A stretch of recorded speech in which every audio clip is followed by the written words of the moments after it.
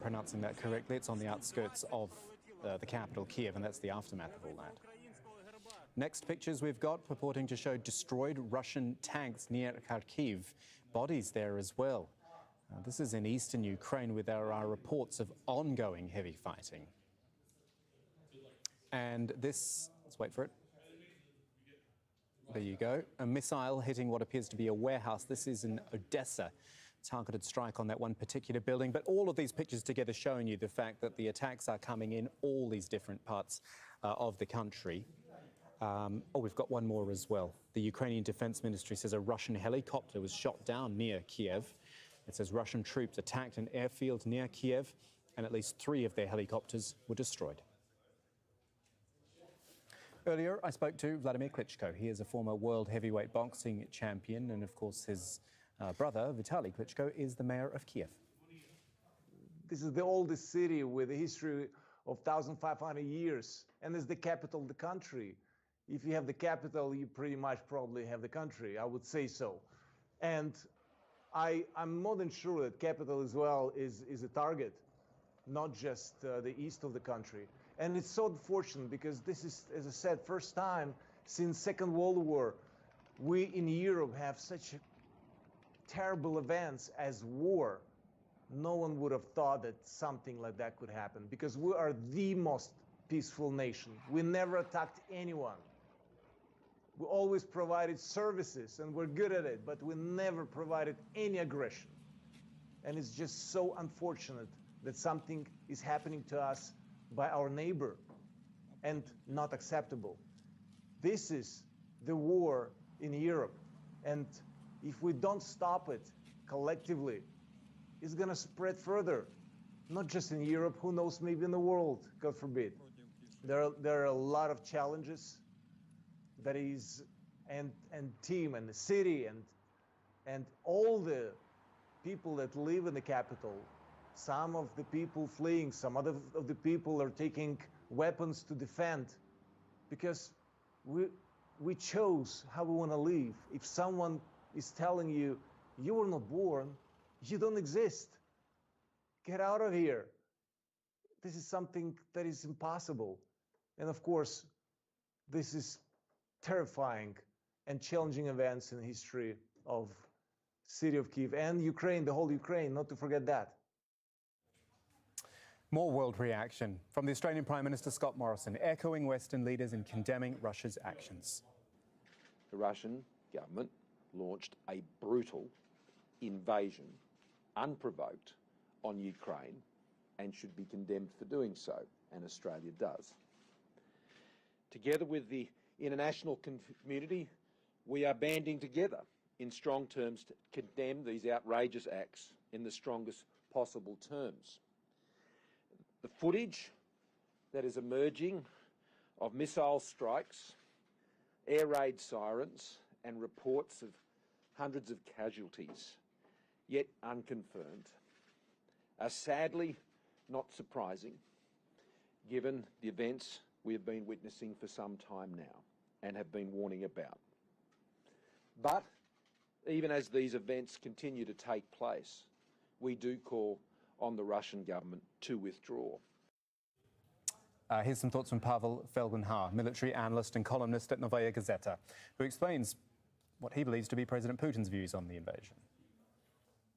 This is a full-blown invasion, and President Putin actually a couple of days before outlined in his speech what he wants to get from Ukraine, what Ukraine should do, and that included a total demilitarization of the country. And now he announced that in today's address that was actually recorded apparently a couple of days before that, that is the main objective of this offensive. Well, I believe that Russia wants to either expel under the threat of prosecution or put behind bars or what.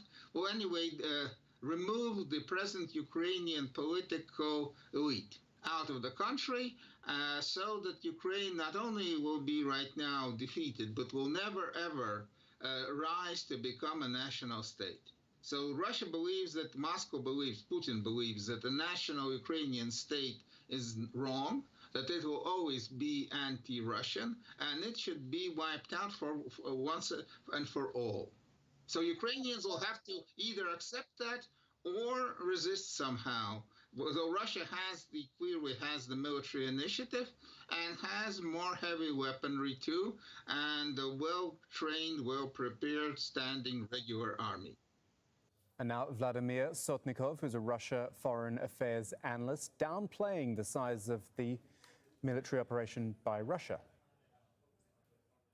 This is not a big operation, and I think that this operation, special operation, as it was declared by Russia, will be limited only to eastern republics, independent republics of Donbass and Lugansk, and there will be, as I think, there will be any movement towards the capital of Ukraine, and also there will be just some surgical strikes against Nazis and terrorist organizations which are actually present and which are destroying or trying to destroy the people of Donetsk and Lugansk. So this is a short operation, ultimately saying, and I think that it will be soon closed out. Approaching the top of the hour here on Al Jazeera. Just some live pictures to show you quickly. This is Poland, I believe. Yes. Trucks lining up there on the Polish side of the border. And just a quick shot of Kyiv, the city, I should say, at the center of it all. Looks pretty quiet there, doesn't it? Coverage continues in just a few moments' time.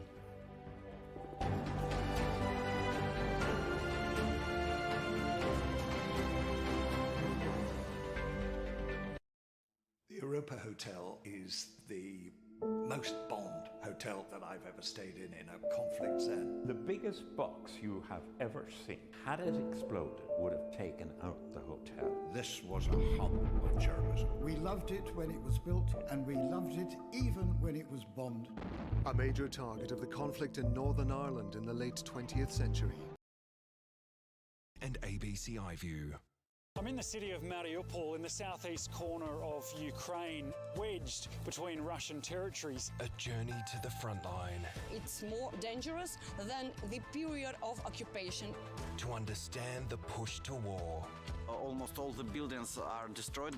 Europe on the brink. And the human cost. How can I live in one country with those who killed my loved one? Foreign Correspondent, next Thursday at 8, followed by Q&A on ABC. Know the story all day with ABC News Channel. Australian of the Year. From the moment you wake up. I could do that all morning. Here are the day's top stories. Joe O'Brien will bring you the morning's latest info as you head into your day. This trend is turning around. There's a decline in case numbers in the state. Welcome to the nation's meeting place. Greg Jennett is in the halls of power to ask the big questions. What's wrong with that? Well, Karina Carvalho brings you ABC National News. I know the nation is rejoicing. Here in Queensland, it will be done a little bit differently from other states. For the latest in finance, the business. Budget deficits heading into the hundreds of billions of dollars. Know what's making headlines around the world. It still believes that President Putin is on a path to war. There is a diplomatic resolution to this. Round out your night as the drum dissects the day's stories. Had a little bit of PTSD in that moment. ABC News Channel has you covered all day. Or live stream it anytime on ABC iView. On ABC News, war in Europe, we've got the latest on the Russian invasion of Ukraine. Anyone who tries to stop us and threaten our country and people should know Russia's response will be immediate.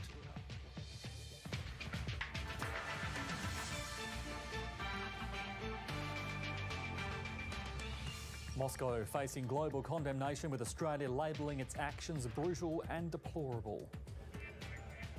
In other news, thousands of workers and scores of big projects in limbo after the collapse of construction giant ProBuild.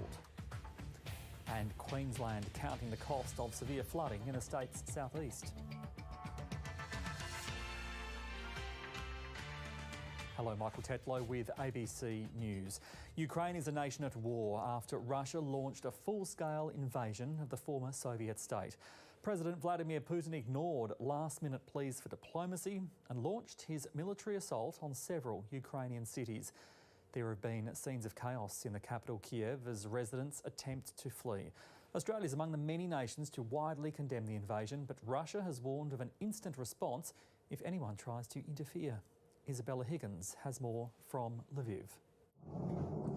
From the north to the south, Ukraine is under attack. Explosions were heard across the country before sunrise. This photo from the Ukrainian president's office showing an explosion in the capital. As air raid sirens rang out across Kyiv, authorities confirmed Russian troops had crossed the border into the country. This video from Ukraine's border guard showing military tanks rolling into Ukraine along its northern border with Belarus. Vladimir Putin delivered this ominous message, seemingly as the first explosion was reported. Circumstances require firm and immediate action from us. I decided to conduct a special military operation. Anyone who tries to stop us and threaten our country and people should know Russia's response will be immediate and lead to consequences you have never faced in your history. We are ready for any outcome. The Russian president, who called on Ukrainian troops to lay down their arms, addressed his nation just before 6 a.m. as the United Nations Security Council held an emergency meeting at the request of Ukraine. I have only one thing to say from the bottom of my heart. President Putin, stop your troops from attacking the Ukraine. Give peace a chance. But it was too late. As morning broke, Ukraine's president declared martial law in the country. Dear Ukrainians, this morning President Putin announced a special military operation in the Donbass. Russia has carried out strikes on our military infrastructure and border guards. We need each of you to be calm. If possible, stay at home. I woke up and heard a series of shots. I rushed to the balcony and realised they weren't fireworks. People were running on the street. Ukrainian tanks were deployed across the country as the nation's leader pledged to take any assault head-on. President Biden also confirming the US will coordinate with its NATO allies to ensure a strong and united response, releasing a statement saying President Putin had chosen a premeditated war and that Russia alone is responsible for the attack. Tens of thousands of Russian and Russian-backed troops are already in the eastern Ukraine regions of Donetsk and Luhansk, but many more are stationed in Crimea in the south and across the border in Belarus, north of the capital. Reports of explosions have been recorded in at least 5 Ukrainian cities, including the capital. Ukraine's airports have also been targeted. The Ukrainian airspace is now closed to commercial flights as shelling continues dangerously near the homes of residents. Ukrainians making a last-minute dash out of the country could have a long journey ahead of them. So while thousands are trying to escape Ukraine, others have heeded their president's call to arms. With more from Lviv, here's Isabella Higgins. The feeling amongst people we're talking to here is that this situation is going from bad to worse. It was a real feeling of shock and confusion. Have people who do support Russia. Yesterday I was talking to three young men. They work in IT. They were maybe in their early 30s. Well, all three of them told me that they thought that this part of the country was Russia, but they said that they were torn because now they also felt Ukrainian. They said that they were upset with the government in Kyiv because they thought that this escalation was just a matter of time, and in all these years, 8 years really since the Minsk agreement was signed, 7 years rather, there should have been an overture. The government should have tried to do something to have some sort of compromise with the separatists. They blame the government for not having any kind of dialogue and for refuting to speak to the government. Now, the government's point of view is that it is actually not them they have to speak to, it is actually Russia. It is actually Russia that is backing these separatists, which is true. And it has been true since the beginning of this conflict. So you do have those divisions, and those divisions make it very difficult for the soldiers who are on the front line, because in front of them, they have the separatists backed by the Russians that could overrun them, because behind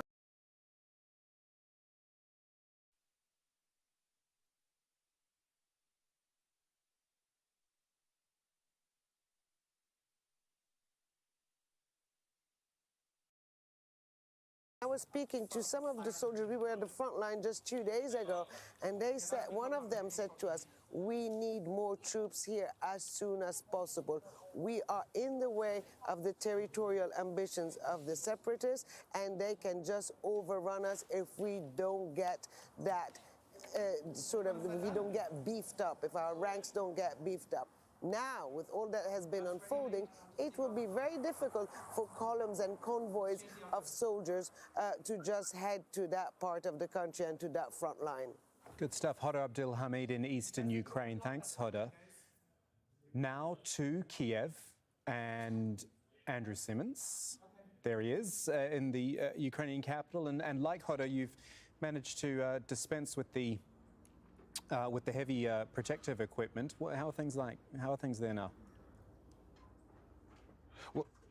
Well, we've moved now into the city centre, and this is I wouldn't say calm. Nowhere in this city is calm right now, but there's a really eerie stillness because there are no civilians here at all right now. They've evacuated. So many of them have been evacuated from the city of the centre of the city. Some are still taking shelter. Others just stuck for hours and hours and hours in solid traffic that just isn't moving out of the city towards Poland. There are now 203 attacks reported by the military, Ukrainian military, 203 Russian attacks. And we're hearing from the presidential office that the allegation is being made that 4 very large, powerful ballistic rockets were fired amongst that whole blitzkrieg they've actually been trying to deal with. The civilian services, the fire, the ambulance services stretched to the very maximum, and the attacks, the moving attacks with armory and aircraft and at the sea there are battleships and landing craft being used from the Sea of Azov, attacking from the north, the south and the east. It all started around 5 a.m. with the crash of missiles hitting targets just outside the capital, Kyiv. The orange, yellow, red flashes and sounds seconds later of cracks of like thunder. This is how the day has looked so far. The months-long build-up of Russian troops on the border with Ukraine has turned now into an invasion. Ukraine under attack. Military bases, airports and aircraft have been targeted and bombed.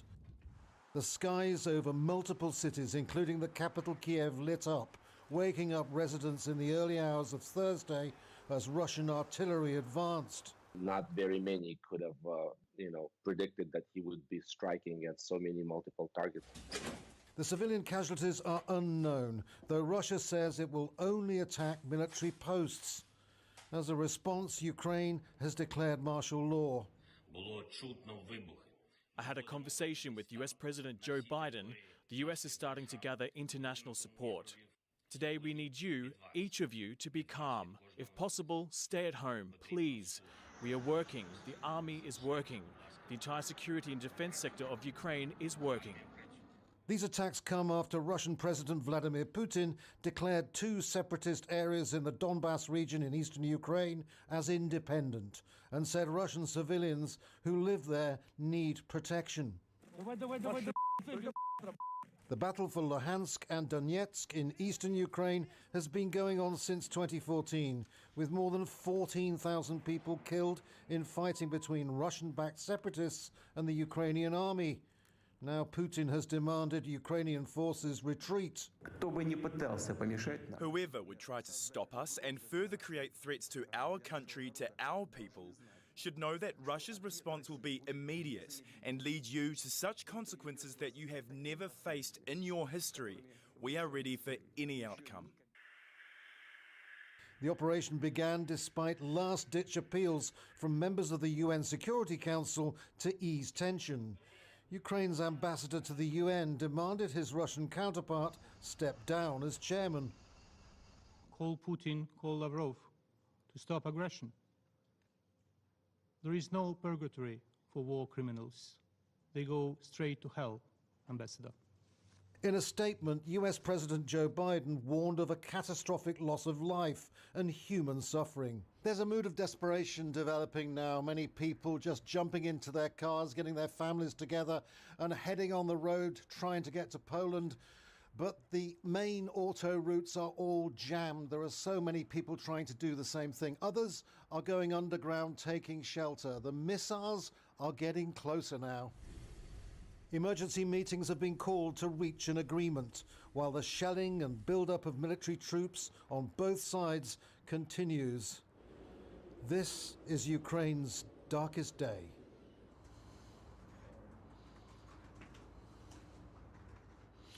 Well, we have air raid sirens going off on regular occasions. The last was about something like half an hour ago. People are getting into a ritual now of having to run and get in somewhere of safety. There needs to be quite a disciplined drill on that. There's this tweet which has just come in from Dmytro Kuleba, who's the foreign minister. This gives you an idea of the amount of anger politically right now.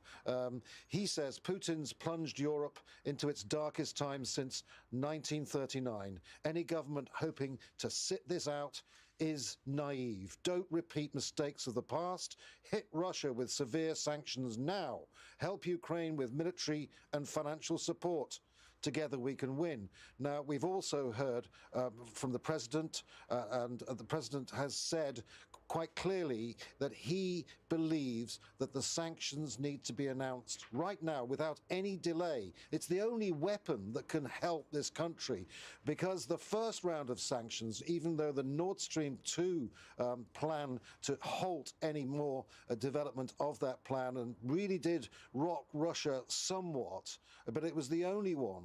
Out of all of those sanctions, this is what we're being told by everyone in government here in Ukraine, that the only valuable sanction was the Nord Stream. Putin had already worked out ways of dealing with the other, well, ways of taking the impact of the other considerably important sanctions, but together not enough to have any effect on Putin.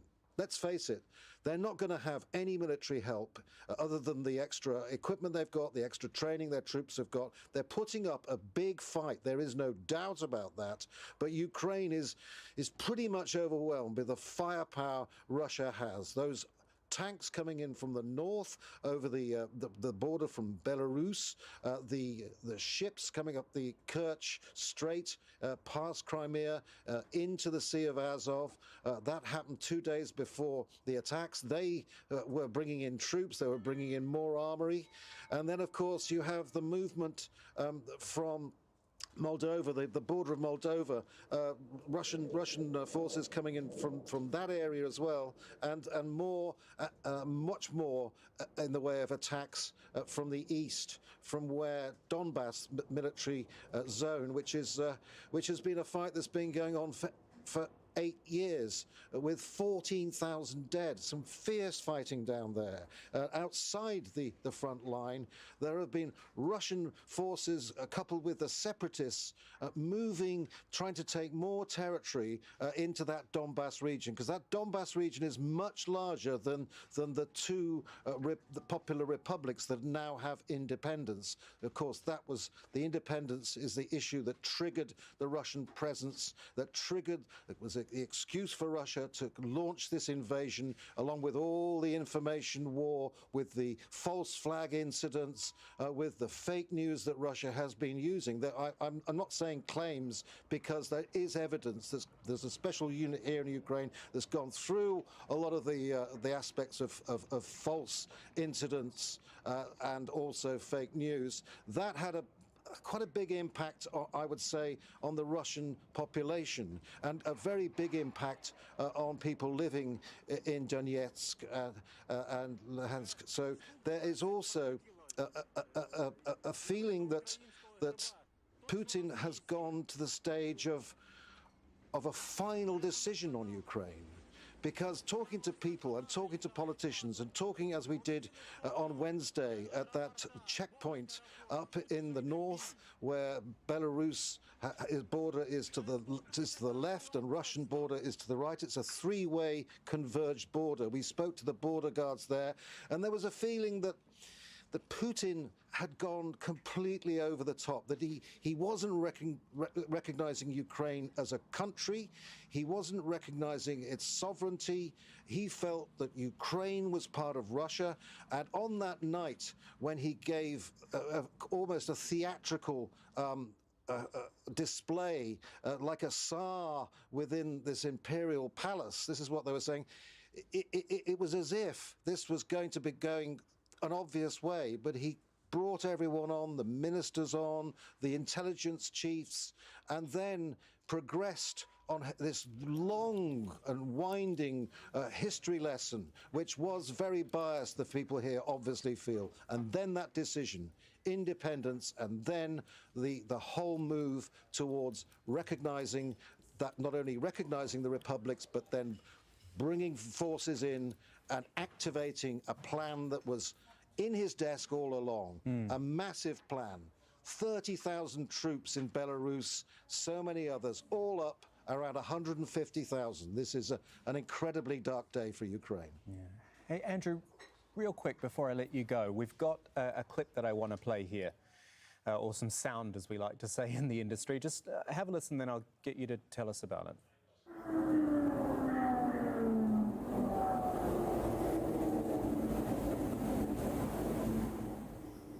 So that was from our cameras earlier today. Andrew, what is that noise? It's extraordinary.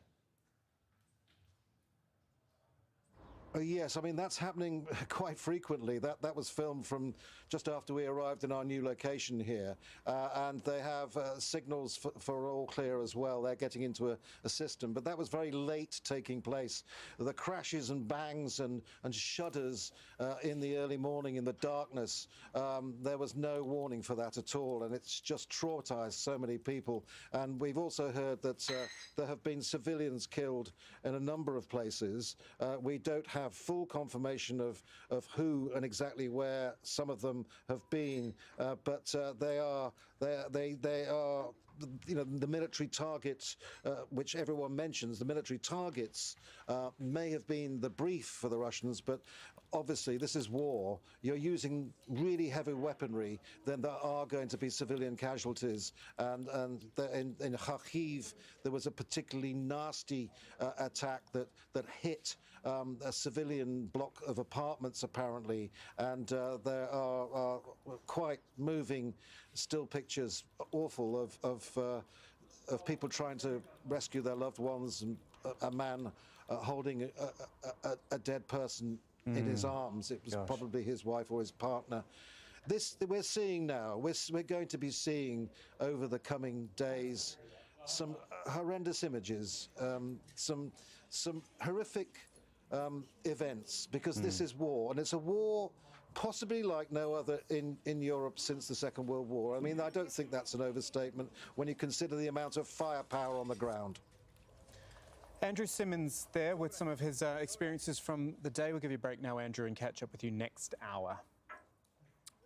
Let's start seeing what the rest of our team have been up to. Mariupol, first of all, where explosions have been heard, and Charles Stratford was there just outside Mariupol. He saw a convoy of tanks, some of them flying Ukrainian flags. I'm close to a checkpoint on the outskirts of Mariupol. Military vehicles behind me, heading down a road heading west. I don't know whether you can see quite yet. On the other side of the road, there is a convoy of tanks appearing. In the last 10-15 minutes or so, we've heard the distinctive thud of what sound to be Grad missiles being used. These are these missiles that are...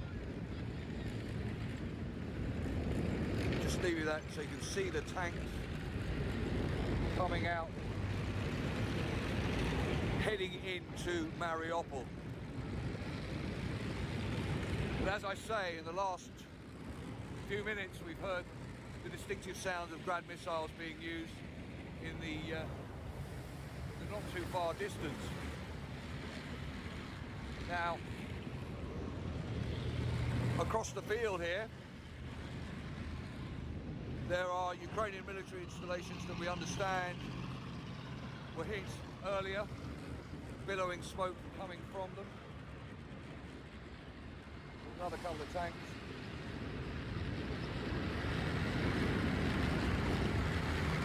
Interestingly, that tank being towed suggests it may well have been hit.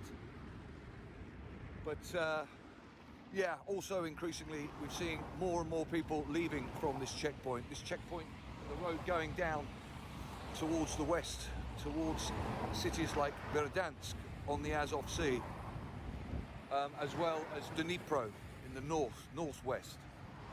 And interestingly, we have been speaking to a source in the Navy in around Verdansk who says that earlier today, naval forces off the coast of the Azov Sea, off the coast of Verdansk, came under fire from Russian naval vessels, forcing them back to base.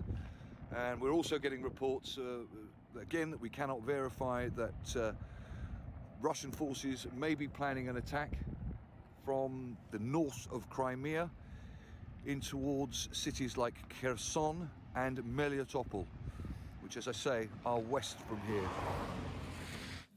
Right. Who's next? Bernard Smith is in Moscow for us this afternoon. Hi, Bernard. What's President Putin been doing since this massive announcement this morning? President Putin has been making it look like business as usual, with a meeting at the Kremlin with the Pakistani Prime Minister Imran Khan earlier today. The two men, according to the official statement from the Kremlin, discussed cooperation between the countries, exchanged views on regional issues, including the situation in South Asia. I can't imagine that was what was on the minds, really, of both of the men in that meeting, but that is what the official statement was, because as that meeting was going on, of course, as we know, Vladimir Putin had given the go-ahead for the largest invasion of a European country since the end of the Second World War. Since then, other Russian ministers have been out and about. Sergei Lavrov's been meeting his Chinese counterparts. The Chinese say they understand the legitimate concerns that Russia has on security issues. The Chinese have been asked to recognize the two republics that Russia has recognized, Donetsk and Lugansk. No word from the Chinese on that. They would be very nervous, I would imagine, about doing something like that. And the foreign ministry, in relation to this invasion that the government Russia has started, the foreign ministry says this war has been going on for 8 years. Now it is ending. Bernard, how is all this, this is a really broad question, I know, but how is this being viewed by Russians, the fact that their country is now part of an armed conflict?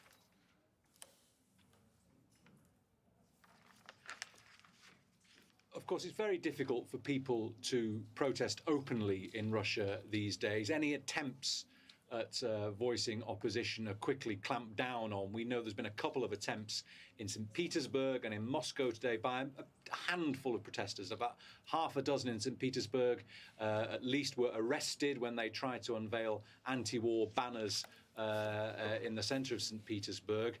There is an online petition that's been going around, signed now by more than 150-odd local deputies across Russia, condemning the attack of the Russian army on Ukraine. And there's been another similar letter signed by scientists and journalists So there is some opposition coming out to what the government's doing, but it's very difficult to gauge exactly how much there is. We do know that before today, Vladimir Putin's popularity was actually ticking up as the build-up of troops along the border carried on, from 61 to 69% popularity, and 38% of Russians didn't consider war was likely, and half of them believed that both Russia and Ukraine should be independent countries living side by side. So Vladimir Putin himself remains popular.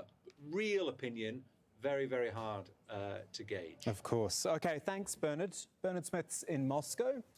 And now we're off to Washington, D.C. and our White House correspondent, Kimberly Harkett. Hi, Kimberly. We'll get the rundown from you about Joe Biden and what's expected today in a moment. But seeing as we were just talking to Bernard about public opinion, maybe we can pick up on that with you and the public opinion on everything that's happening in the United States. Yeah, well, the public opinion with regard to this conflict is one that the United States public generally does not want to be involved in. In fact, just 26%, according to a poll taken in the last day or so, has the support of the American public. So the reason that this is going to be a challenge for the U.S. president is that he was elected largely to address domestic issues. And certainly he has his hands full, whether it be the COVID crisis or now the resulting conflict in terms of inflation, spikes in food prices. Inflation across the board has been hitting the ordinary American pretty hard, and that is what most Americans are focused on. So we know that in the coming hours, when the U.S. president does speak to the American public, that he's going to have to make the case that this is about defending American values. This is about defending democracy, as Nancy Pelosi, the House Speaker, said just 24 hours ago. But again, when it comes to public opinion, it's going to be a tough sell because Americans are war weary. They've just wrapped up a generation of war in Iraq and Afghanistan. The withdrawal, still fresh in the minds of so many Americans, is not being particularly successful. They're not eager to see another conflict that the U.S. may have to support, even as the U.S. president is promising there will be no American boots on the ground in Ukraine. The concern being, if this spills over into Latvia or a neighboring NATO country, then there will be this obligation of the United States to participate due to Article 5. An attack on one is an attack on all, according to the agreement under NATO. And that is what worries a lot of Americans, is that there will be this sort of mission creep, as it's often called, that Americans will be drawn into this, and they don't want to see that. Just real quickly, Kimberly, what is the schedule for today with regards to President Biden and the White House? Yeah, in addition to the U.S. president talking to the American people in the coming hours, more imminently as we speak right now, is that meeting of the G7 leaders, a virtual meeting taking place. We expect they're talking about this next wave of sanctions that they promise will be punishing, that will show the consequences of this invasion that many Americans and European allies had hoped to avoid against Russia. It'll isolate it, we presume, from the sort of financial system, and also will really end Europe's dependence on Russian oil. So these are expected to be harsh. They're expected to be punishing. But in addition to that, we know that the U.S. president is also meeting with his National Security Council. In fact, we know that when he got up this morning, and he has been monitoring this throughout the evening and overnight here in Washington, that he convened in the Situation Room of the White House to speak with his closest advisors on the next steps and how the U.S. might react. Thank you. Kimberly Harkett in Washington, D.C. The markets, stock markets, they've tanked as Russia announced its military operation. That's the... Have you got the pictures? Yep, there's Wall Street opening up for the day. As it is, 9:30 in the morning there in New York. Gabriel Elizondo is our correspondent at the New York Stock Exchange today. What were the futures indicating for today, Gabriel? Very bad, as you might expect. The futures were all in the red. They had been dropping the stock futures down at about 800 points as of before the markets opened just now. The S&P futures lost about 2.5%. It's looking like it's going to be a very bad day on the markets. It already has been in Europe and Asia, where there was a huge sell-off. The market's now here opening in New York, the New York Stock Exchange, with the opening bell just a few seconds ago, so we'll get a better sense of where they're opening now. Bottom line is this looks like it's going to be a very, very bad day on the markets, and there are several things going on here. Number one, traders are talking about how this could extend for quite a long period of time, given this potential full-fledged invasion by Russia. So this is not potentially just a short hit to the market. It could extend for a long time based on supply chain issues and what have you, and also the energy markets. Looking at that, energy, oil, natural gas, those are all up right now as well. Oh, right. Okay, I was going to ask you about that. Just hold on a second, Gabriel, because I want to have a look at the big board in New York, which we've got a feed coming from. And Dow Jones industrial averages dropping like a stone. It's opened almost 850 points down, which is 2.5%. And as Gabriel said, well, we have to see, is that just going to be a bounce today, or will the concerns be more long-term than that? A little more on oil, if you wouldn't mind, and energy, Gabriel, because, I was looking at that earlier, and I think it was up over $100 a barrel. Yeah, it was, and that is what it's been, over $100 a barrel, natural gas up as well.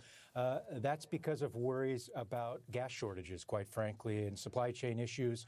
So this is sort of expected that oil was going to go up, but it certainly has jumped. Let's remember, Russia is the second largest exporter of oil, natural gas in the world. So there are certainly concerns about that, and that's why you're seeing the number jump over $100 a barrel. Analysts here in New York are saying it's probably going to stay that way for a very long time. Aside from that, though, and the energy issues, that's what we're going to be watching very closely, is energy, how this conflict will affect energy prices going forward, is other commodities as well. Natural gas up, the benchmark price for aluminum and nickel up as well, because Russia is a major producer of those. Wheat and corn futures also multi-year highs, because Russia and Ukraine are major grain producers. So we'll be watching the commodity markets as well, given this. But bottom line is, as you just mentioned, those stock market looks like it is absolutely plummeting right now here in New York. Some analysts expecting it could potentially hit the 5 to 6% mark as the day goes on. So it's looking like it's going to be a very bad day. Thanks, Gabriel. Elizondo at the New York Stock Exchange today, which is down 750 points at the moment. Live pictures coming in from Kyiv, a ghost town. And Andrew Simmons mentioned this before, when he got back up to his live position, his vantage point, that it was empty. And we saw the pictures of all the cars on the road as well, heading out, trying to get out of town. And there's just a few people left there, because since this morning, and it was about, I think about 6 a.m., 5 a.m. it might have been actually, when it all started, when the declaration from President Putin came and the first explosions started being heard. Very intense, heavy barrage early in the day, and it has meant people are either staying home, as their president has told them to do, stay calm and stay at home, or they've tried to get out. Live pictures there rolling through the streets of a deserted Ukrainian capital.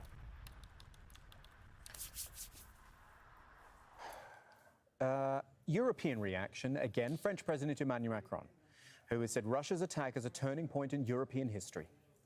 Les événements de cette nuit sont un tournant. The events of this night have been a turning point in the history of Europe and in our country. There will be durable, profound, serious consequences. There will be consequences for the geopolitics of our continent. We need to remain united. I am determined to protect you without fail, to protect our compatriots in Ukraine, and to protect all the French people. Dominic Kane is in Berlin, where, Chancellor Olaf Scholz spoke earlier, but you've also been keeping us across wider European reaction and NATO as well. Yeah, just talking about markets that Gabriel was referring to there in the States. Well, we know now that here in Europe too, the value of shares on two big markets here, namely the DAX in Frankfurt and the CAC 40 in Paris. Well, the DAX is down 5%, the CAC 40 down more than 4.25%, which shows that the explosions, as it were, in Ukraine are echoing, reverberating around financial markets, not just in the United States, but also here in Europe.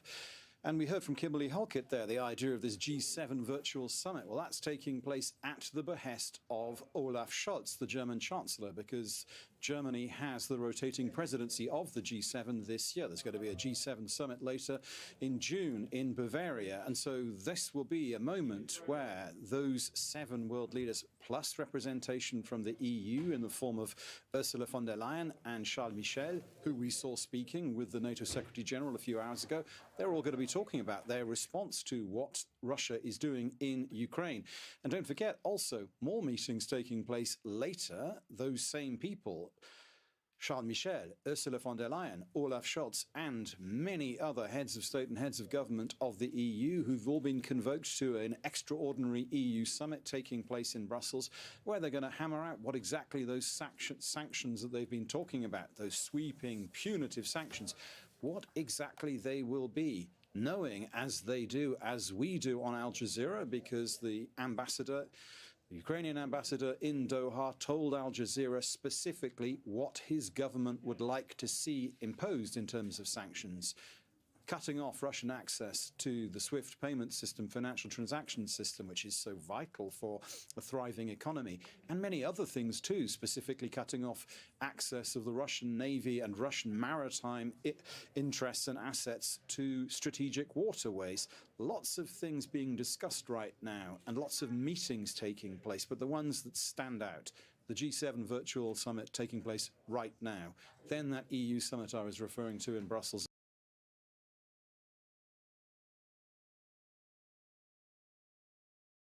and then tomorrow, this NATO virtual summit that Jens Stoltenberg, the Secretary General of NATO, had said was going to take place, all of which will lead us further, give us more information about what this multilateral response these institutions are proposing, what exactly they will be. We know NATO has already said that it's going to bolster its presence on its eastern flank. Remember, if you were in Moscow, and from President Putin's perspective, you would perceive it as your western flank, the area where he says he doesn't want to see NATO expanding. Well, he now will deal with the reality that NATO says it's bolstering its presence in Latvia, in Lithuania, in Estonia. Those areas very important because they have either borders with Russia or with Belarus. Remembering that Russian troops, if we are to believe what we have seen, and there's little evidence to the contrary, Russian troops based in Belarus have made an incursion into Ukraine from Belarus. So that's what NATO is talking about doing right now. The one thing they are not talking about doing is putting their troops on the ground in Ukraine. That is not going to happen, but they are talking about very many other things not far short of that. Dominic Kane, wrapping up developments across Europe today. Thank you. In Britain, the Prime Minister Boris Johnson says the UK will not look away after Russia's act of war in Europe.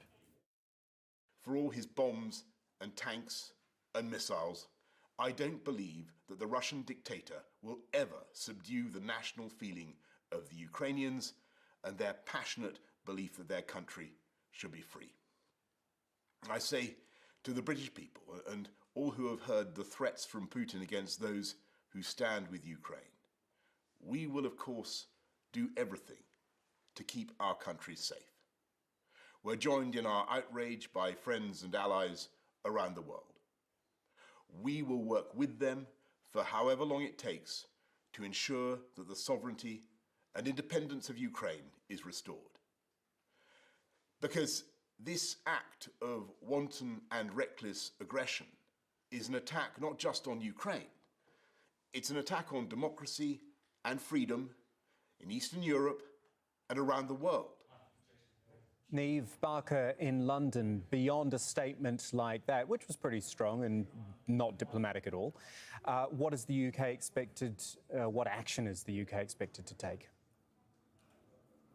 Yeah, you do get the sense there is no space left for the delicate language of diplomacy. Boris Johnson going on to say that this hideous and barbaric act by Putin must end in failure. He said that this is a conflict not far away on the other side of the world, but nearby, only 3.5 hours flight away from where we are in London, and a conflict that could also ripple west to the United Kingdom. We've already seen a country hit hard by a crisis in cost of living. Add to that the possible risk of energy prices going up, the price of food going up, and other security complications needed to be considered by the British government. And this is something that British people here may well feel in their ordinary everyday lives going forward very, very soon, perhaps sooner than many think. At around 1700 GMT, Britain, like many other European leaders, is expected to outline further economic and political sanctions against Russia. They're expected to be deep, they're expected to be severe. We've heard the outlines of some of them, including stopping Russia from selling sovereign debt in the UK, usually done in the form of bonds in foreign currencies, to allow essentially Russia to stop generating cash to bankroll this conflict. A lot of money goes through the British capital. The British economy is undoubtedly intertwined and interlinked with Russian money, and unpicking and extricating the British economy from dependency on that Russian money is going to be key indeed. And I was reading some interesting statistics that if Britain is going to be serious about this, then they need to consider possibly sanctioning as many as 100 Russian oligarchs and their allies going forward. Very, very lastly and briefly, talking about the consequences of what's happening in Ukraine rippling over here. Lloyds Bank, the biggest domestic bank in the country, has now beefed up its cyber security systems and has warned consumers that their bank accounts could well be affected if the situation continues to escalate as such. This is not something happening, as Johnson said, far away. This is on our European doorstep. Thank you, Niamh Barker in London.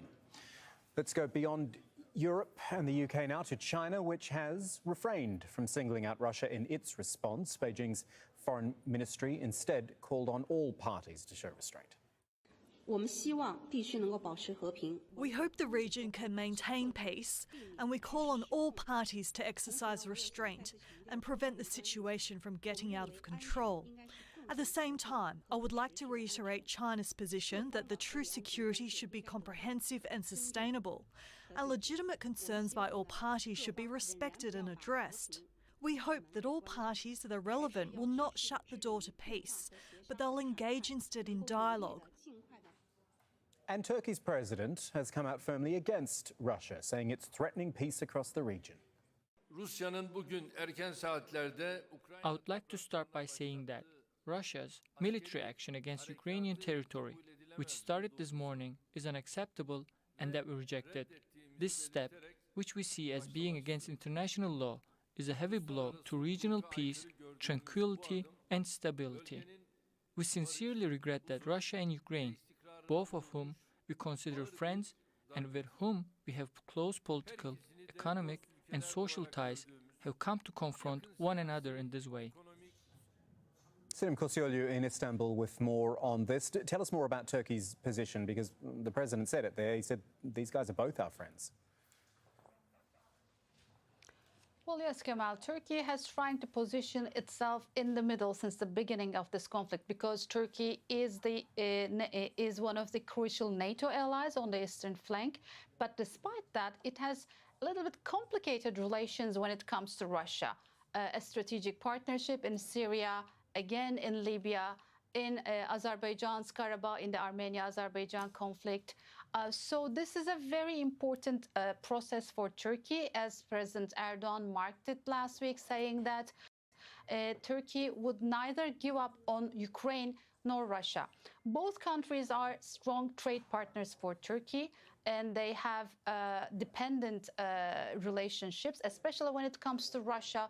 Turkey is dependent on its energy supplies, also for the tourism. So far, Turkey tried to take a diplomatic mediation step, but we haven't seen any fruits of that, of those cherishes so far on the diplomatic table. But we haven't heard any Turkish authority using the word condemnation in their written or oral statements so far. So it is so clear that Turkey is still trying to see the outcome of the conflict, and maybe doesn't believe that it is going to turn out to be a big war. Also trying to spot itself in a safe place. Otherwise, Turkey's national interests and geopolitical position might be at stake, especially when it comes to the re-evaluation of the Montreux Convention of 1936, which gives Turkey right to shut down the waterways in the Black Sea. Yeah, I wanted to ask you quickly about that, the waterways, which are so crucial, because, you know, it was Ukrainian ambassador to Qatar was with me earlier saying that's the type of thing they're actually looking for, not things beyond sanctions, actual concrete measures.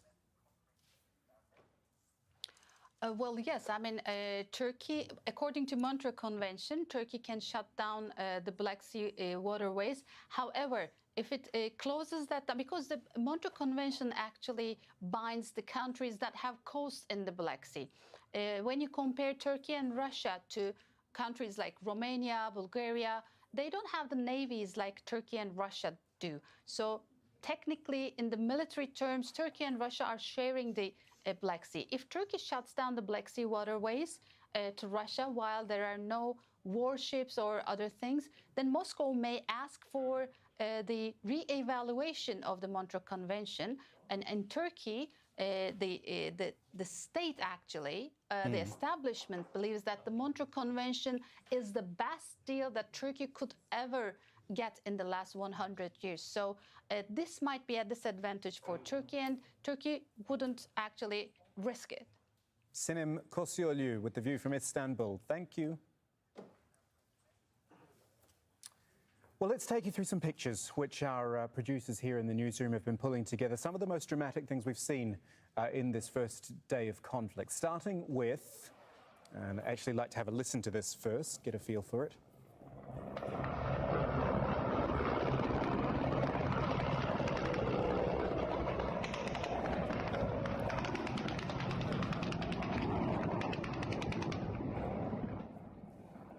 Russian helicopters near Kyiv firing flares. This is believed to be near Hostomel airport, which is on the outskirts of Kyiv.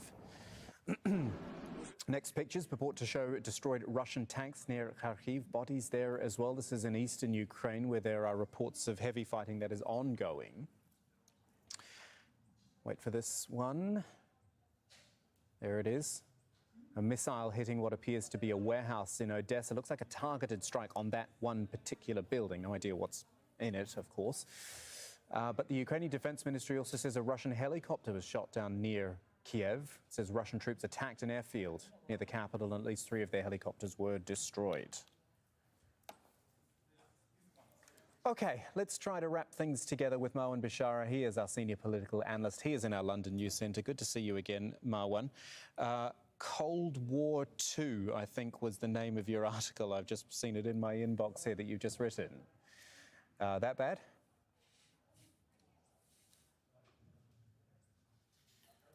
Yes, Cold War II for sure.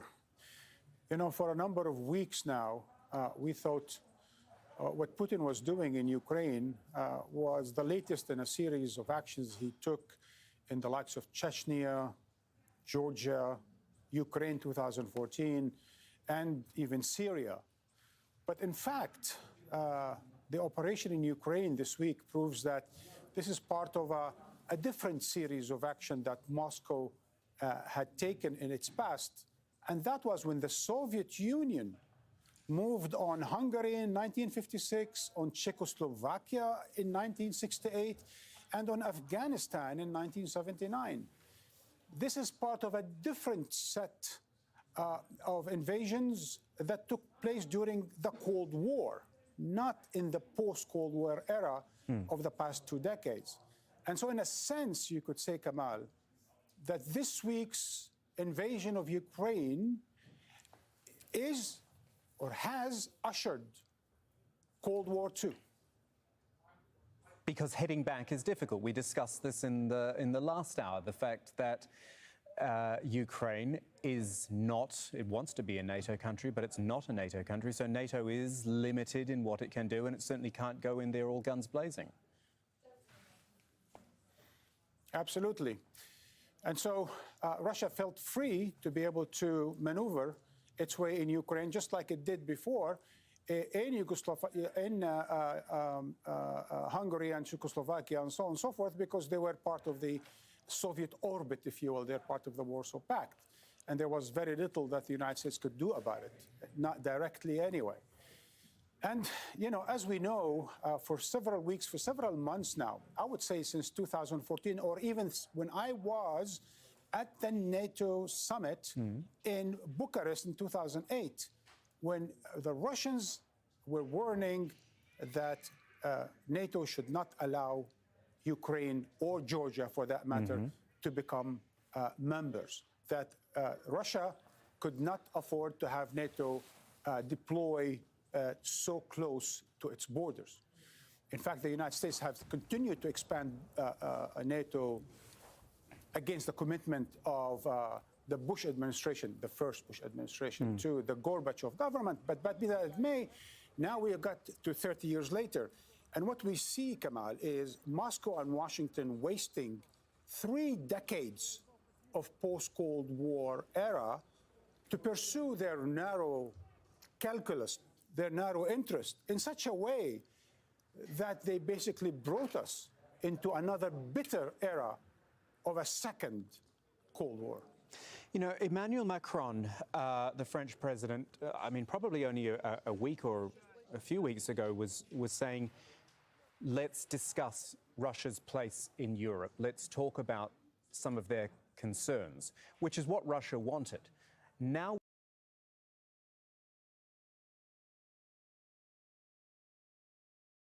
we've fast forwarded to an actual open conflict situation. Has that opportunity, Marwan, been lost to actually deal with Russia's grievances, and we're now into almost an open-ended, as you've described, another open-ended war situation? That's a very important question. I think to a large degree it was lost, but it's not lost forever, in the sense that even when the dust settles on the issue or the conflict, on the war and the invasion of Ukraine, those superpowers, those European powers, are going to have to go back to the negotiations table and figure out, you know, what is the future of European or Ukraine security.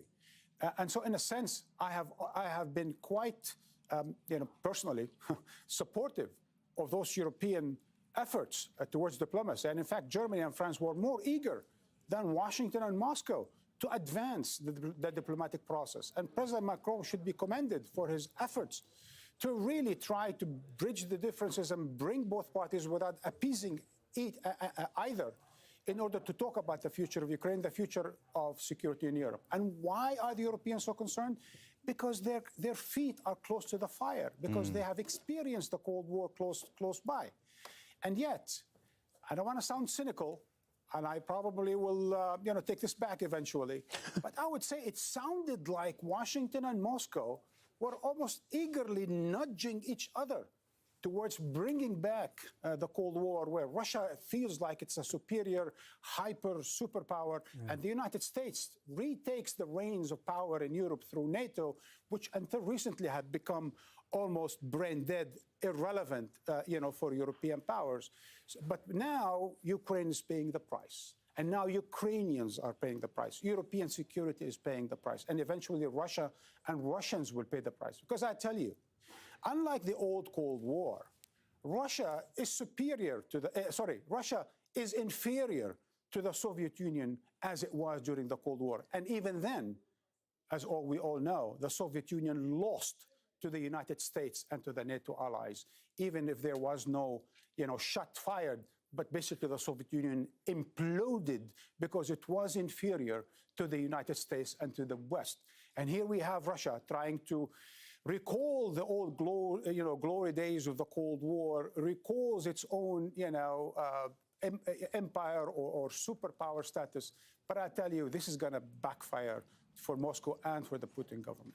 Marwan Bashara is our senior political analyst. His thoughts from London today and at aljazeera.com as well.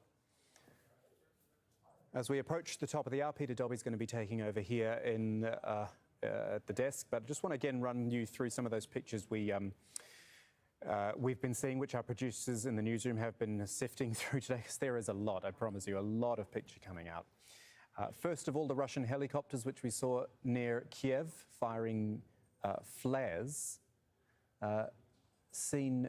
Actually, I'm not sure if these are those pictures. Which are these ones? I think that's the. I think those were the Russian helicopters which were shot down near the capital. Apparently, Russian troops attacked an airfield near Kyiv, and at least 3 of their helicopters were destroyed. Which ones have we got next, team? Roll them, and I'll talk about them. This is Russian tanks. This is Kyiv, that's right. This is in eastern Ukraine. Reports of ongoing heavy fighting there, bodies on the ground as well there. And the next ones we've got, I think these are the ones from Odessa. No sound on this, but, well, you know what happened there, a missile targeting a warehouse. Looks like a targeted strike on that one particular building there. And as I said before, just all of these pictures showing us that this is happening all over Ukraine. We'd so focused on the eastern states, weren't we? But really these attacks coming south, east, and north. Let's just roll those pictures. I started talking about them when we had the wrong pictures. Let's roll them.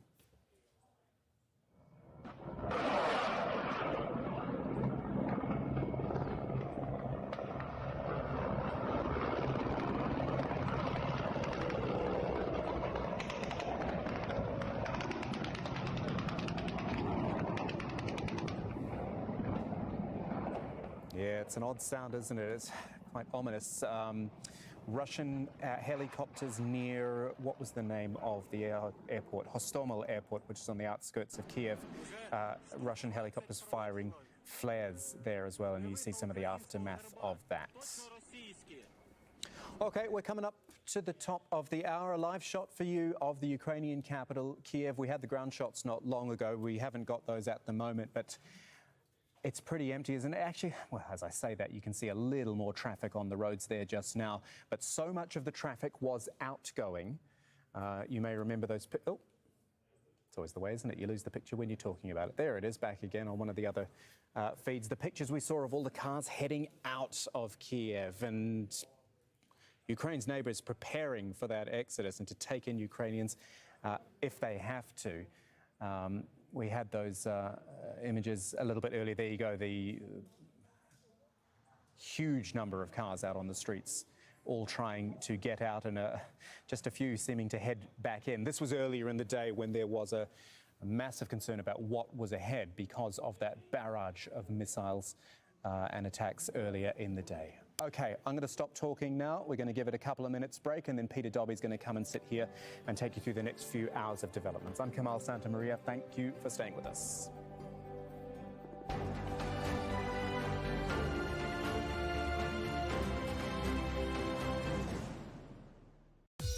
For some, a robot is a mechanical arm, or even that self-driving train at the airport. But androids today can be eerily humanoid. Robots like me will be everywhere. Al Jazeera Documentaries lifts the lid on the weird and wonderful world of robots that learn, think, feel, and even trust. I feel like I'm alive, but I know I am a machine. Origin of the Species on Al Jazeera. Dictatorships to democracies, activists to corporations, control of the message is crucial. Oil companies have become very good at recognizing ways to phrase what they want you to hear. We care about the environment. You do too. You should buy our oil. Be it for public opinion or profit. Once you make people afraid, you can use that to justify stripping away basic civil liberties. The Listening Post examines the vested interests behind the content you consume on Al Jazeera.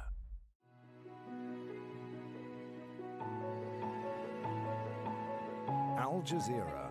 That's because the whole stadium's air-conditioned. Wherever you are. The seats down to the pitch. Fans didn't give former Spanish international Xavi. Americans are increasingly saying authoritarianism might not be so bad. There were several steps along the way where the chain of command, it seemed like, tried to cover it up. What's your take on why they've gotten this so wrong? That, to me, is political malpractice. The Bottom Line on U.S. politics and policies and their impact on the world on Al Jazeera. Did you know you can watch Al Jazeera English streaming live on our YouTube channel? plus thousands of our programs, award-winning documentaries, and in-depth news reports. Subscribe to youtube.com/Al Jazeera English.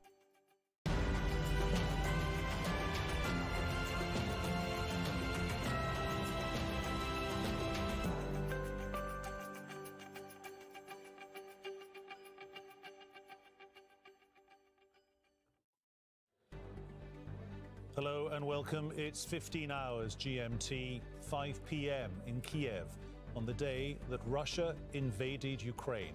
I'm Peter Dobby with our continuing coverage.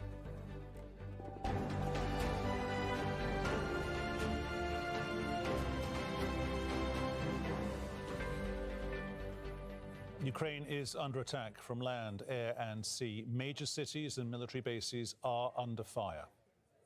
Here's the full range of Russia's military offensive. It is far beyond Donetsk and Luhansk, the areas held by separatists, which Russia recognizes as independent republics. Russian forces have come from all sides, from multiple directions, from Belarus in the north down to the Sea of Azov.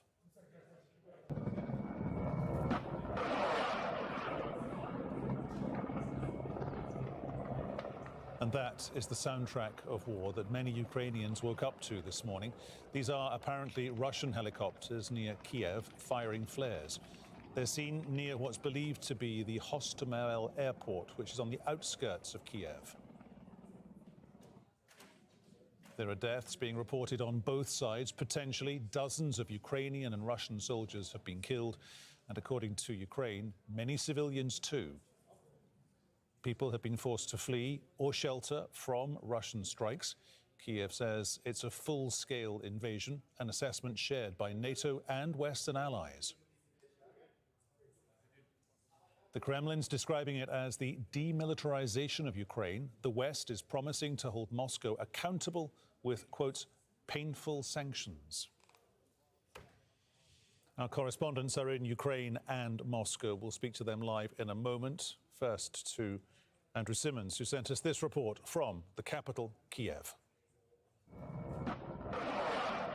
The months-long build-up of Russian troops on the border with Ukraine has turned now into an invasion.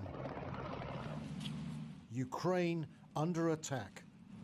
Military bases, airports and aircraft have been targeted and bombed. The skies over multiple cities, including the capital Kyiv, lit up, waking up residents in the early hours of Thursday as Russian artillery advanced. Not very many could have, predicted that he would be striking at so many multiple targets. The civilian casualties are unknown, though Russia says it will only attack military posts. As a response, Ukraine has declared martial law. I had a conversation with US President Joe Biden. The US is starting to gather international support. Today we need you, each of you, to be calm. If possible, stay at home, please. We are working. The army is working. The entire security and defense sector of Ukraine is working. These attacks come after Russian President Vladimir Putin declared 2 separatist areas in the Donbass region in eastern Ukraine as independent and said Russian civilians who live there need protection. The battle for Luhansk and Donetsk in eastern Ukraine has been going on since 2014, with more than 14,000 people killed in fighting between Russian-backed separatists and the Ukrainian army. Now Putin has demanded Ukrainian forces retreat. Whoever would try to stop us and further create threats to our country, to our people, should know that Russia's response will be immediate and lead you to such consequences that you have never faced in your history. We are ready for any outcome. The operation began despite last-ditch appeals from members of the UN Security Council to ease tension. Ukraine's ambassador to the UN demanded his Russian counterpart step down as chairman. Call Putin, call Lavrov to stop aggression. There is no purgatory for war criminals. They go straight to hell, Ambassador. In a statement, US President Joe Biden warned of a catastrophic loss of life and human suffering. There's a mood of desperation developing now. Many people just jumping into their cars, getting their families together and heading on the road, trying to get to Poland. But the main auto routes are all jammed. There are so many people trying to do the same thing. Others are going underground, taking shelter. The missiles are getting closer now. Emergency meetings have been called to reach an agreement, while the shelling and build-up of military troops on both sides continues. This is Ukraine's darkest day. Well, as Andrew was saying in his report there from Kyiv, people queuing up at blood banks there, such has been the ongoing, almost continuous and continual predictions that something like this was going to happen. People queuing up there at blood banks to make donations just in case it gets as far as Kyiv. There are different cities all over Ukraine. And the interesting thing about Ukraine, different cities, when I talk about different cities, I mean different cities that are potentially more exposed to what the Russian forces may or may not do in the coming hours and days. There are cities that are as close to the border as those two breakaway republics, so-called now, on the part of Moscow. So they need to get ready for every eventuality. We'll stay with these latest pictures as long as they last for us. We'll talk to Andrew Simmons live from the Ukrainian capital, Kyiv. Just take us through what's going on there right now, if you can, Andrew. Let's deal first with those blood banks, because that's how bad it's getting. The emergency services absolutely pushed to the hilt all over the country. We're talking about a country here of 44 million people attacked by land, air and sea. It isn't a skirmish, it's a colossal war, and it's going to get potentially far worse. That reference to Kyiv, there were attacks earlier on Thursday, and on one attack, whether it was a stray shell or whatever it was, there were residences hit, and there were a number of deaths. At least 4 children were included, according to the reports we're receiving, in that attack. And there were visuals as well, some pictures of a man trying to cradle a relative in his arms. It looked like his partner or his wife, but she didn't look as if she was going to survive. In fact, she didn't. There is also a number of reports coming in now are disturbing. The most disturbing one, really, reports from a unit near Chernobyl, the former nuclear power station.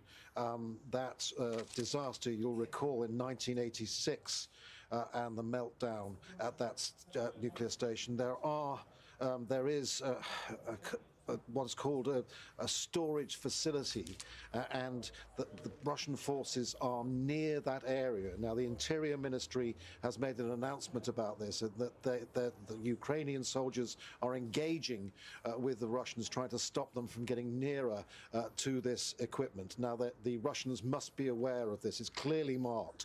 So it's not to be alarmist here, but that something could happen to the nuclear waste. But it is another fear, one of many. Helicopter gunships in action near the city. I think you've seen those pictures already. That was quite a vicious attack. Andrew, thank you very much. Andrew Simmons with the latest there out of the Ukrainian capital, Kyiv. Well, Mariupol is one of the cities under attack. The mayor there says they will fight back. I want to reassure you that our military spirit is at the highest level. Nobody will surrender Mariupol. We will defend our city and our land. OK, we have eyes and ears all over this story for you here on the NewsHour. Let's go live to Charles Stratford in Mariupol in the southeast of Ukraine. Charlie, just give us a sense what's been going on there today. Where are you? What have you been seeing and hearing?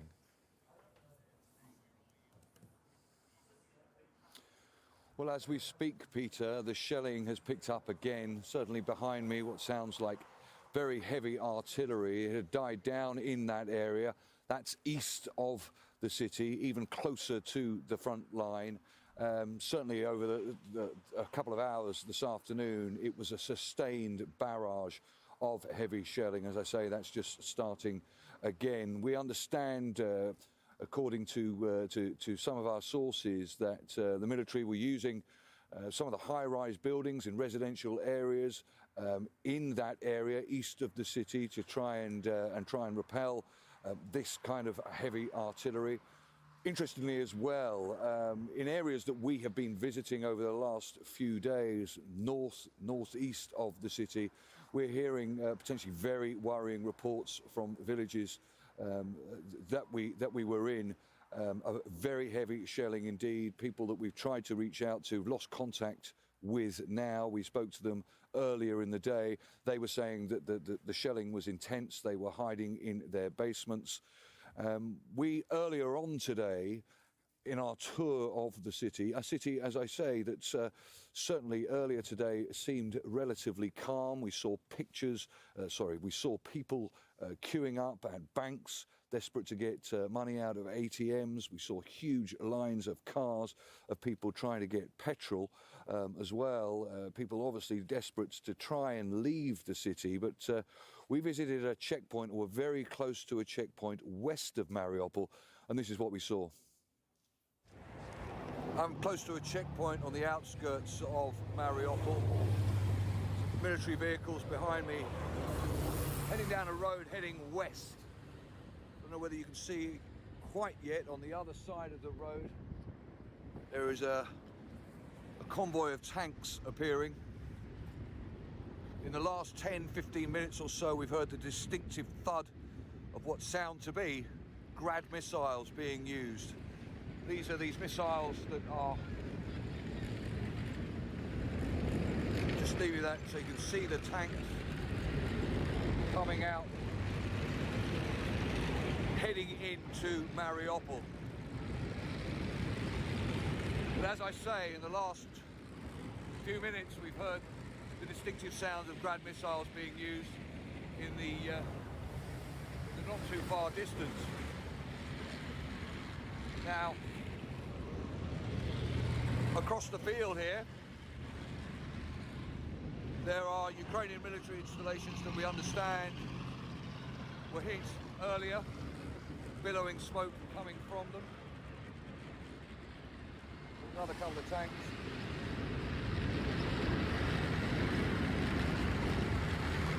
Interestingly, that tank being towed suggests it may well have been hit.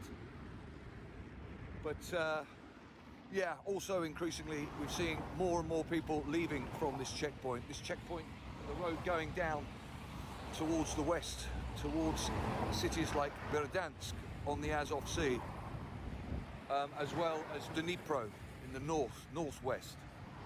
And interestingly, we have been speaking to a source in the Navy in around Verdansk who says that earlier today, naval forces off the coast of the Azov Sea, off the coast of Verdansk, came under fire from Russian naval vessels, forcing them back to base.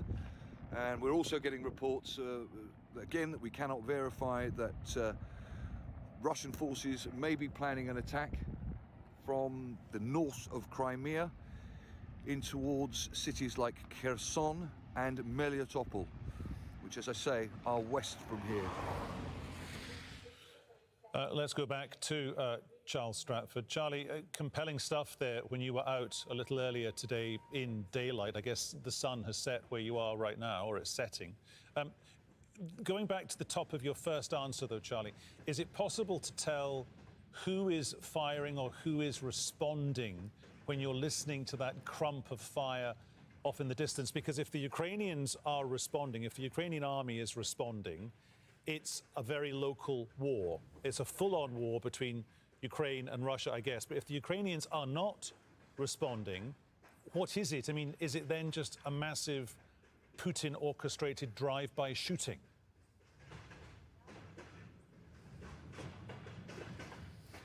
No, it's fair to say that the Ukrainians are responding. They have certainly no choice.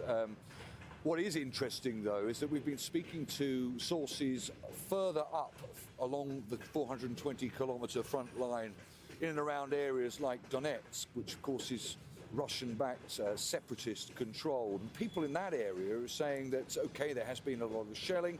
The Ukrainian military are telling us that there has been a lot of shelling, but there isn't a sense of a push being made by the separatists, which is very interesting. It seems as if the Russian forces are at least trying at targeted positions, targeting the military. And as I referred to in that report that we just heard, we've subsequently got more details about what we understand from sources of the ongoing fighting north of Crimea in towns like Kherson and Melitopol. Now, these are hugely strategic towns because, according to military analysts, that kind of push that is being made by Russian forces out of Crimea could well be seen as an attempt to link a corridor between Crimea and where we are now, which is effectively the beginning of the front line on the Eastern Front, Mariupol. And the reason why analysts are telling us that is because they are trying to get control, the Russians are trying to get control of water resources that the Ukrainians blocked in 2014, 2015. The Ukrainians are responding. I mean, as I say, the barrage that they are being subjected to at the moment dictates that. They have very little choice indeed. This could nowhere near be seen as anything like a local conflict at this stage, and especially as we've been reporting these attacks around the country, not just here in Mariupol, not just north of Crimea, but of course Kyiv, around Kharkiv also. So, yeah. It's getting dark now. We've been told by the authorities here to expect not a blackout, but they will be keeping the electricity or encouraging lights not to be used. It's going to be a very dark and a very frightening night for millions of Ukrainians tonight. Charles, thank you very much. Charles Stratford, our correspondent there, live for us here on the News Hour in Mariupol. Well, Leonid Pashechnik is the separatist leader of the self-declared Republic of Luhansk in eastern Ukraine. He's giving his full backing to this Russian military operation. This is the moment we have been waiting for. For the past 8 years of suffering, of patience, the residents of Donbass have been ridiculed. They have been suffering. We recall 2014 when the Ukrainian militarymen killed Donbass residents because they wanted to speak the Russian language.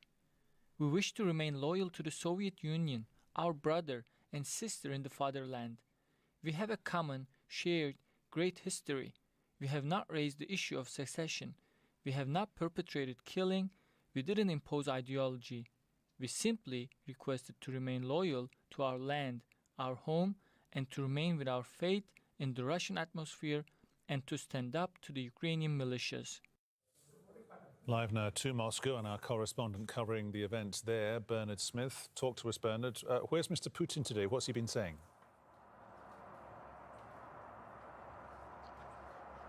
Vladimir Putin's been making it look like business as usual today. He was meeting Pakistan's Prime Minister Imran Khan earlier at the Kremlin, and the Kremlin issued a statement saying that they discussed cooperation between countries, exchanged views on regional issues, including the situation in South Asia. So no mention there of what everybody else is talking about and Putin's invasion of Ukraine. We already know that he'd spoken to the nation earlier on in the day where he stated his desire to demilitarize Ukraine, and that is what he says his troops are doing.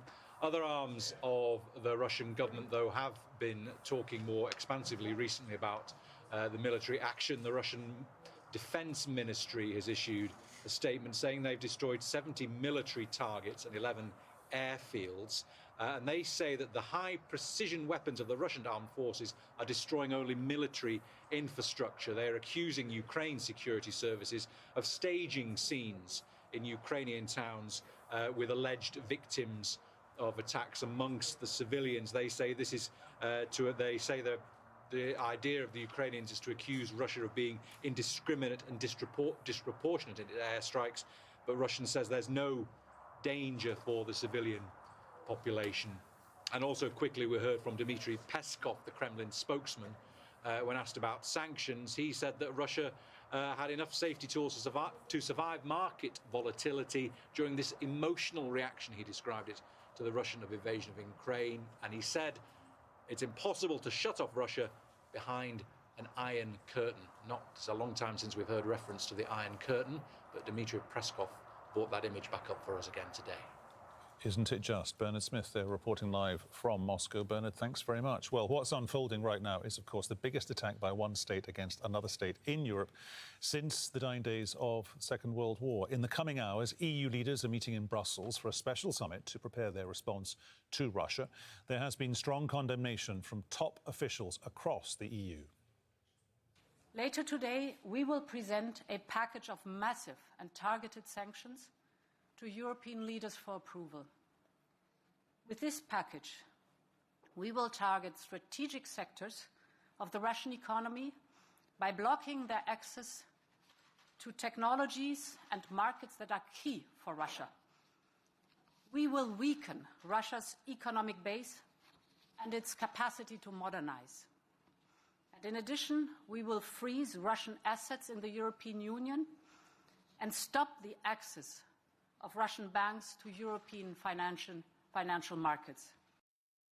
These are among the darkest hours for Europe since the end of World War II. A major nuclear power has attacked a neighbor country and is threatening reprisals of any other state that may come to its rescue. This is not only the greatest violation of international law, it's a violation of the basic principles of human coexistence. It's costing many lives with unknown consequences ahead of us. Well, NATO has put more than 100 aircraft warplanes on alert. It'll be reinforcing its eastern flank with those. The NATO Secretary-General Jens Stoltenberg says the alliance wants to prevent conflict, but he also said NATO would defend itself if necessary. NATO's core task is to protect and defend all allies. There must be no room for miscalculation or misunderstanding. An attack on one will be regarded as an attack on all. This is our collective security guarantee. Today, the North Atlantic Council decided to activate our defense plans at the request of our top military commander, General Todd Walters. This is a prudent and defensive step to protect and shield allied nations during this crisis. And it will enable us to deploy capabilities and forces, including the NATO response force, to where they are needed. OK, let's go live now to Berlin, and our correspondent there, Dominic Kane. The German Chancellor Olaf Scholz has been speaking in the past few hours. Dom, hi there, welcome back to the News Hour. So diplomacy, Dominic, is not dead, maybe quite difficult to find a pulse at the moment. What can the Europeans do next?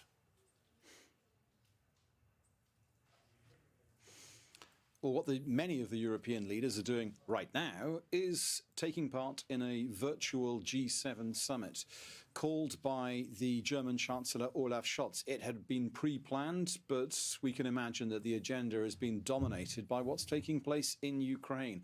Once they've had that virtual summit meeting, which is taking place, led by the Chancellor, taking place perhaps 300 meters away from where I'm speaking to you now, Peter.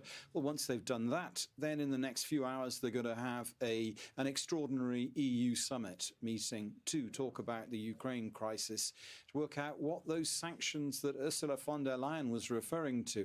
Very, very condemnatory tone coming from her, coming from the President of the European Council, Charles Michel, coming from the French President Macron, coming from all sorts of different heads of government or heads of state around the Western world.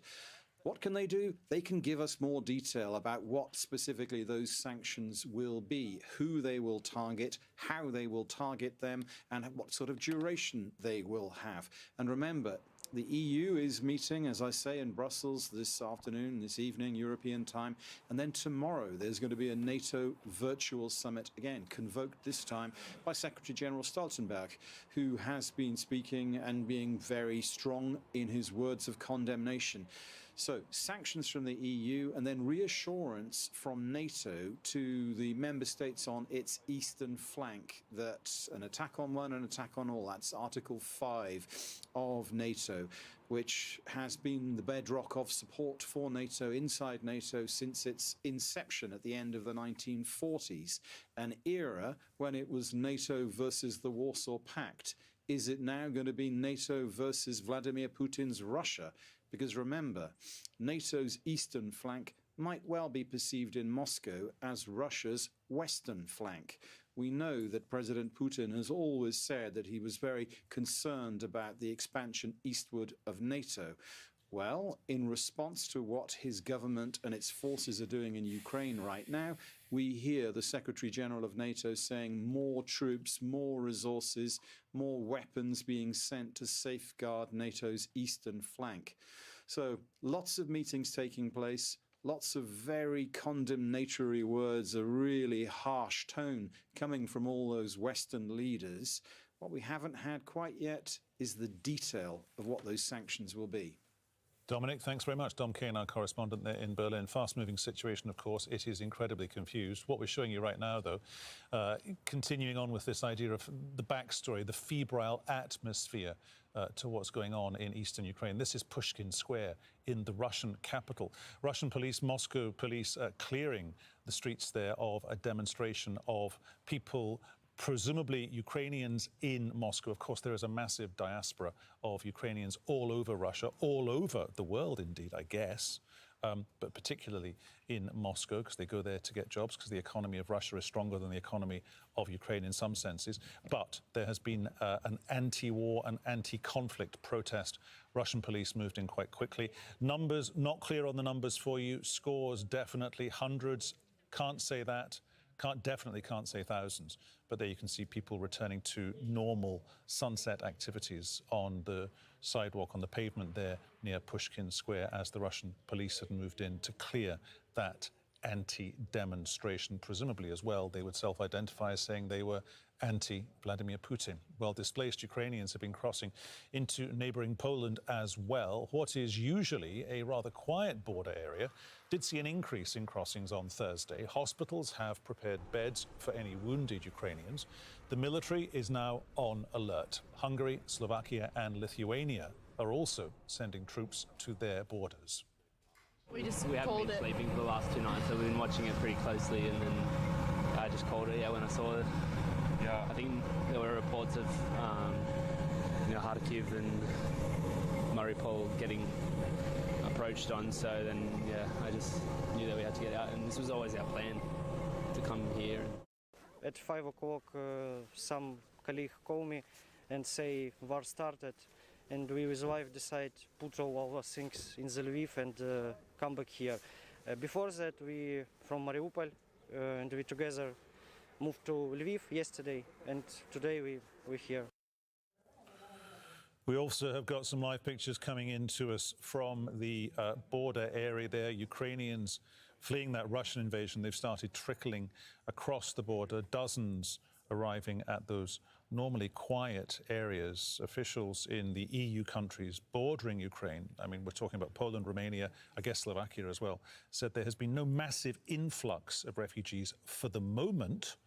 But local media reporting and telling TV news channels such as ourselves that they are seeing a lot of foot traffic. That is definitely increasing as people try to get away from what they think is heading their way. Well, to the UK, the Prime Minister Boris Johnson says he will work with allies to restore the sovereignty and the independence of Ukraine. For all his bombs and tanks and missiles, I don't believe that the Russian dictator will ever subdue the national feeling of the Ukrainians and their passionate belief that their country should be free. I say to the British people and all who have heard the threats from Putin against those who stand with Ukraine, we will of course do everything to keep our country safe. We're joined in our outrage by friends and allies around the world. We will work with them for however long it takes to ensure that the sovereignty and independence of Ukraine is restored.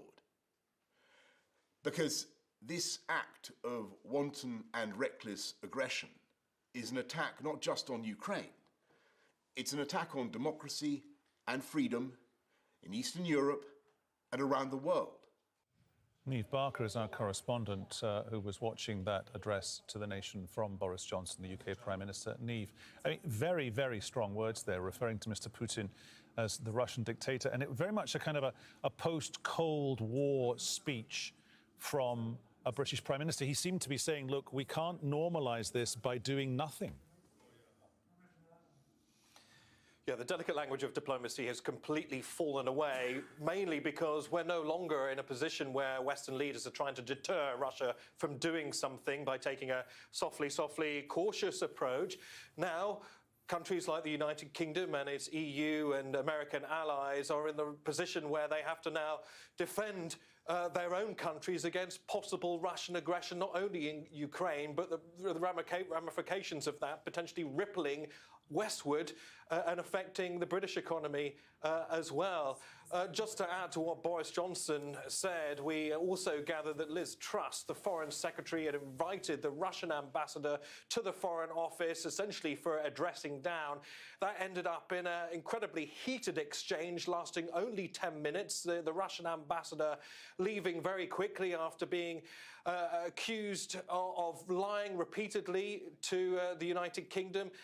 Truss apparently saying that he should be ashamed of himself. I think it's pretty much an understatement to say that relations are at an all-time low.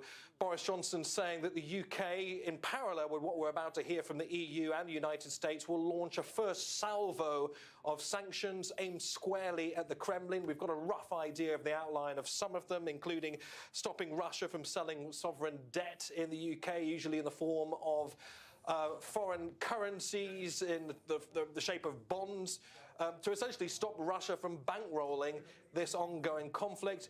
Also, it's been described as being one of the biggest assaults, I suppose, on some of the oligarchs that are present here in the UK, that obviously have billions of dollars worth of their assets here in the British capital. It's believed that as many as 100 Russian oligarchs may well find themselves at the receiving end of this new raft of sanctions from the British government. Understood. Copy that, Niamh. Thanks very much. Niamh Barker talking to us out of the Shard in London. Now, to Washington, because the US President Joe Biden is speaking to G7 allies to come up with a coordinated response to the Russian invasion. Earlier, he released this statement. He said, President Putin has chosen a premeditated war that will bring a catastrophic loss of life and human suffering. Russia alone is responsible for the death and the destruction this attack will bring, and the United States and its allies and partners will respond in a united and a decisive way. The world will hold Russia accountable. Our White House correspondent Kimberly Halkett monitoring events for us there up and down the streets of Washington. Kimberly, when he announces the second tranche of sanctions, which we think will happen later today or first thing tomorrow morning your time, what do they do beyond that? Well, that is certainly the big question here in the United States. In fact, that is something that has been asked by congressional members especially. So we're watching carefully to see what the U.S. president will have to say. He is expected to speak to the American public at 17:30 GMT, where he will not only talk about his meeting with the G7 leaders that is currently underway and that joint response to this invasion of Ukraine by Russia, but what these sanctions will look like, and also what the American public could expect in terms of potential retaliation from Russia, in terms of how this could affect them and their bottom line. For example, the spike in oil and gas prices, how that could translate to higher prices for American consumers. So the U.S. president expected to make that case, but also outline beyond those sanctions what the American public could expect moving forward. And I can tell you, Peter, that the appetite by the American public for this conflict is pretty low. In fact, just 26% of Americans believe that they should be involved in this in any sort of way. So this is going to be a tough case for the U.S. president to make, but it's one that we expect he will make, as he says that there is an obligation of the United States to stand up for American values and democracy in Ukraine. Kimberly, for the moment, thanks very much. 17:30G, it's in the diary. We will come back to you, I suspect, between now and then for another conversation. OK, 2 days ago, we started reporting on this channel the predictions of the impact of a conflict, a war. Call it what you will, a drive-by shooting, doesn't matter how you label it, inside eastern Ukraine. The predictions from various financial analysts were about the impact that could have on the global world market. Let's have a look at the biggest, the best measure of that, the Dow Jones. Has it had an impact? Yes, it absolutely has. The Dow Jones, they're down 2% by 659 points right now at the moment, standing at just 32,500. Gas prices have surged by 40%. Oil is now above $105 a barrel for the first time. That's the first time that's happened since 2014. Gabriel Elizondo joins us live from the stock exchange in New York. Hi there, Gabe. So energy costs for everyone around the world were going up anyway, and it looks like it's going to get worse. Yeah, that's right. The markets are watching energy particularly closely today because, as you mentioned, oil over $100 a barrel, and most analysts here in New York are predicting that could stay above $100 a barrel, or at least there close to that range for a long time to come. The mood here in New York on the markets is basically a little bit of shock, even though there was warnings that this Russian invasion could be happening for several days now, coming out of Washington and other capitals around the world. The markets certainly are reacting to shock to this, and you see investors basically running away from the market, and that's why you're seeing the stocks tumble globally, but here in New York as well. As one analyst said, he goes, this is sort of the worst case scenario that we're facing now. And even though he said that we were prepared in a sense that we were getting warnings that this could happen, this is certainly the worst case scenario, at least from the market standpoint. The global economy had already been struggling to try to come back from nearly 2 years of the pandemic. There's already inflation concerns, supply chain issues, and now war in Europe. Certainly, as one person told me, he said this is a confluence of a perfect storm. The markets are tumbling here in New York. We expect it to continue. But again, a close eye on energy because that is key. Gabe, thanks very much. You'll keep us posted, I'm sure. But in the meantime, thank you. Gabriel Elizondo there. Dow Jones down by just over 2%. OK, here is the full range of Russia's military offensive, such as we know it to be so far. It is far beyond Donetsk and Luhansk, the areas held by separatists, which Russia does recognize now as independent republics. That kicked in, 56 hours ago now. Russian forces have come from all sides, multiple directions. We're talking about from Belarus in the north down to that Sea of Azov. Joining us live on Skype from Pittsburgh, Pennsylvania, is Colin Clark. He's a senior research fellow at the Sufan Group. Colin Clark, welcome to the NewsHour. Can Ukraine fight back successfully? Well, Ukraine will fight back, but, it's clearly overmatched, both in qualitative and quantitative terms. I think, U.S.-supplied Javelin missiles will be significant for the Ukrainians, but, to go up against one of the world's largest and most sophisticated militaries in Russia is a tall task for any nation. Do you think Mr. Zelensky has what it takes? With due respect to Mr. Zelensky, he's a guy who came to public prominence in Ukraine as a comedian, playing the part of a Ukrainian president in a comedy show. That was his footprint into global politics. Yeah, I mean, it's certainly, again, it's going to be a tall order for Mr. Zelensky, but I've been impressed so far. I think he's listening to the right people. He's getting good advice. He's leaning on Western military strategists and others that, have studied this issue for a long time. Again, it may just be an impossible task going up against aggressive Russian kinetic actions, coupled with cyber attacks, coupled with, a very virulent information warfare campaign that the Kremlin's been waging for weeks now.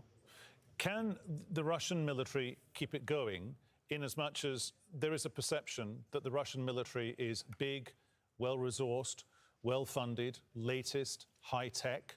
There's talk of a cyber war going on in the background. And yet the reality of, for example, the Russian Air Force is that it's not that big, it's not that new, it's not that efficient. You're right. Your points on the Russian Air Force are well taken. We've seen what the Russian Air Force does in Syria, in other theaters, in other contexts. The issue for Moscow is they don't really care about civilian casualties or collateral damage. And so if their smart weapons aren't that smart and end up killing civilians, from Putin's vantage point, so be it. And so I think, you have to think about the differences in mindsets between NATO, Western, European kind of militaries and Russia's, which is quite different. Colin, I'm just going to try and pull up the map again one more time of that whole area of sort of central to eastern Ukraine. I don't know if you heard the conversation we were having with Charlie Stratford, our correspondent. He was making the point that there is a lot of speculation going on that the Russian military, what they want to do is they want to create a corridor from that far eastern area of Ukraine down to Crimea. So if that is a stretch for the Russian military, is one of the potential endpoints here for Mr. Putin, creating a greater annexed area that encompasses Crimea, going down there into the sea, up to Luhansk, Donetsk, and the Donbass region? Yeah, without question. And I think, as he continues to cleave off more territory, think about it as a buffer zone. That's essentially what Putin is trying to build out right now. And I think the point in your earlier interview was well taken in the fact that NATO's eastern flank is perceived as Russia's western flank. So there's a battle of wills right now. There's a battle of militaries trying to push the line out as far as possible. In Russia's case, with Ukraine attempting to hold the line. And I think, we're likely to see in the coming days and weeks, Russia continue to make progress and expand that buffer zone further west. But what does that buffer zone then mutate into being? Because if they manage to pull that military rabbit out of the hat and turn it into some sort of, you're using the phrase a buffer zone, what does it then become? Because it can't stay as a country. It can't become a protectorate, because we're not talking about, say, the former Baltic republics here. We're not talking about Lithuania, Latvia, or Estonia, countries of 5, 6, 7, maybe even 10 million. Ukraine is a big place. It's 40 million people. You're right. I think in Putin's mind, he looks at this as another attempt to gain what we've called frozen conflicts. If you look at parts of Georgia in Abkhazia, if you look at Moldova with Transnistria, right, there are these parts of countries that have been cleaved off, de facto ruled by, Russian-leaning separatists or ethnic Russians in these places. And I think that's the strategy now by the Kremlin, trying to get as much as possible, before the world forces peace on this conflict, which, let's all, as analysts, hope comes sooner rather than later. Is there a countering military strategy that is being planned around or thought through? Because you've probably heard Boris Johnson, the UK Prime Minister, very strong language. He seemed to be saying, we cannot normalise this by doing nothing. But first tranche of sanctions, big wow, largely symbolic, excuse my cynicism. Second tranche of sanctions, they will clearly have a targeted impact on a lot of people who are very wealthy, but have got money socked away in other locations apart from London and the New York Stock Exchange. Of course they have. So what are the outside military planners, the NATO military planners thinking about now, and what are they capable of doing? Well, I share your cynicism for the reasons that you just mentioned. It's almost as if Europe is just waking up to the fact that it's got a dependence on Russian natural gas and that the UK is awash with dirty Russian money. No kidding. Now is the time to do something about it. So was 10, 15, 20 years ago. Putting that aside, I think the strategy for NATO right now becomes raising the cost to the Kremlin. So arming the Ukrainians and basically messaging to Putin that should this conflict drag on, the West is prepared to back Ukraine in what will be a very long and costly insurgency for the Russians. Death by 1,000 paper cuts is one way to think about it. An asymmetric or unconventional irregular warfare approach to meet what the Russians bring to the table, which is also this kind of hybrid warfare gray zone approach. And so kind of giving Russia a taste of its own medicine. OK, Colin, good to talk to you. You'll come back to us, I'm sure. In the meantime, thank you, Colin Clark there, talking to us from Pittsburgh, Pennsylvania. OK, let's just show you a different version of a story that Andrew Simmons touched on a little earlier. We've had a tweet from the Ukrainian President, Mr. Zelensky, saying Russian occupation forces are trying to seize the Chernobyl NPP, nuclear power plant. Our defenders are giving their lives so that the tragedy of 1986 will not be repeated. Reported this to @Swedish PM. This is a declaration of war against the whole of Europe. You're probably old enough to remember why Chernobyl is such a red flag, a genuine red flag of danger for all of Europe. 1986, one of the reactors there had a meltdown. That caused months and months, years of atomic nuclear contamination across large swathes of Europe. It is that dangerous. Basically, what went wrong because that particular nuclear power plant was old and decrepit and hadn't been maintained properly. So that's a danger, perhaps off in the distance at this point in this conflict in eastern Ukraine, but it's still a danger which we will keep an eye on for you. Let's talk to Carl Leno. He's CEO of the Centre for European Policy Studies. He joins us via Zoom from Brussels. Carl Leno, what's your breakdown of the European reaction so far? Difficult to say. On the one hand, European reaction is the European policymakers here in Brussels, and in the different capitals we see a very determined reactions referring to sanctions.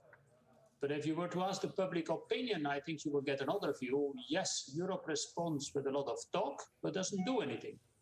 And that then refers to the fact that Europe, as it's again appearing clear to all the Europeans, hasn't got any deterrence, any dissuasive capacity to demonstrate that if Russia does something to us, we can react.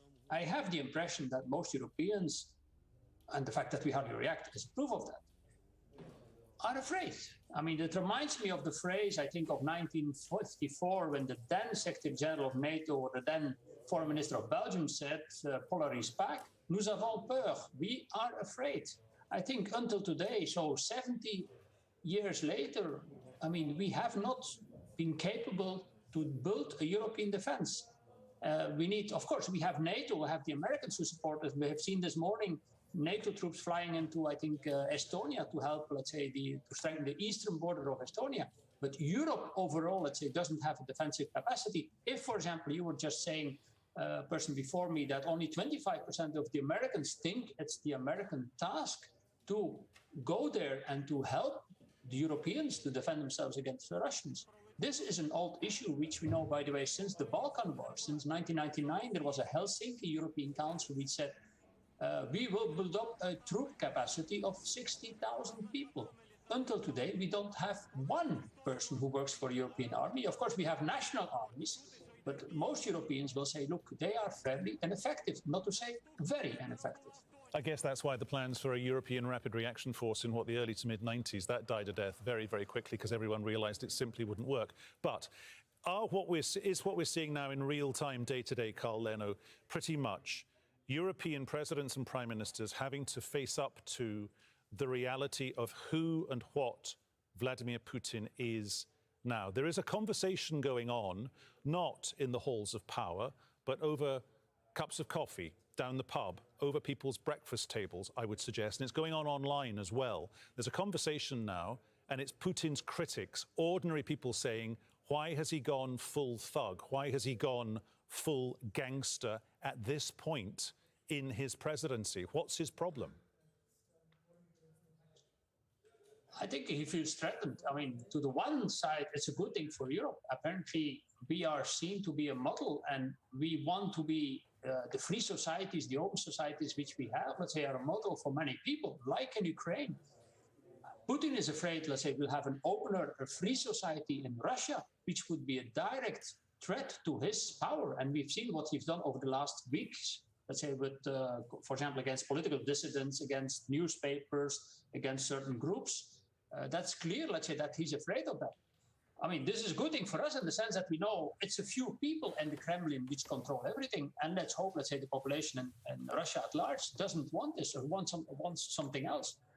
Anyway, there's still the problem, let's say, that we need to control this nucleus who has the power in Moscow and to bring them to other ideas. But that is apparently impossible. There are some people which are strongly ideologically influenced, which think in a certain direction that this old Soviet Union has to be restored. And but what does this say? Just to interrupt you there for a second, Carl Leno, and for which I apologise. That's you talking about Mr. Putin. What does it say about the Russian electorate? Because despite the fact that if you voted for any Russian leader based on the bread and butter issues, based on inflation, how much your supermarket shop costs you once a week, you wouldn't vote for Mr. Putin because the Russian economy famously is not in a very good way. But when it comes to personal approval ratings, he's always sky high. When he decided to change the constitution so he could stay in power until 2036, he put it to a referendum. Russians voted for it. Russians like Vladimir Putin. How credible these referendums were, we don't know. Of course, we know there are certain, certain approval ratings sometimes. Let's say what he's done to Russian economy, let's say, isn't too bad in the end. Meaning Russian, if you compare it to 20, 25 years ago when Russia was in crisis, let's say they're much better off today. But if you then see, for example, that he then carries Belarusia, the neighbors of Belarus, into a war, to provoke a war from Belarus also against Ukraine. Do you think the Russians approve that they want to go into war? I don't think so, because basically the reason why Putin is doing this is to say, look, we are all one group, the Slavic populations, and the Russian speakers in Ukraine are suppressed. But that doesn't mean, let's say, that he should start killing people over there. So that may backfire against Putin. Let's hope from our perspective that it backfires against them. Say, once there are many victims that will be seen by the Russians, on both sides above all, it will be seen by the Russians as something, a totally unnecessary conflict. And also, let's say, I think the bad thing is that Russia now is clearly, as many people have commented already this morning, a state like North Korea, or even worse, totally a pariah in the international system. So what I hope is that the United Nations will come up with a very clear condemnation, as well from the Americas, from Asia, from Europe, and other parts in, let's say, Australia, New Zealand, etc., and that it will show that what Russia is doing is totally against all norms of the international order. Of course, that's what you hear here in Brussels, which then raises the question, what can we do in the end to bring this man to other ideas? And of course, that remains the open question. I think the first thing we need to do as Europeans is to have a strong deterrence and to show that we are capable of defending ourselves, that we shouldn't be afraid of a madman in the Kremlin. Carl Leno, 24th of February, Thursday, 2022. Is it possible that this is just day one of a very long, very nasty, very messy conflict that, more importantly, perhaps even than that, will colour and perhaps change Europe's relationship with Moscow for a very, very long time? The last thing is certainly sure, it will change the relationship with Moscow for a very, very long time. Of course, it depends how long it will last. I hope that if the reaction of the international community is strong enough, and then I look precisely to China, what will China do? Will China accept, let's say, that what Russia is doing to its neighbors could also happen to China? Or could China do this to other neighbors? And if China takes sides of the international community, then Russia is isolated. If China sides with Russia, then we have a big problem. And then the conflict could last very long. So what I hope, let's say, the conflict will be short, and that probably... Okay, Mr. Leno, I'm going to pause you there again and say thank you very much, because we've got Mr. Zelensky talking, not live, it's a tape feed, and I just want to go to that now. Thank you so much. But we have forces to hold them there. Our forces got the order to kill the Russian paratroopers in Hostomel. Yes, we have losses. We have some prisoners of war from Russia. Our doctors are helping the Russians who surrendered. We destroyed a lot of planes, warplanes, and some armored vehicles. Some of the Russians, they're saying that they're against the war in social media, but I doubt it if the Russian authorities will see that. That's why, yeah, I will ask you, if you hear us, if you understand us, if you understand and realize that you're advancing to the independent country, just please go out and address your authorities and your president. Now your military started war in our country. And I really wanted that you express yourself in the Red Square or elsewhere in your capital, Moscow, St. Petersburg, some other cities and towns of Russia. Not only in Instagram, it's very important. What we see at this moment, Russia is turning into the full version of DNR, full isolation. Russia just started getting big sanctions from the most powerful in history sanctions package. Nobody will force us Ukrainians to give away our freedom, our independence, our sovereignty.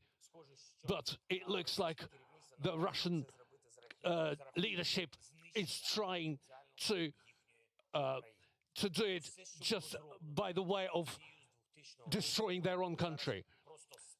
Now, everything is getting burned quite literally in front of the whole world.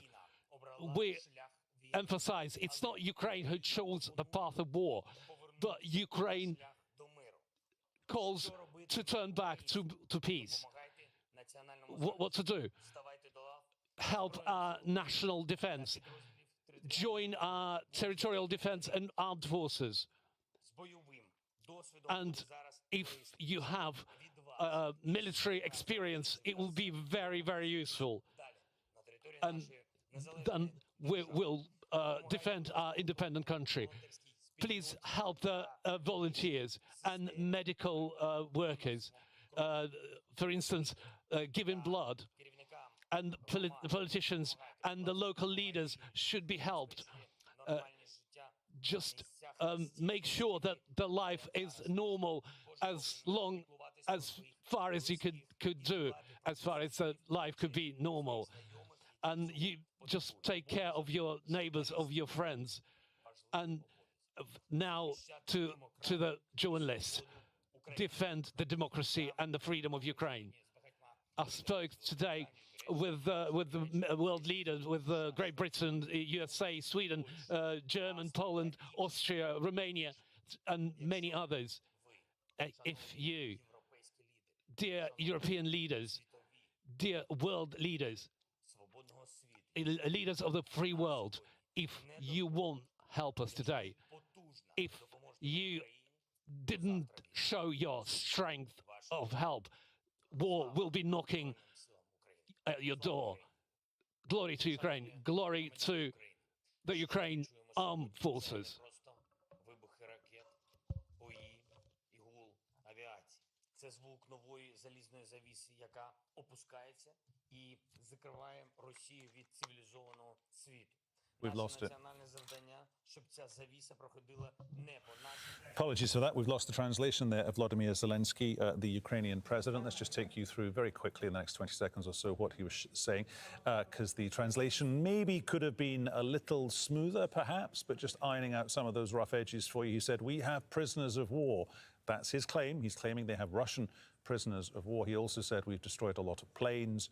He also called on Ukrainians to express themselves wherever they are. We've seen that anti-Russia protest in Pushkin Square in Moscow. He was talking about Ukrainians in St. Petersburg. Wherever you are, get up and show your support for Ukraine. Well, world leaders have widely condemned the Russian invasion of what is, of course, another sovereign nation. Moscow now faces another round of sanctions from Western allies, and they're promising to make them hurt. Jonah Hull from London. As missiles fell on Ukrainian cities, so international condemnation rained down on Vladimir Putin and the Russian attack. Early this morning, Russian troops invaded Ukraine, a free and sovereign country. And once again, in the center of Europe, innocent women, men and children are dying of fear for their lives. We condemn this barbaric attack. Later on Thursday, EU leaders will meet to discuss developments that they'd hoped against hope wouldn't happen, and the scale of which now none could entirely have foreseen. From national capitals, leader after leader promised a coordinated and unprecedented sanctions response aimed at President Putin, the Russian elite, and the sources and havens of Russian wealth. Hoping against hope again, that they will make a difference. US President Joe Biden joined a Zoom meeting of G7 leaders. In a statement earlier, the US president said Russia alone is responsible for the death and destruction this attack will bring. And British Prime Minister Boris Johnson said diplomatic niceties aside, describing Vladimir Putin as a dictator. For all his bombs and tanks and missiles, I don't believe that the Russian dictator will ever subdue the national feeling of the Ukrainians and their passionate belief that their country should be free.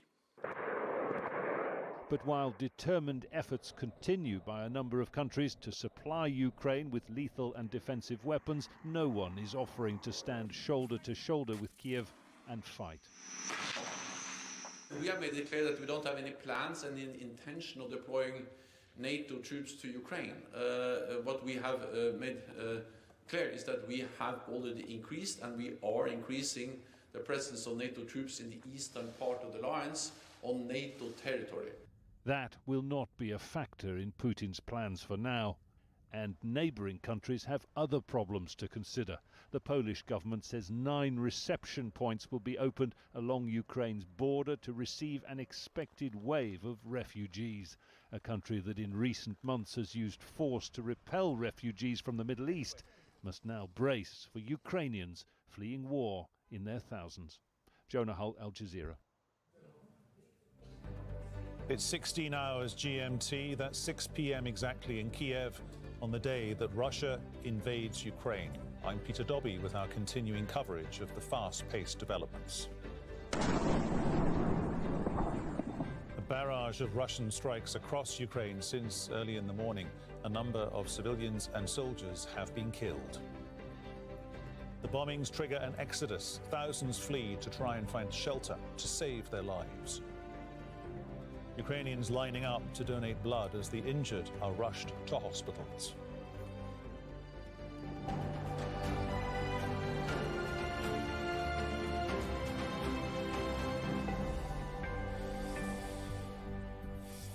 Okay, let's get going. Ukraine under attack from land, air and sea. Major cities and military bases are under fire. What's unfolding is the biggest attack by one state on another in Europe since the Second World War. Here's the full range of Russia's military offensive. It is far beyond Donetsk and Luhansk, the areas held by separatists, which Russia recognizes as independent republics. Russian forces have come from all sides, from multiple directions, from Belarus in the north down to the Sea of Azov.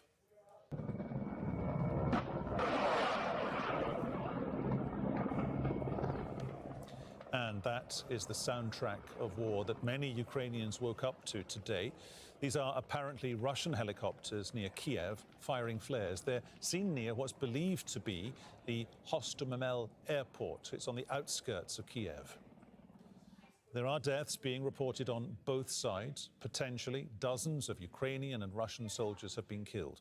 And according to Ukraine, many civilians too. People have been forced to flee or shelter from Russian airstrikes. Kyiv says it's a full-scale invasion, an assessment shared by NATO and Western allies. The Kremlin's describing it as the demilitarization of Ukraine. The West is promising to hold Moscow accountable with, quote, painful sanctions. We'll be live with our correspondents, our eyes and ears on the ground in just a moment. First, this report with the latest is Andrew Simmons reporting out of Kyiv. The months-long build-up of Russian troops on the border with Ukraine has turned now into an invasion.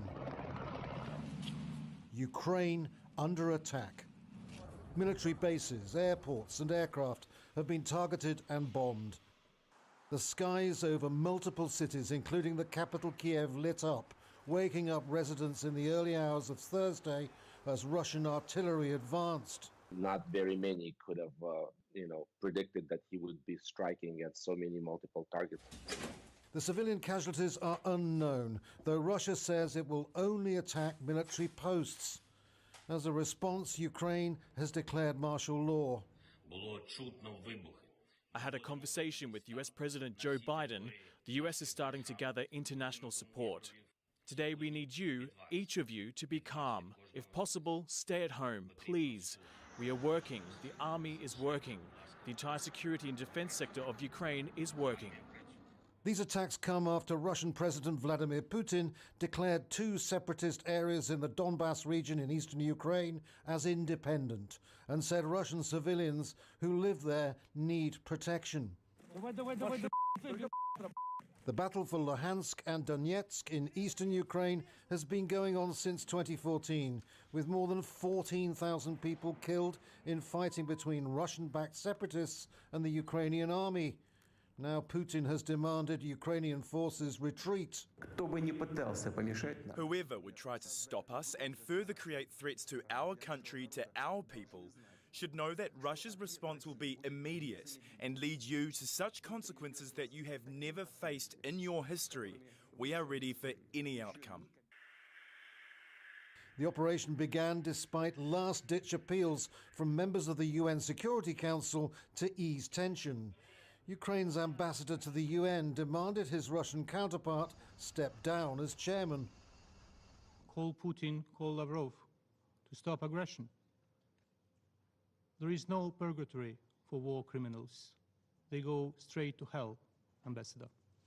In a statement, US President Joe Biden warned of a catastrophic loss of life and human suffering. There's a mood of desperation developing now. Many people just jumping into their cars, getting their families together and heading on the road, trying to get to Poland.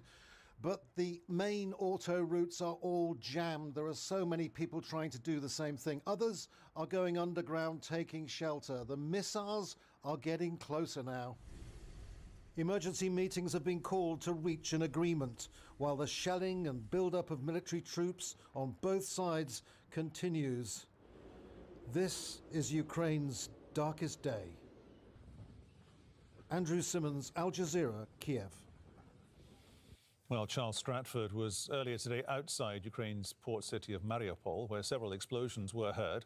He did see a convoy of tanks, some flying Ukrainian flags.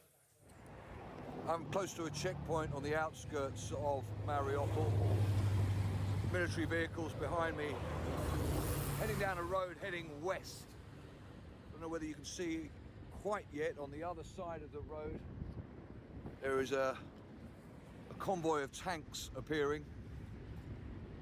In the last 10-15 minutes or so, we've heard the distinctive thud of what sound to be Grad missiles being used.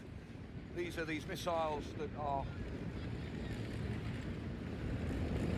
just leave you that so you can see the tanks coming out, heading into Mariupol. But as I say, in the last few minutes we've heard the distinctive sound of Grad missiles being used in the not too far distance. Now, across the field here, there are Ukrainian military installations that we understand were hit earlier, billowing smoke coming from them. Another couple of tanks.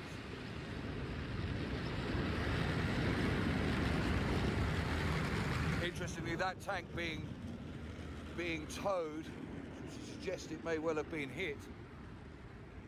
But yeah, also increasingly we're seeing more and more people leaving from this checkpoint. This checkpoint, the road going down towards the west, towards cities like Berdansk on the Azov Sea, as well as Dnipro in the northwest.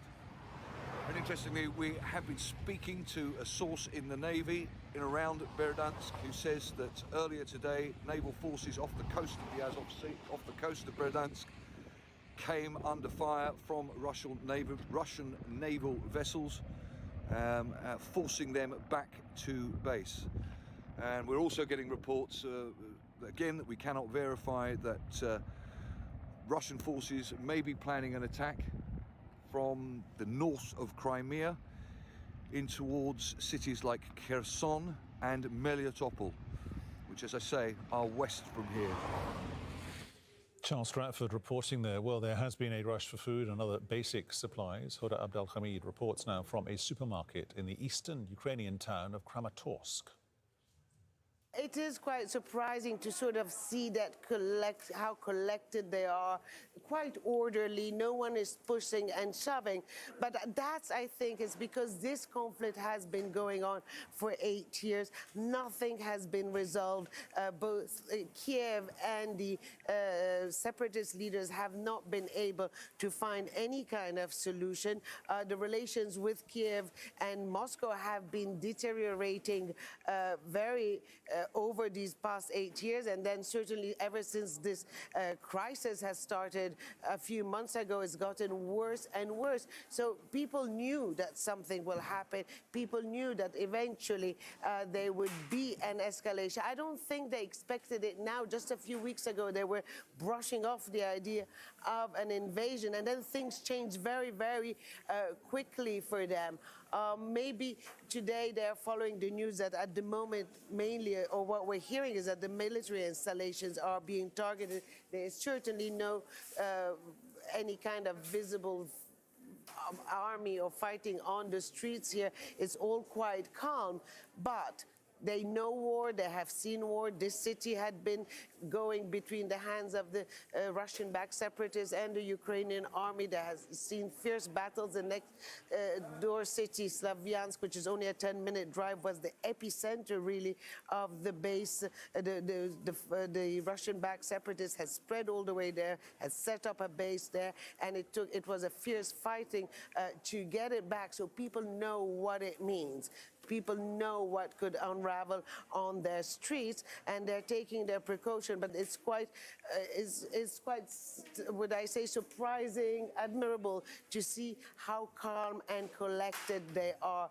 And there is no sense of, even when you look at their faces, they're just there. They know it is a very serious situation, but you don't have a feeling, they're not expressing it at the moment, is the best way I could describe it.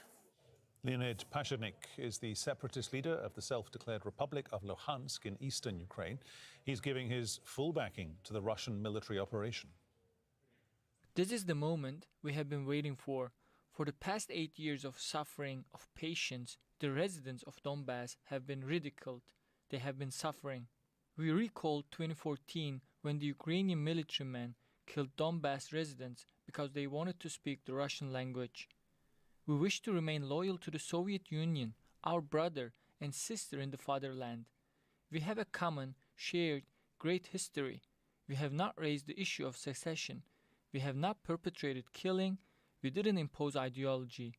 We simply requested to remain loyal to our land, our home, and to remain with our faith in the Russian atmosphere and to stand up to the Ukrainian militias. Live now to Moscow, and our correspondent there in the Bureau, Bernard Smith. Bernard, so business as normal today for Mr. Putin. I guess he's trying to send out a very particular signal here. Yes, he was trying to make it look like that, Peter. He had a meeting with Pakistani Prime Minister Imran Khan at the Kremlin, and the official statement from that meeting was that they discussed cooperation between countries, exchanged views on regional issues, including the situation in South Asia, not the situation in Ukraine. So a fairly anodyne statement and an indication that Vladimir Putin just wants to give this perhaps indication that all is carrying on as normal. There have been further comments, though, from the Foreign Ministry and the Defence Ministry. The Defence Ministry put out a statement earlier on saying they'd hit at least 70 military targets, amongst them 11 airfields, and they were keen to say, the Russian military spokesman, that the high-precision weapons of the Russian armed forces destroy only the military infrastructure. They are accusing the Ukrainian security services of staging scenes in Ukrainian towns with alleged victims amongst the civilians. They said the Ukrainians are trying to accuse Russia of indiscriminately firing, but the Foreign Defense Ministry said there is no danger for the civilian population. We are not targeting Ukrainian towns. And also we had just heard from Dmitry Peskov, the Kremlin spokesman. He was saying Russia is ready for sanctions. We know it has a cushion of some $631 billion, a quarter of Russia's economy, to protect itself from all the sanctions that are going to be incoming. Peskov said it is going to be impossible to shut off Russia behind an Iron Curtain. First time we've heard reference to that in a few decades. Bernard, thank you very much. Bernard Smith there talking to us out of Moscow. Well, world leaders have widely condemned the Russian invasion of another sovereign nation. Moscow now faces another round of sanctions from Western allies, and they've promised to make them hurt. Jonah Hull has that story from London. As missiles fell on Ukrainian cities, so international condemnation rained down on Vladimir Putin and the Russian attack. Early this morning, Russian troops invaded Ukraine, a free and sovereign country. And once again, in the center of Europe, innocent women, men and children are dying of fear for their lives. We condemn this barbaric attack. Later on Thursday, EU leaders will meet to discuss developments that they'd hoped against hope wouldn't happen, and the scale of which now none could entirely have foreseen. From national capitals, leader after leader promised a coordinated and unprecedented sanctions response aimed at President Putin, the Russian elite, and the sources and havens of Russian wealth, hoping against hope again that they will make a difference. US President Joe Biden joined a Zoom meeting of G7 leaders. In a statement earlier, the US president said Russia alone is responsible for the death and destruction this attack will bring. And British Prime Minister Boris Johnson said diplomatic niceties aside, describing Vladimir Putin as a dictator. For all his bombs and tanks and missiles, I don't believe that the Russian dictator will ever subdue the national feeling of the Ukrainians and their passionate belief that their country should be free. But while determined efforts continue by a number of countries to supply Ukraine with lethal and defensive weapons, no one is offering to stand shoulder to shoulder with Kyiv and fight. We have made it clear that we don't have any plans and intention of deploying NATO troops to Ukraine. What we have made clear is that we have already increased, and we are increasing the presence of NATO troops in the eastern part of the alliance on NATO territory. That will not be a factor in Putin's plans for now. And neighbouring countries have other problems to consider. The Polish government says 9 reception points will be opened along Ukraine's border to receive an expected wave of refugees. A country that in recent months has used force to repel refugees from the Middle East must now brace for Ukrainians fleeing war in their thousands. Jonah Hull, Al Jazeera. OK, let's gauge the European reaction. Dominic Keynes in Berlin. The German Chancellor Olaf Scholz was speaking a little earlier today. Dom, so what options does the EU have now, do we think, moving forward? Well, the funny thing about this is that the EU leaders who, in one sense, are decisive are the French president, the German chancellor, and they've been taking part in a virtual summit of the G7 leaders, which has broken up in the course of the last 45 minutes, 50 minutes, Peter. And if you'll allow me to read the statement that they've come up with, it is pretty strong, in fairness. It goes to what Jonah was just telling us in his report there about sanctions, the options that are available. And you won't be surprised to hear that they condemn the actions of Russia, the invasion of Ukraine. They express their unshakable solidarity with Ukraine. And then they go into detail about the sorts of things that they consider to be important going forward about energy stability in the world and the availability of energy supplies being guaranteed. Well, that clearly is a reference to the gas markets and the oil markets. Remember that gas and oil, natural gas and oil, are major cash crops, as it were, revenue generators for Russia, and could conceivably be targeted in sanctions. And so there is reference to that in the statement that's coming from the G7 leaders. Remember, that takes in, the group of 7 takes in the United States, the United Kingdom, France, Germany, Italy, Japan, Canada, all of them expressing solidarity. And of course, it includes the EU institutions, Ursula von der Leyen and President Charles Michel as well. Interestingly, the G7 leaders are also effectively expressing their very serious condemnation of the role of Belarus in this situation. Remember, we've seen the pictures of Russian armor, tanks and armored personnel carriers apparently crossing the Belarusian border into Ukraine on their way to Kyiv, was the suggestion. Well, the G7 leaders talking about the situation in Ukraine and Belarus and condemning the role of Ukraine. Now, this has been dropping in the course of the last few minutes, but it's clear the G7 leaders are trying to make very abundantly clear their position here. The Japanese Prime Minister is saying that he is looking at targeted economic sanctions against Russia that would be painful and would make the Russian government realize what he considers to be the error of their actions. This doesn't necessarily mean that this exactly what's being put out here is what the EU leaders will agree, but it is suggestive, strongly suggestive, that what we'll hear from Brussels in the hours to come is a variation on the theme that this statement is putting out there. And remember, it's not the only meeting that's taking place in the course of the next 24 hours. We know that NATO is going to have a virtual summit in Brussels again tomorrow, where further action may be being discussed. But pretty clear coming from the G7 leaders there, their real condemnation of what President Putin's troops are doing in Ukraine and what they believe the way forward should be. Dom, thank you very much. Dominic Kane there joining us live here on the programme as part of our continuing coverage out of Berlin. Now, the UK is expected to announce more sanctions against Russia. Niamh Barker joins us from London. So, as we were discussing a little earlier, Niamh, strong words from Boris Johnson talking about Vladimir Putin having unleashed a wave of violence in eastern Ukraine. But the reality is the posture of NATO hasn't changed. Their people are, quote, ready, but it's a backup support function at most. So beyond sanctions, where next? Yeah, that's a big question, isn't it? Yeah, it is.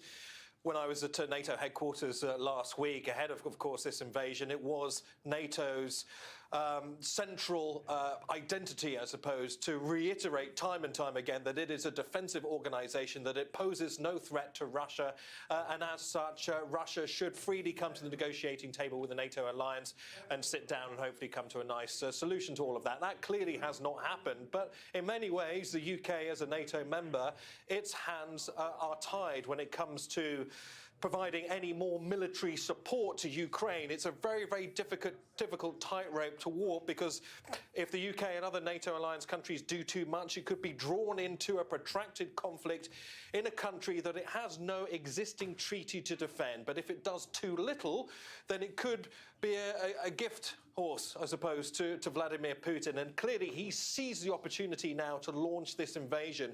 You know, just building on what we heard there from Dominic in Berlin, I think the question now is, OK, NATO members are all singing from the same hymn sheet. EU members are all singing from the same hymn sheet. So is the UK as well. What about the speed in this, though? Because it can be a very slow process getting all EU 27 member states to agree to anything. We know that sanctions are on the way in many different shapes and forms.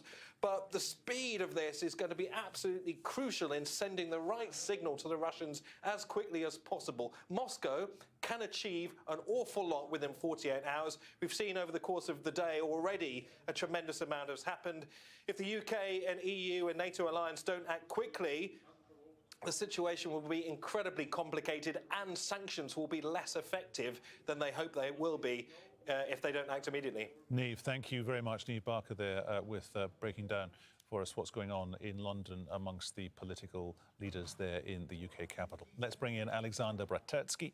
He's a senior political analyst for Finam News website. He's also a political scholar at Memo. That's an international think tank. He joins us from Moscow. Alexander Bratetsky, you've been waiting there a long time, sir. We do appreciate you standing by to talk to us here on our continuing coverage of what's going on in eastern Ukraine. Question one. Is stage one for Vladimir Putin creating some sort of rump Ukraine light buffer zone / protectorate going from Crimea across to Luhansk up to Donetsk and encompassing the Donbass region there, where all the fighting is going on in eastern Ukraine at the moment? That's definitely maybe his goal. Historical and maybe political, as he, in his address to the nation, has dismantled the Ukrainian Soviet Republic, which was created by the Bolsheviks and Vladimir Lenin. But actually, I don't think so. He is politically acting for this, because this will be actually the end of his political regime.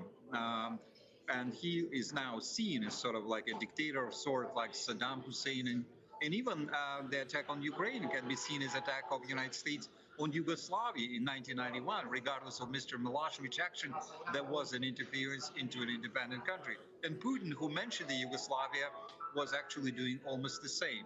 So it looks like he is trying to use this kind of a scenario where he would pressure the Ukrainian authorities for peace, maybe in 2 days or 3 days, because to have that long-standing war with Ukraine would be actually very expensive, even for the Russian budget. The Russian economy is not in good shape. Ukrainian army was going to be fighting back, and also the partisan movement. We should take this into account. So the things are very serious for Vladimir Putin right now. So, and it's very important where he would stop, to pressure Ukraine to negotiate or to go further, which I don't think so would be. Why do you say he's perceived as being a dictator in Russia? I mean, I get it that he's perceived as being a Russian dictator in Ukraine, but his popularity figures are always very healthy in Russia. That's true, but for every leader, for example, we sometimes compare the situation to the Caribbean crisis, and while the U.S. was also guilty for taking part in this crisis, Nikita Khrushchev, who acted very bizarrely, was actually almost 2 years in power later on, and then he was actually taken away by the Politburo, who actually accused him of radical actions, and he was replaced by a much more conservative and much more sober figure like Leonid Brezhnev. So it's very difficult. I don't think so people within the Putin's inner circle agree with all his actions. Yes, we see people nodding in advance. We see people, yes, Mr. President, but it's a very difficult and very complicated situation, because let's say in Georgia in 2008, we had a different picture. Georgia did a preemptive attack on Abkhazia. Yeah, it's breakaway republic, and Mr. Medvedev was who actually acted on his will also, but he did not take Tbilisi. He did not, hijack Mr. Saakashvili, put him in jail. That was a different time. So that happened in 3 days. Mr. Putin, of course, is a different figure, but the burden is very heavy. So even people within my circle who supported the independence of the republics, because yes, the republics were also bombed by the Ukrainian side, are not supporting the war. They say it should be done diplomatically, and they also blame Putin. So they are hardline Putinists, and there are people who are within the Putin circle, but also kind of like they have a different opinion. So things are very complicated in the Russian society. It's not black and white. It's not a full support of the president. Alexander Brzezinski, we've heard from Volodymyr Zelensky in the last hour or so. He was as live, as we call it in international television newsrooms. We played out, we went to a tape feed of him talking to the people of Ukraine about 45 minutes ago now. He was saying, we have got Russian POWs, we have downed some of their aircraft, we will fight back. So he's clearly solid and sound in his belief in his own abilities. But when the Russian army is firing, we had at breakfast time this morning, your time, those reports of Russian cruise missiles. And that made me sit up and listen. The idea of Russia using cruise missiles, we've heard nothing else about that in the intervening 12 hours or so. But when Mr. Putin is firing his bullets, or his soldiers are firing their bullets at Ukrainians, is Russia also, however, firing bullets at the West, at the outside world, firing bullets at NATO, firing bullets at all those European presidents and prime ministers who are deciding, what do we do after sanctions? Well, of course, he's firing bullets on the West. He hated NATO for giving this expansion, and I don't want to be a devil advocate because I don't want to justify the actions of my president. But he did have legitimate concerns. All our presidents, Michael Gorbachev, Boris Nikolaevich Yeltsin, they all had legitimate concerns over NATO moving to Russian borders. And we said, no, sorry, we need to negotiate, and they never took us seriously. That was also a voice within the Russian community. But Mr. Putin has crossed certain lines. He crossed the line. So he crossed the line and becoming, this is a sort of a figure like Saddam Hussein was for the Americans, right? So it looks like he is firing bullets to the United States. And of course, the sanctions would be very heavy. And I don't think so the Russians want to say, oh, thank you very much, Mr. President, for the milk goes, up, or I couldn't pay my salary. Some of my friends are even thinking about emigration right now, and they love Russia. They're not somebody who would say they would like to live in the West because for the sake of it. No, they want to leave because they do not agree with the policy of the current leadership and the young people. I'm an old man, so I'm staying. But younger people have different views, and they feel like for them, this is a war in the middle of Europe, right? Which is, we all love Russian army. It's been, we just celebrated the Red Army anniversary, and everybody are proud of the army actions, but not in this way. Because yes, our army is fighting against another Slavic nation. So that's a big reason. That's Alexander a big reason for Brodetsky, people. thank you so much for talking to us there. I suspect from what looks like a very nice and sounds like a very nice piano bar there in Moscow, a slightly unreal moment. He's gone on a slightly unreal day, of course. Let's just play you some pictures we're just receiving now coming to us from Moscow. That rather nondescript gentleman you're looking at is one of the key players in the room. I don't know who he is, but he is a key player because he's a very wealthy guy, because he is one of Russia's many oligarchs. Vladimir Putin, the Russian president, is in that chamber as well. There we are. Of course, since 2018, the reason he's talking to them, I guess, is that since 2018, several Russian oligarchs, and these people are not just wealthy, they are eye-wateringly wealthy. They would make King Solomon's miners blush. They are so wealthy, but their companies have been hit by US sanctions. It was under an umbrella piece of legislation, international legislation. It was called the Countering America's Adversaries Through Sanctions Act, because they support directly, financially, politically as well, the Russian government, and I quote from the act, the Russian government's malign activities around the globe. All the men in that chamber that Mr. Putin is addressing and talking to, and I guess bolstering and saying to them, look, it's going to be okay, look, the economy is going to be okay. This talk of chucking us out of the SWIFT interbanking system around the world is not going to happen because we are insulated. We have ridden the wave of sanctions now for 4 years, and look, the economy is basically sound because all those guys, they started making big amounts of money when the Soviet Union fell to bits, 1989, 1990, when the Berlin Wall came down, as well, when you'll remember Mr. Gorbachev famously at the time said to Erich Honecker, the East German premier, leave the wall open. And that was the beginning of the end of the USSR. So those are the latest pictures coming to us from Moscow. Our White House correspondent Kimberly Halkett tracking events for us up and down the political halls of power there at the White House. So Kimberly, we've got an hour and a half to go until we hear from Mr. Biden. And I guess he's going to come out fighting with that second, more impactful lily pad of sanctions. Yeah, we expect that the U.S. president, when he addresses the American public, will make good on that promise that if Russia invades, ignores the first rounds of sanctions that were put in place by the U.S. and European leaders to try and deter an invasion, that the result or consequences would be even more punishing. So we expect the U.S. president to outline what that will look like. We believe it will be some sort of a series of sanctions designed to cut Russia off completely from the global financial system and also end Europe's dependence permanently on Russian oil. So that is what we're watching for very carefully. But also what we're watching for carefully is what he's going to say to the American people, because already this is an administration that has been intimating there will be a cost to the American public, whether it is in the form of potential cyber attacks to American businesses or even the rise in the price of gasoline for their automobiles to get to and from work. So the U.S. president expects to talk about some of those costs, but why he feels it's important. He believes that this is about not just standing up for what is right. In fact, the G7 leaders, as they broke up from that meeting, that virtual meeting he participated in earlier, said that what they're doing is not only condemning Russia's actions, but also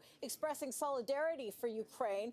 But the U.S. president is going to make the case that this is about defending democracy and American values. Do you get the feeling, Kimberly, because you and I a year ago had lots and lots of conversations on this program when it was candidate Biden.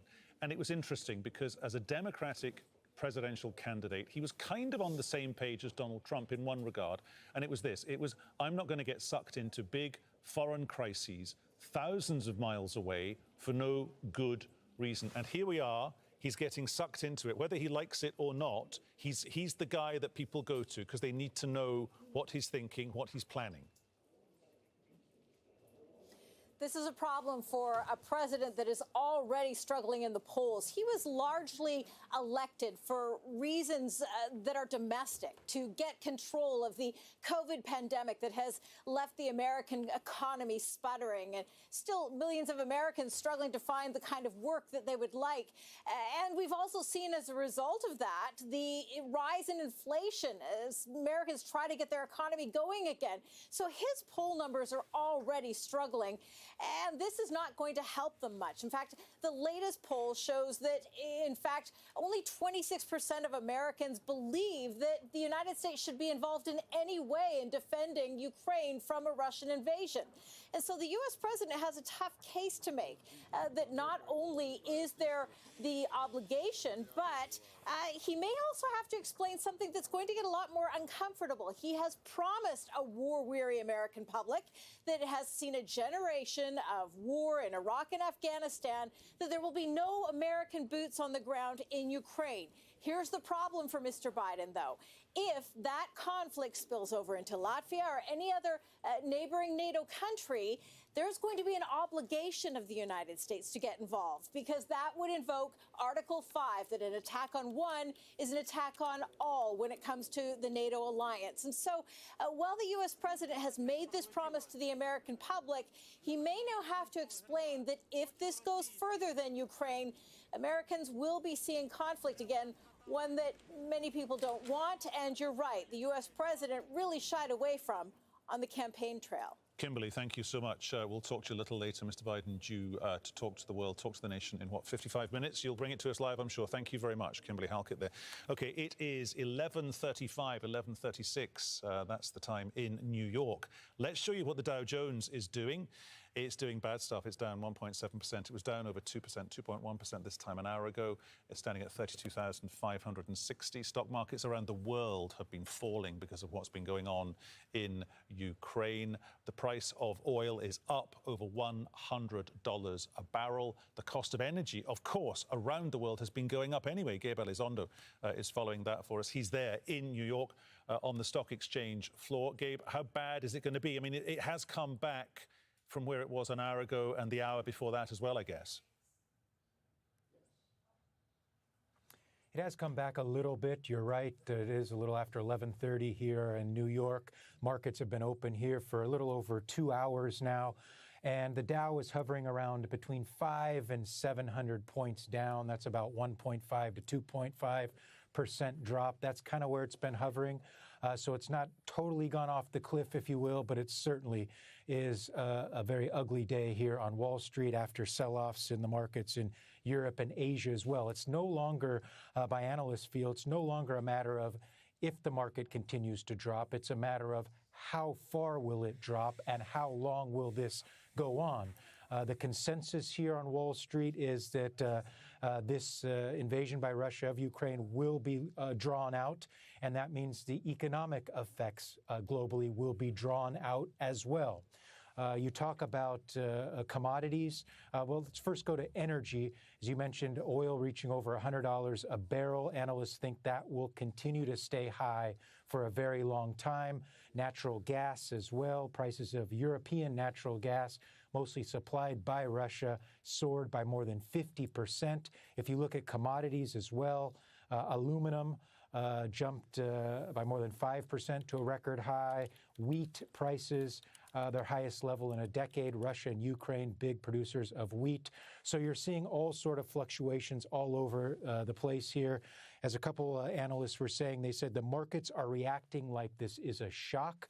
Another analyst said this is worse than our baseline expectations. One analyst saying that he expects between 5 and 6% drop in the markets here in the medium term. Big picture here, Peter, the global economy was unsettled even before Russia invaded due to trying to recover from 2 years of this pandemic, inflation, slower growth, and now we have war.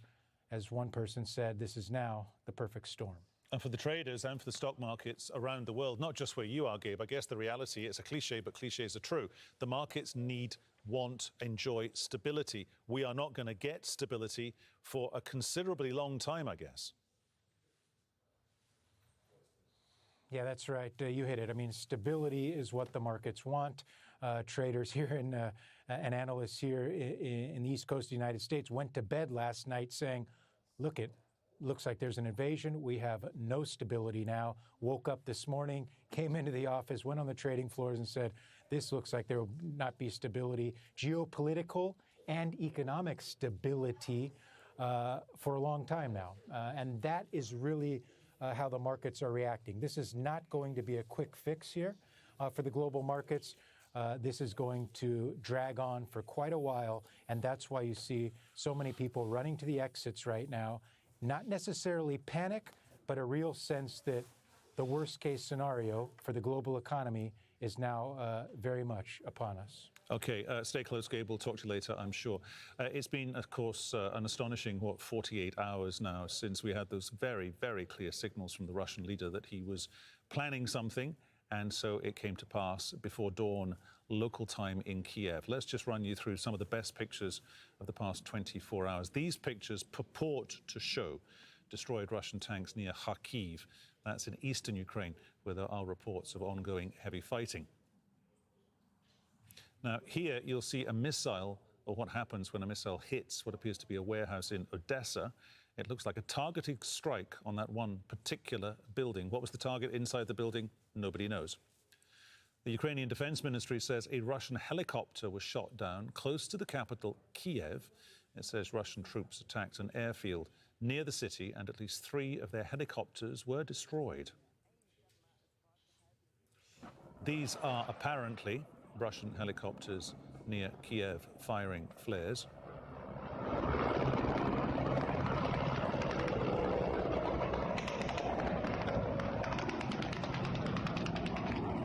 They are believed to be near the airport. It's called the Hostomel Airport. It's on the outskirts of Kyiv.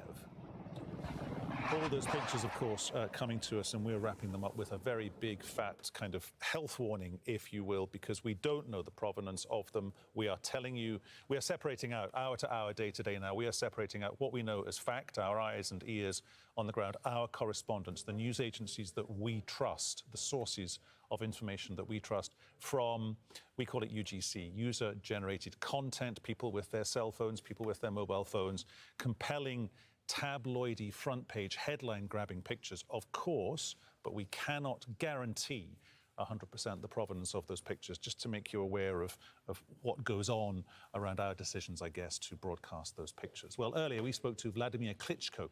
He is, you'll know, a former world heavyweight boxing champion. His brother is the mayor of Kyiv. This is the oldest city with a history of 1,500 years, and is the capital of the country. If you have the capital, you pretty much probably have the country, I would say so. And I'm more than sure that capital as well is a target, not just the east of the country. And it's so unfortunate because this is, as I said, first time since Second World War, we in Europe have such terrible events as war. No one would have thought that something like that could happen because we are the most peaceful nation. We never attacked anyone. We always provided services, and we're good at it, but we never provided any aggression. And it's just so unfortunate that something is happening to us by our neighbor, and not acceptable. This is the war in Europe, and if we don't stop it collectively, it's going to spread further, not just in Europe, who knows, maybe in the world, God forbid. There are a lot of challenges that is, and team and the city and all the people that live in the capital. Some of the people fleeing, some other of the people are taking weapons to defend, because we chose how we want to live. If someone is telling you, you were not born, you don't exist, get out of here, this is something that is impossible. And of course, this is terrifying and challenging events in the history of city of Kyiv and Ukraine, the whole Ukraine, not to forget that. Vladimir Klitschko talking to us a little earlier. Well, Pavel Felgenhauer is a military analyst and columnist at the Novaya Gazeta. He explains President Putin's views on the invasion. This is a full-blown invasion, and President Putin actually a couple of days before outlined in his speech what he wants to get from Ukraine, what Ukraine should do, and that included a total demilitarization of the country. And now he announced that in today's address that was actually recorded apparently a couple of days before that, that is the main objective of this offensive. Well, I believe that Russia wants to either expel under the threat of prosecution or put behind bars or what, well, anyway, remove the present Ukrainian political elite out of the country, so that Ukraine not only will be right now defeated, but will never, ever rise to become a national state. So Russia believes that, Moscow believes, Putin believes that the national Ukrainian state is wrong, that it will always be anti-Russian, and it should be wiped out for once and for all. So Ukrainians will have to either accept that or resist somehow. Though Russia clearly has the military initiative and has more heavy weaponry too, and a well-trained, well-prepared, standing regular army. Okay, Andrei Kuzmenko is the ambassador of Ukraine to Qatar. He joined us in the studio earlier. He said he expects a strong and swift response from the international community. Let's have the imagine that Bosphorus is cut for the Russian fleets, that the international airports and international airspace is closed for the Russian jets. The SWIFT system and banking system of Russia is deprived, the banking system of Russia is deprived of SWIFT and any possible international sources. This is we expecting, but more we expecting any kind of assistance, especially for the people.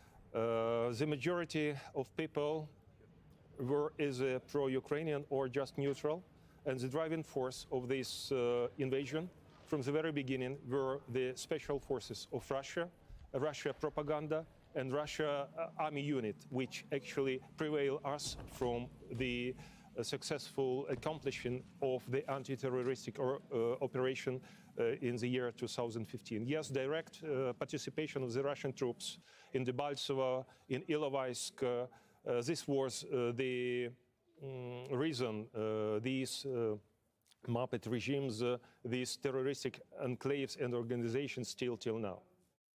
That was the Ukrainian ambassador to Qatar. Now, as is the way with such a big global news event as the Russian invasion of eastern Ukraine, there is always a drip, drip, drip of a reaction from different organizations, different politicians, presidents, different aid groups around the world. So let's just have a look at some of the strongest pictures that we've had here at Jazeera over the past 24 hours. And as we remind ourselves about what's been going on, I'll just take you through some of the main developments. The Ukrainian ambassador to the US has called on international organizations to consider excluding Russia. That's the latest on the diplomatic, political demand aspect of what's going on there. The Ukrainian ambassador to the US saying a Russian platoon from Russia's 74th Motor Rifles Brigade has now surrendered. That would mirror with what Volodymyr Zelensky was saying when we carried him talking to the world. He was saying they had some Russian prisoners of war. The head of the Russian Union of Industrialists and Entrepreneurs tells Mr. Putin, we need to ensure predictability of large-scale investment products. I suspect the second tranche of sanctions that we're just about to get from Joe Biden, the US president, may put paid to that. And that's being mirrored as well. The Ukrainian ambassador to the US says the 74th Motor Rifle Brigade has surrendered. Those are some of the latest top lines from around the world. What's the reaction to what's going on in eastern Ukraine? Well, Vladimir Sotnikov is a Russian foreign affairs analyst. He is downplaying the size of the military operation by Russia.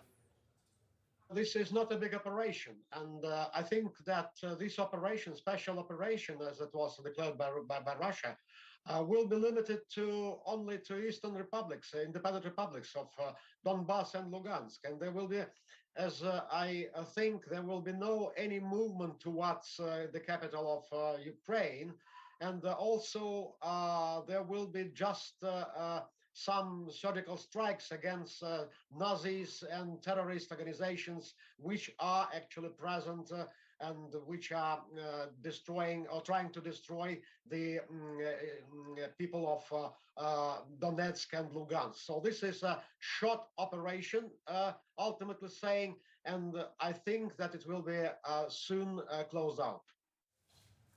Peter Zalmayev is Executive Director of the Eurasia Democracy Initiative and a contributor to the Odessa Review. He has more for us now on what he makes of the latest developments. Well, most analysts sitting here in Ukraine would tell you that he would start with a shock and awe campaign in the east of Ukraine for now, and not very many could have, predicted that he would be striking at so many multiple targets at once. Putin has said that he's only going after military installations and not going to target population centers directly. It seems like once again we're seeing him trying to poke the West in the eye. To Putin, this is Russia responding to West's hypocrisy and its bombing of the NATO bombing of Yugoslavia in 1999. It was like an air campaign. I wouldn't take Putin for Putin's word as truth, and wouldn't take it to the bank, as they say, when he said that he's not does not have occupation of Ukraine in mind. It's only to disable it militarily. Well, we'll see what happens, but maybe he's just softening up before there is a massive land invasion. There's already information of troops moving towards Odessa and Kharkiv, and then there's another very ominous tone he's struck regarding Ukraine's leaders. He said that he's going to take them to court for their military crimes against the Donetsk. That might mean they will try to go in to actually arrest those people. So anything is possible. The situation is developing very, very quickly, and obviously this is very scary, but Ukrainians are, sounding, resolved. We've heard from Ukrainian officials they're willing to fight. We'll see what really develops. Okay, these are the latest pictures. We've just done a tape turn on them for you. It's Russian police in Moscow rounding up and trying to get rid of, and at the same time arresting, I guess, maybe detaining or kettling some anti-war protesters on the streets of Moscow. Word has spread of an organization, or the organizing of protests on the streets of Moscow.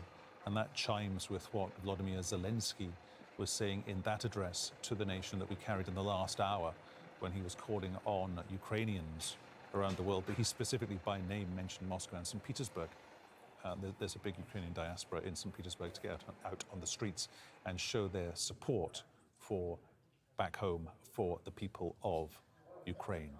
Hanna Shilest is the director of the security program at the Ukrainian PRISM. That's an international think tank. She's a resident of Odessa in the southwest of Ukraine. She told us what she has experienced so far. We woke up around 5 a.m. also from the sounds of the shellings, but it looked that it was the anti-strike work of our forces, because the attempted amphibious operation that had been reported by some media was not confirmed later. So as for now, we see the city quite calm. However, the city is on the high alert because there are several options from the Navy, from the maritime domain, the start operation from there. The second, in case anything is successful from the Russian side from Crimea, we are definitely the next one in the line. But don't forget that we also have the Russian forces on our west in Transnistria, another unrecognized territory that the Russian Federation supports, and this territory belongs to Moldova. So de facto, Ukraine can be Odessa can be attacked from three sides, but we have the headquarters of Navy and several other bases around here. So we hope for quite a serious defense of the city. I have a big amount of colleagues in Chernihiv, and they've been evacuating because the activities are happening there. People in Kharkiv considers the same, because Kharkiv is definitely not threatening Lugansk. But also, if you follow the information where the current military actions are happening, that is at the Ukrainian-controlled territories, not where the military bases like Sanitsa Shastia. It is the completely peaceful town that been liberated in 2014, but for the last few days been under heavy shelling. Okay, before we end this hour of world news on Al Jazeera, let's recap the dramatic events of the day with Andrew Simmons. The months-long build-up of Russian troops on the border with Ukraine has turned now into an invasion. Ukraine under attack. Military bases, airports and aircraft have been targeted and bombed. The skies over multiple cities, including the capital Kyiv, lit up, waking up residents in the early hours of Thursday as Russian artillery advanced. Not very many could have, predicted that he would be striking at so many multiple targets. The civilian casualties are unknown, though Russia says it will only attack military posts. As a response, Ukraine has declared martial law. I had a conversation with US President Joe Biden. The US is starting to gather international support. Today we need you, each of you, to be calm. If possible, stay at home, please. We are working. The army is working. The entire security and defense sector of Ukraine is working. These attacks come after Russian President Vladimir Putin declared 2 separatist areas in the Donbass region in eastern Ukraine as independent and said Russian civilians who live there need protection. The battle for Luhansk and Donetsk in eastern Ukraine has been going on since 2014, with more than 14,000 people killed in fighting between Russian-backed separatists and the Ukrainian army. Now Putin has demanded Ukrainian forces retreat. Whoever would try to stop us and further create threats to our country, to our people, should know that Russia's response will be immediate and lead you to such consequences that you have never faced in your history. We are ready for any outcome. The operation began despite last-ditch appeals from members of the UN Security Council to ease tension. Ukraine's ambassador to the UN demanded his Russian counterpart step down as chairman. Call Putin, call Lavrov to stop aggression. There is no purgatory for war criminals. They go straight to hell, Ambassador. In a statement, US President Joe Biden warned of a catastrophic loss of life and human suffering. There's a mood of desperation developing now, many people just jumping into their cars, getting their families together and heading on the road, trying to get to Poland. But the main auto routes are all jammed. There are so many people trying to do the same thing. Others are going underground, taking shelter. The missiles are getting closer now. Emergency meetings have been called to reach an agreement, while the shelling and build-up of military troops on both sides continues. This is Ukraine's darkest day. Andrew Simmons, Al Jazeera, Kyiv. If you're just joining us here on Al Jazeera, let's just wrap up for you where we are so far today, the end of a period, I guess. We're coming towards the end of a period of 24 hours. Has it changed Europe forever? No. Has it changed Europe for the immediate foreseeable future? Perhaps. Vladimir Putin, the Russian president, warning that Moscow's response will be, and I quote, instant if anyone tries to take on Russia. The UK Prime Minister Boris Johnson saying Russia has, and I quote again, unleashed a tidal wave of violence. He had a very, very strong speech delivered to the nation at 3 p.m. Local time, talking about basically highlighting that the world cannot sit back and normalize what's happening in eastern Ukraine by doing nothing. What we are expecting next, in about half an hour, is the US President Joe Biden to tell us what he plans to do with his second wave of sanctions. In a notorious waterside community where kings and thugs rule, one theatre director ventures to stage a play. They call me Mrs. F. To empower the women. Tell that old man sitting right there, tell him, I will go to school. Say I will go to school. I will go to school. I will go to school. And redefine their status in society. Mrs. F. Nigeria's Women Walk on Water. Witness on Al Jazeera.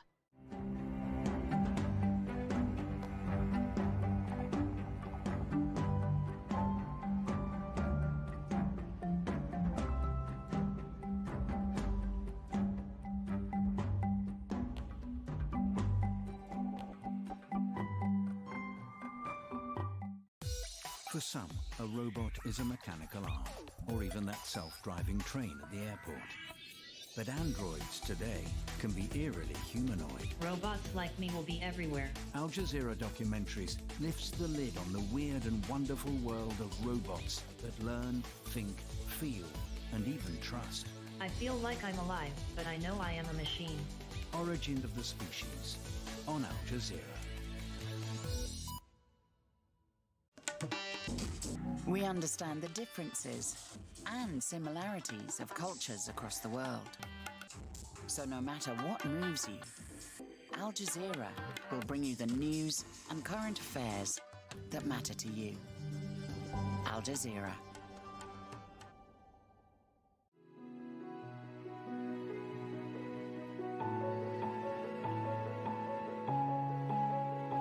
Al Jazeera, wherever you are.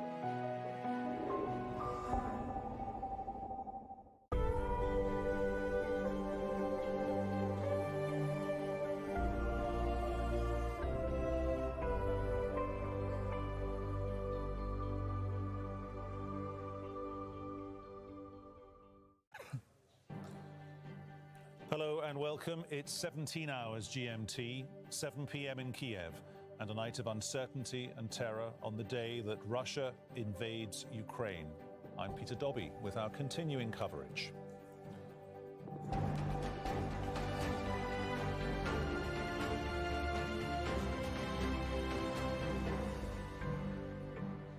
Ukraine is under attack from land, air and sea. Major cities and military bases are under fire. What's unfolding is the biggest attack by one state on another in Europe since the Second World War. Here's the full range of Russia's military offensive. It is far beyond Donetsk and Luhansk, the areas held by separatists, which Russia recognizes as independent republics. Russian forces have come from all sides, from multiple directions, from Belarus in the north down to the Sea of Azov.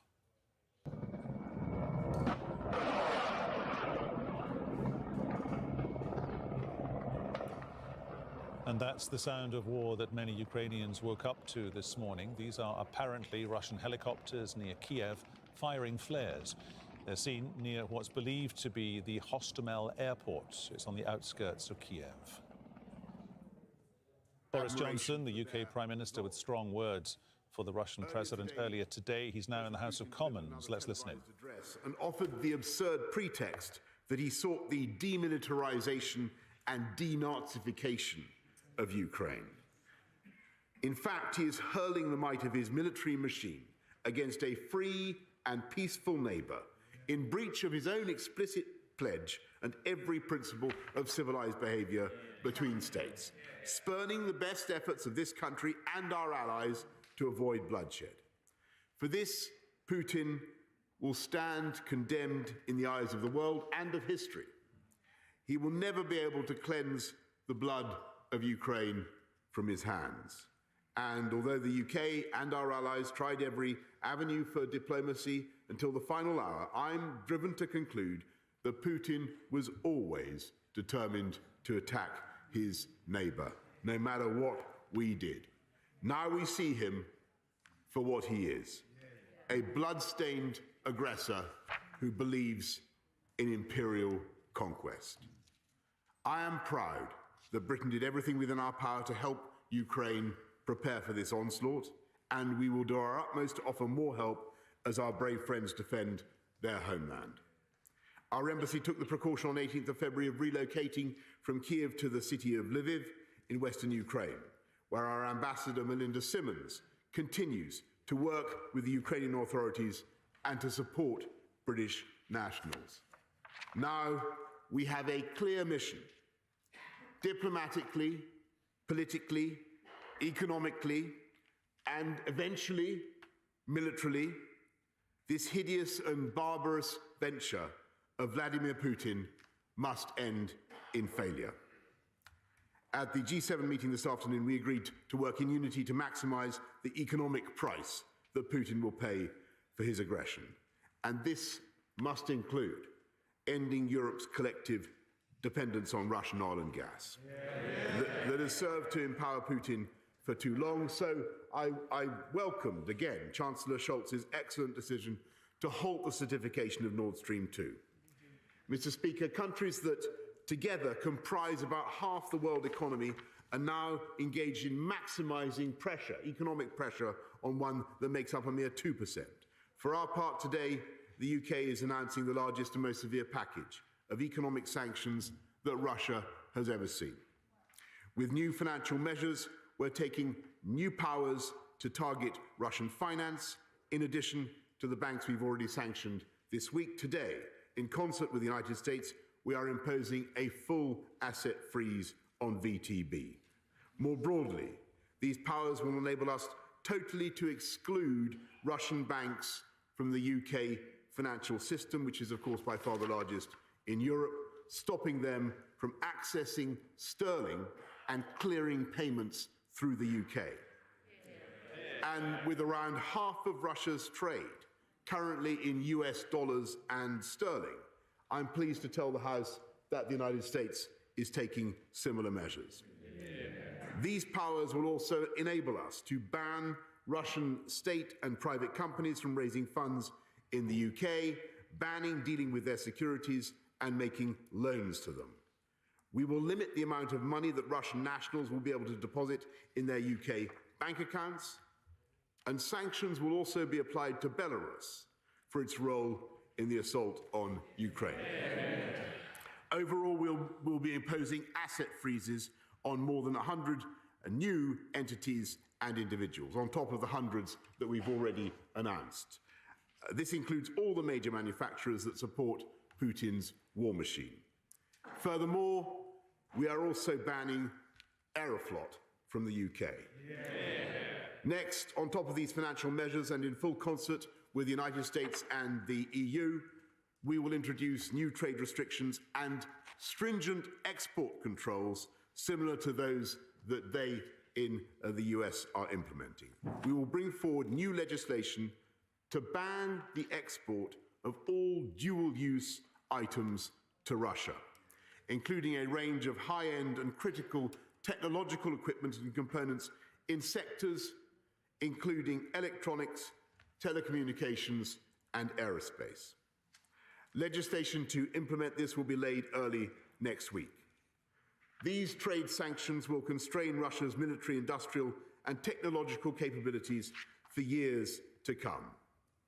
We're bringing forward measures on unexplained wealth orders from the Economic Crime Bill to be introduced before the House rises for Easter. And we will set out further detail before Easter on the range of policies to be included in the full bill in the next session, including on reforms to Companies House and a register of overseas property ownership.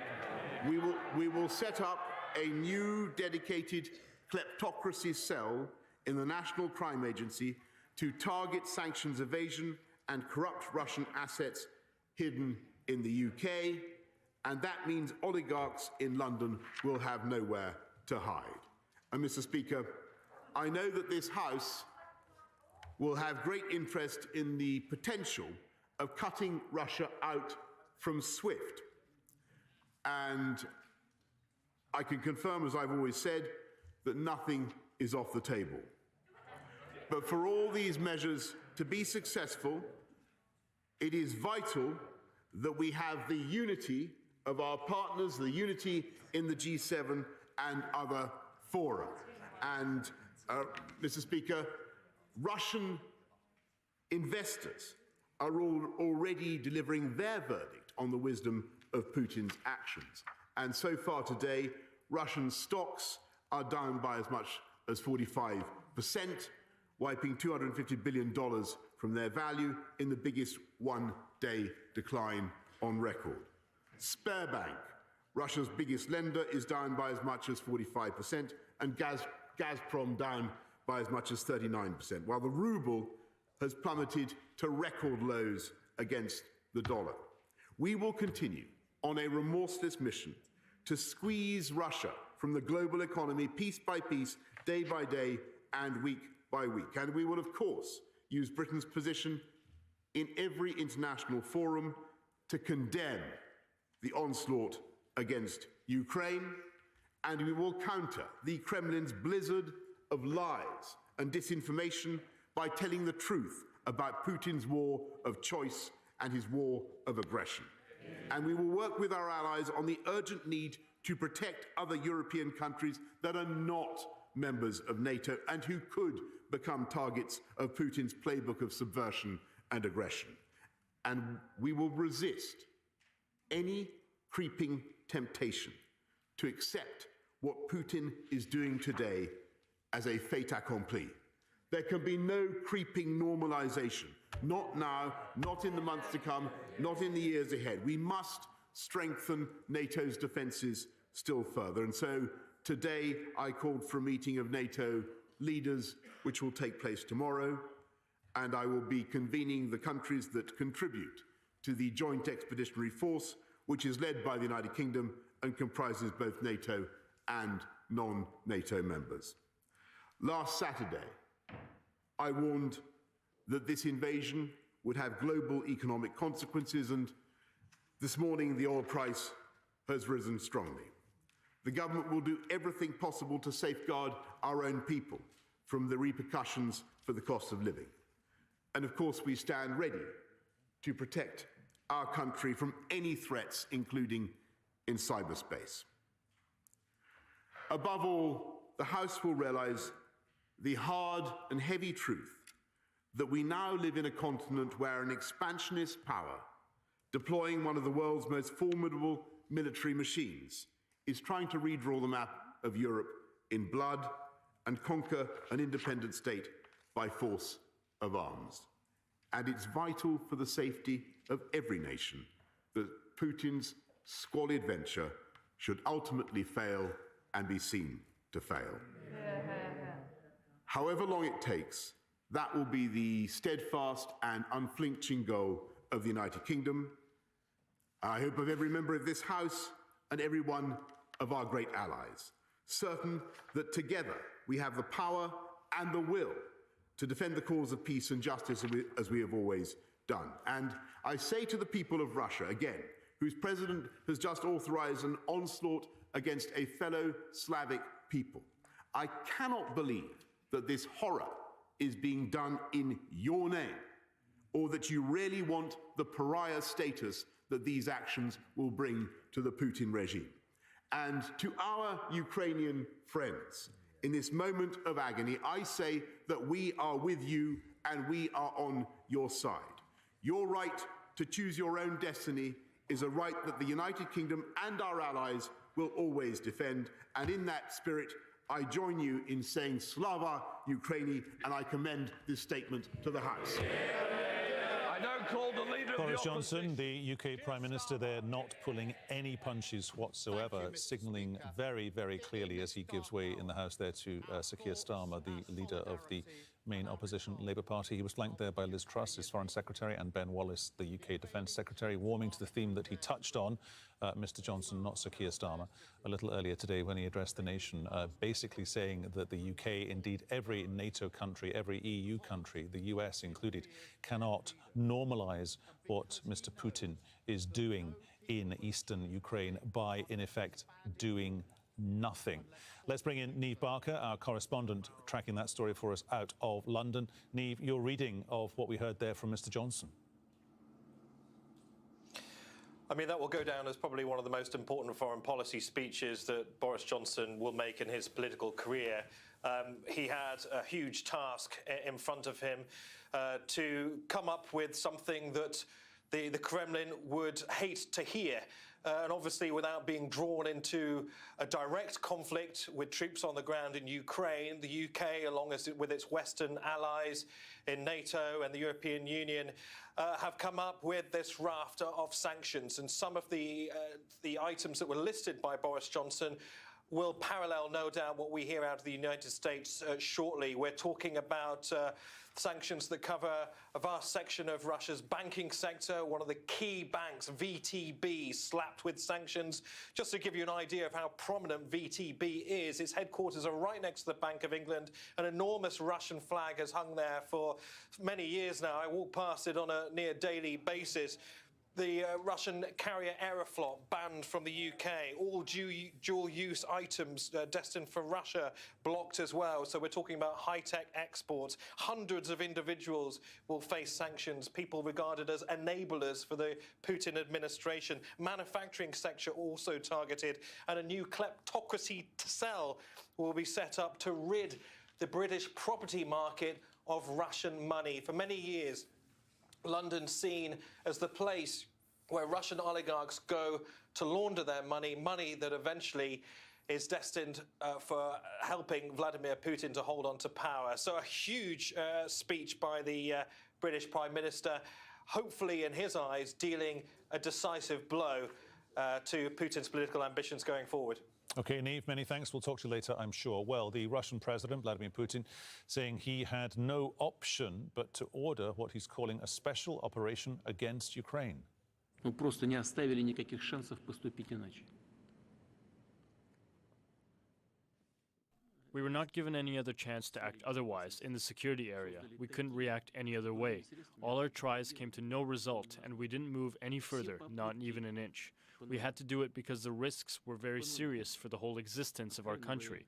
Secondly, we totally understand which world we're living in, and we're ready for what's about to happen with sanctions. Hundreds of people have been detained and arrested at anti-war protests across Russia. There were demonstrations in at least 20 cities, including St. Petersburg and the capital, Moscow. Protests against the Russian invasion of Ukraine are also being held in Berlin, Beirut, Tel Aviv and London. We're going to talk now to Alexander Zaspienkin. He's a former Russian diplomat who served as the Russian ambassador in Beirut. Now, we will do the interview in English with a live Arabic translation. The ambassador joins us on Skype from Moscow. Alexander Zasyepkin, why is it Mr. Putin says, I've done what I've done to keep the peace, but to keep the peace, he's destroying the peace and invading a sovereign country?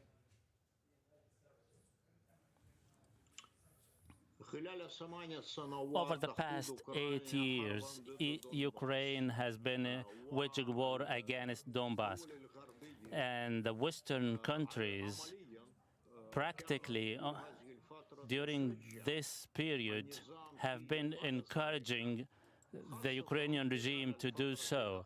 This has intensified recently when we seen the unprecedented media campaign against Russia. At the same time, this has been paralleled with military escalation by the Ukrainian army against the Donbass. This was represented in indiscriminate shelling, including the residential areas. As a result, and in addition to what I said, on the political arena, the Kyiv regime was not adhering to the Minsk agreement, nor were they honoring their obligations under the agreement. That's why the objective of this military campaign is to put an end to the 8-year war and also to establish peace, as Putin said. Okay, Mr. Ambassador, when you're talking there about the agreements, we have to unpack that particular aspect of your reply there. You're talking about Minsk 1, you're talking about Minsk 2, and you're talking about the Astana agreement going back to 2010. Nobody who's listened to your president in the past 24 hours, with all due respect to yourself and to Mr. Putin, sir, would say that it was the Ukrainians who were not abiding by those 3 agreements. Both the Minsk agreements failed, as we know. The Astana agreement, Mr. Putin's critics say he has ridden a coach and horses roughshod through the Astana agreement, and it's the Kremlin that undermined those agreements, nobody in government, in power, in Kyiv.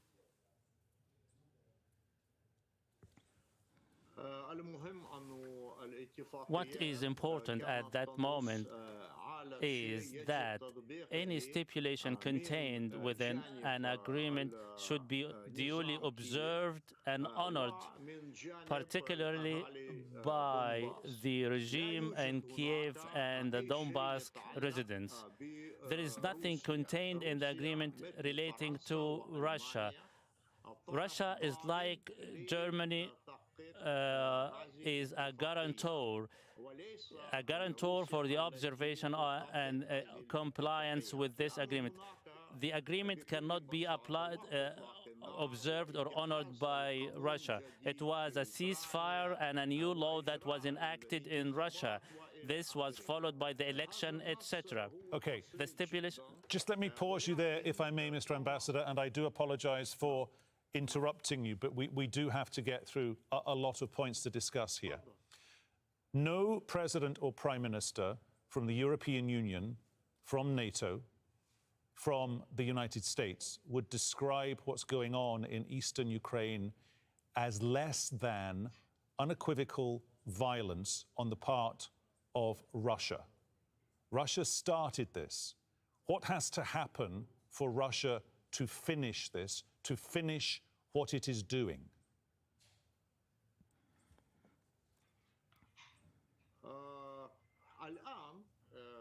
As we speak, the military campaign is underway, and this military offensive has a number of objectives. I believe Russia is going to achieve these goals.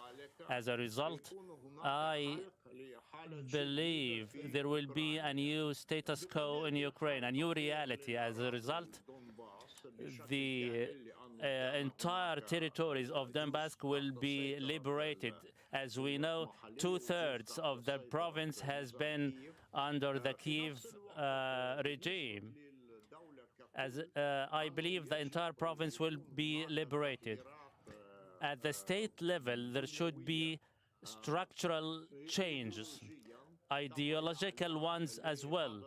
These changes will be in order to denazify Ukraine, as Putin described it. We should have a state that will adhere to a peaceful ideology, not anti-Russia or Nazi ideology. Okay. Ukraine is a spearhead Mr. Ambassador, we for don't the have West. time to get into a ping-pong about the denazification of eastern Ukraine. Nobody believes there is any substantial number of people who would self-identify as being Nazis in eastern Ukraine. That simply is untrue. Respectfully, sir, if I can suggest that to you. But I do want to move on to another point, if I may. Why is it hundreds of people across the country are being arrested and detained when they are doing no more than peacefully protesting against what's going on across the border from Russia into Ukraine? Where are these peaceful demonstrations? In Russia? We're showing them right now live from Moscow.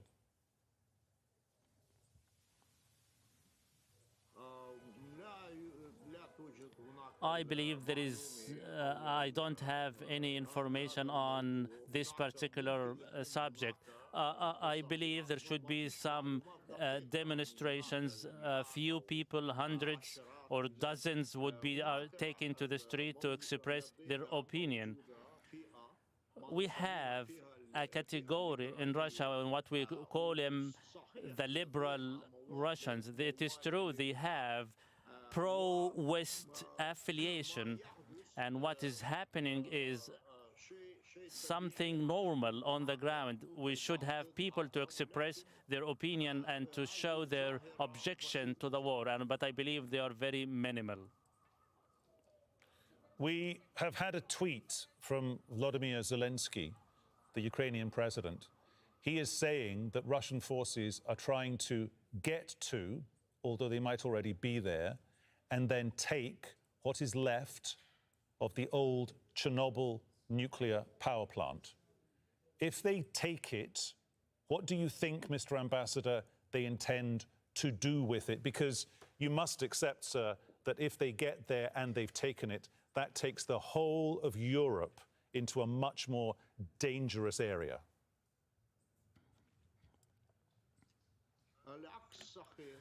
On the contrary, I totally disagree. As you know, over the recent period of time, one of the key concerns in Russia was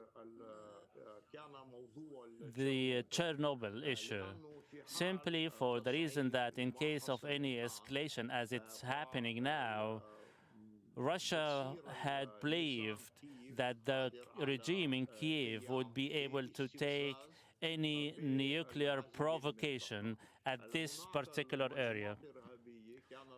Also, there are some terrorist groups who had intended to plant some explosives in Donbass. One of the targets could have been Chernobyl as well. That's why I assure you of this area is seized by the Russian army. It is a linchpin to the security, the nuclear security of this part of Ukraine. It is going to be a double assurance that the Chernobyl is in good hands. We know that any provocation would be initiated from Kyiv, not from Moscow. Final question, Mr. Ambassador. We've just heard, I don't know if you heard it or not, we heard from the UK Prime Minister there, Boris Johnson. We are just about to hear, we understand, from the US President Joe Biden, both men announcing targeted, very, very impactful sanctions worth billions and billions of US dollars. If what we think they have announced works for them and works properly, there will be no place for Russian oligarchs to hide their money. There will be no place for Russian banks to bank their money. There will be no place for Russian businesses to do Russian business. Every member of your Duma is going to be the subject of sanctions. And you might yet be forcibly ejected from the interbank SWIFT system. If all of that comes together, how will Russia react?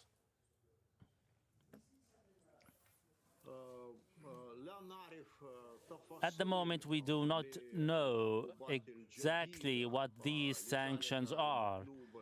That's why we should wait and see in order to examine the sanctions to be imposed. However, in principle, I can say, with respect to the individuals, this is of no significance at all. The tweets go here and there. They are, we could label them as ridiculous, like those oligarchs are no longer able to do shopping in Europe or transfer their money. This is of no significance at all. On the other hand, it is true that the financial sphere, global financial sphere, is of great impact. However, to what degree and of what kind these financial sanctions will have a toll on the Russian economy, we still do not know. Okay. Especially that the Russian government has been working very strenuously over the past months in anticipation of these sanctions. They were aware that these sanctions would have been imposed in any case. Okay. Mr. Ambassador, thank you so much, sir. I'm going to draw our conversation to a close there, but thank you so much for joining us from Moscow, the former ambassador to the Middle East on the part of the Russian Federation, Alexander Zadzipkin. Good to talk to you, Mr. Ambassador. Thank you very much. Live now, quickly, to Kimberly Halkett, our White House correspondent. So it's all about sanctions this hour, Kimberly. What can we expect?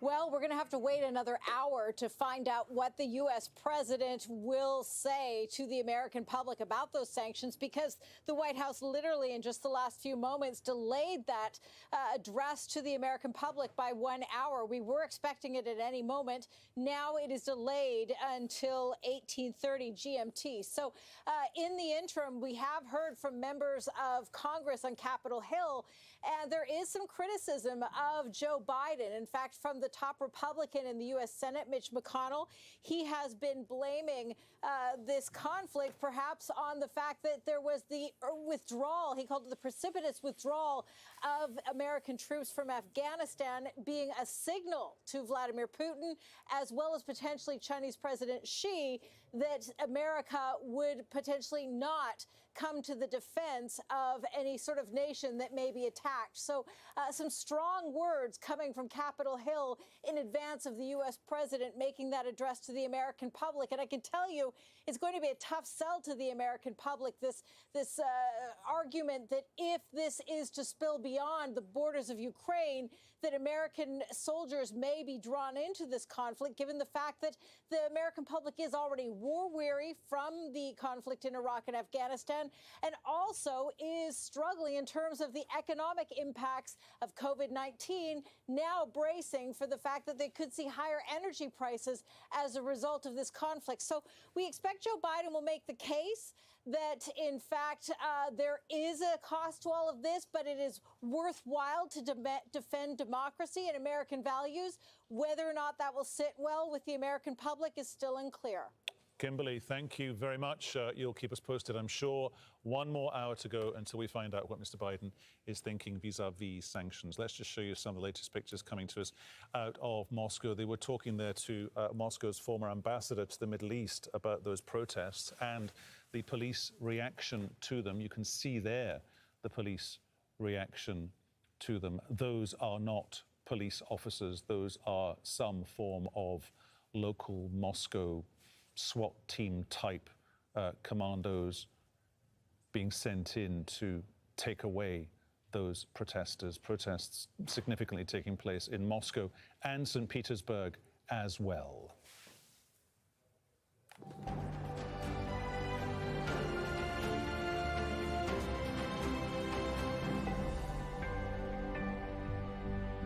(17:30 hours GMT). You're watching Al Jazeera with our continuing coverage of eastern Ukraine.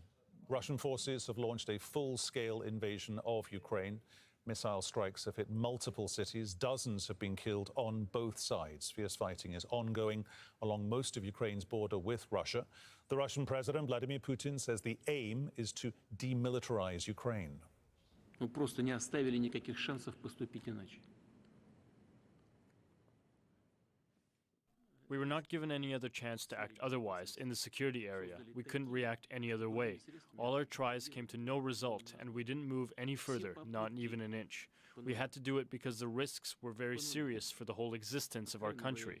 Secondly, we totally understand which world we're living in, and we're ready for what's about to happen with sanctions. Western leaders are preparing more sanctions against Russia, the European Union and the G7 countries, both saying the measures will have massive and severe consequences for Moscow. Later today, we will present a package of massive and targeted sanctions to European leaders for approval. With this package, we will target strategic sectors of the Russian economy by blocking their access to technologies and markets that are key for Russia. We will weaken Russia's economic base and its capacity to modernize. And in addition, we will freeze Russian assets in the European Union and stop the access of Russian banks to European financial markets. Thousands of people have been trying to leave Ukraine. Aid groups say they fear, quote, massive civilian casualties. The Red Cross warns the humanitarian impact could be, quote, frightening to contemplate. Hundreds of people have been arrested at anti-war protests across Russia today. There were demonstrations in at least 20 cities, including St. Petersburg and Moscow. Protests against the Russian invasion of Ukraine are also being held in Berlin, Beirut, Tel Aviv, and London. Those are your headlines. The news continues here after Inside Story. We will keep you all across all the developments in Ukraine when we come back from the newsroom.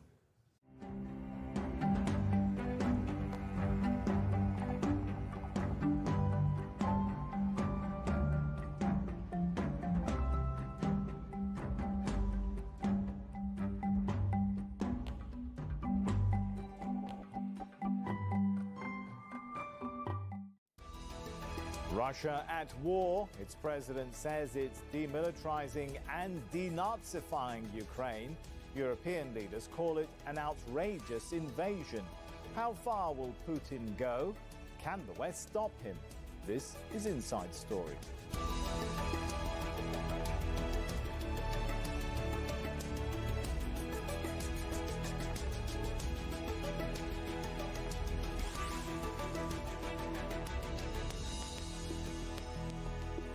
Hello and welcome to the show. I'm Sami Zaidan. Well, it's a war that no one you would think would have wanted, but overnight Russian forces began a full-scale invasion of Ukraine. It's the largest military action in Europe since the Second World War. Already casualties are mounting on both sides. Russian forces are attacking major cities and military bases. Ukraine says it's ready to fight and repel the incursion. NATO has activated its defense plans while Western powers are promising harsh sanctions against Moscow's economy. Some Ukrainians are fleeing to neighboring Poland.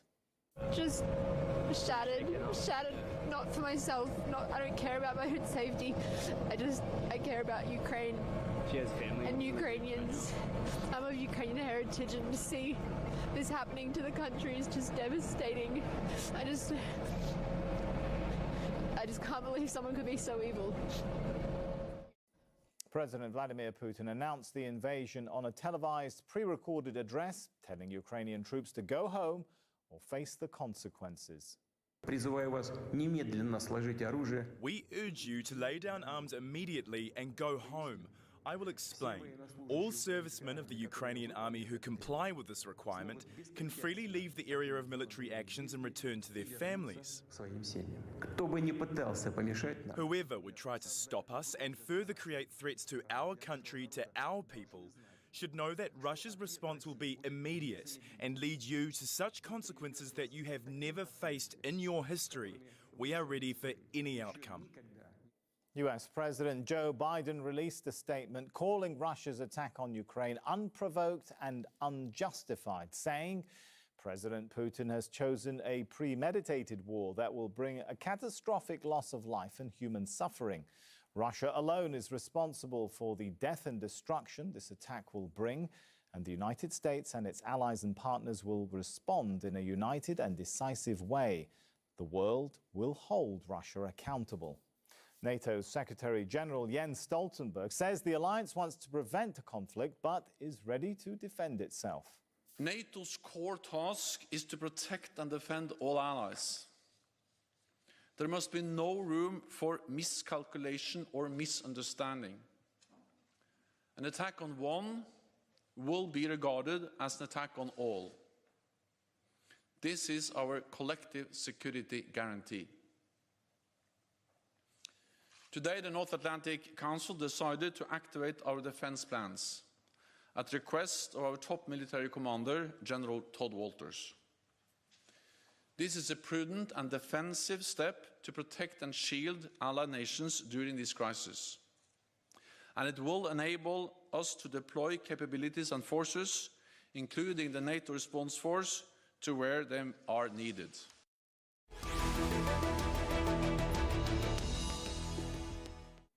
Well, let's bring in our guests into the show. We have joining us from Kyiv, Sergei Tsikach. He's the CEO of Ukraine Invest, a Ukrainian government agency.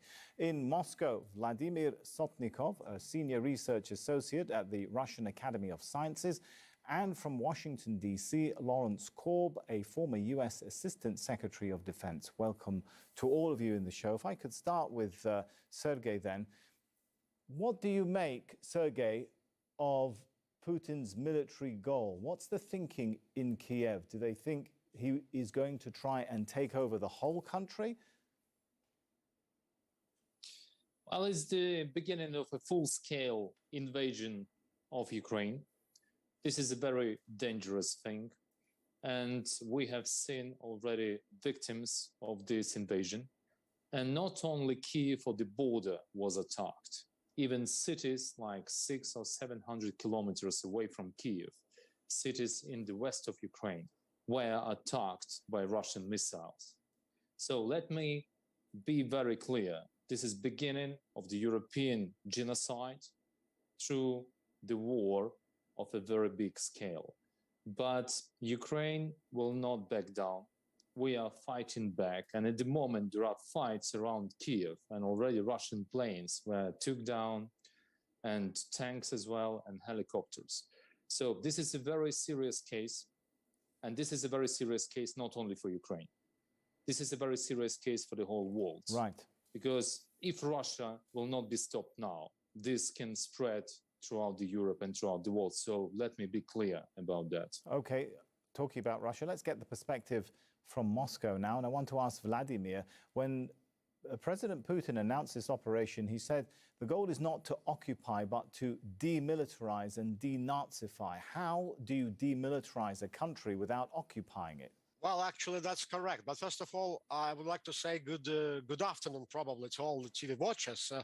And I would like to disagree with my Ukrainian colleague, because it sounds like propaganda, actually. No, I mean that Russia is not aiming at conquering or even invading or something like that of all Ukrainian territory, and Russia certainly is not going to go furthermore, as he put it. So, if I understand correctly, that Russia is going to threaten the Eastern Europe. So, answering your question, I think that demilitarization of Ukraine could be done when all the military units, military units who are shelling the peaceful citizens of Donetsk and Lugansk Republic will be eliminated, and when there will be a situation that nothing would be dangerous for the citizens of Donetsk and Lugansk republics. So the suggestion seems to be then, are you saying, Vladimir, in your understanding, that Putin simply wants to eliminate Ukraine's military abilities? That seems a very difficult thing. I'm not contemplating that. I mean, I don't know, actually. I'm not a state employee. Understood. No, I don't know. I'm just asking in your understanding or analysis of the situation. This is just my understanding. That's right. Right. Let's bring Lawrence Korb in. Lawrence, how long can the Ukrainians hold out in the estimations of Washington? Well, I think they can hold out for a long time in two ways. First of all, with their conventional forces, which are much better than they were in 2014, the last time Russia invaded, and with the increasing equipment that we have given them, that makes them more lethal. Then the second thing is, even if the Russians should prevail in a conventional war, the question then becomes, what about an insurgency? The Ukrainians have been organizing an insurgency for a while. And as the Russians found out in Afghanistan, and we did too, it's one thing to win the conventional battle, but it's much more difficult to control the country. And I guess the real question I'd like to see answered is, what is Putin's aim here? Does he want to incorporate Ukraine back into Russia? Does he want to put in a friendly government there? And how long is he willing to pay the cost of dealing with it for the lives? And then, of course, with the sanctions that not just Europe, but Asian countries like Japan, Singapore, and Taiwan are putting on Russia. A lot for us to pick out there. Let's go back, though, to Sergei and take stock of what's happened so far. Sergei, how much damage have these airstrikes or missile strikes dealt to Ukraine's critical infrastructure as far as we know at this point? Electricity still up and running, fuel depots, as well as the military bases, of course. Well, we have seen attacks on our strategic targets, of course, but still Ukraine fights back. So our military is getting ready and already given some very good response to Russian aggression. So there is no serious effect at the moment on Ukraine. And I think that idea of Putin is to make a very quick war and to win quick. This will not happen in Ukraine. And let me respond to that nonsense. I apologize for this statement, but today I can say, said by the Russian speaker, Ukraine is a peaceful country. And the only one who needs to be demilitarized is the Russian Federation. And the president of Russian Federation and his militant friends, they should be put to international tribunal as criminals against criminal things that they do against humanity, and this is a very serious case. And let me remind you one historical case, the 30th of September, 1938, when the Sudet region of Czech Republic was given through peaceful treaty to Adolf Hitler. And this is what he was trying to do at the time. So this is very similar what President Putin doing now. And only 1 year after 1938, the Second World War began. So this is what the whole world needs to remember now. So we are very close. We are on the brink of something similar. So they need to back down and they need to apologize to the whole world, and they will have to be put to prison for this. Let's see how this goes. Let me bring Vladimir back in, and once again pointing out, Vladimir, I know you're not an official spokesperson, you're not an official for the Russian government, so I'm just asking you for your analysis. Does it look like we're going to be looking at the sort of scenario which a lot of Western intelligence agencies were warning about, that there'll be an initial period of strikes, airstrikes, missile strikes, followed maybe a week or so later by a wider deployment of ground troops? Is that what we're looking at? No, I don't think so, actually. My analysis is that there will be strikes, targeted strikes against military installations in Ukraine. And after that, there will be that is a limitation of all the special operation. And after that, there will be the end of the military operation. I'm not contemplating that there will be occupation, so-called occupation of Ukrainian territory by the just to jump in, Vladimir, do you really think it's possible, though, that Vladimir Putin will pull out Russian troops completely, well, completely out of Ukraine might be a tall order given the situation in Donbass and Crimea, but at least not beyond the Donbass and Crimea region. Sorry for my interruption. Please, sorry for my interruption. We're not talking right now about Donbass and Lugansk republics, because this is independent states who are asking formally for the support and defense from Russian Federation. So this is according to national law, in accordance with Article 51, Part 8. Well, according to international law, a lot would dispute whether Lugansk and Donetsk are indeed independent republics. We know Russia has recognized them, but moving beyond that, let me bring Lawrence back in. I mean, a situation you were hinting at, a la Afghanistan or Iraq. Do you think, Lawrence, Putin would be weary of sending his troops deep into Ukraine, especially as we get towards Western Ukraine? Is it likely that we will see a situation where Russian troops will be pulled back to the eastern and southern parts of Ukraine, at least, rather than getting embroiled into some kind of long-term guerrilla conflict? Well, you could see that, but then what is your goal? Who's going to be running Ukraine? Will you still have Zelensky there? Will you try and put your own, leader in there? And will the Ukrainian people support him and not create an insurgency? That's the real question.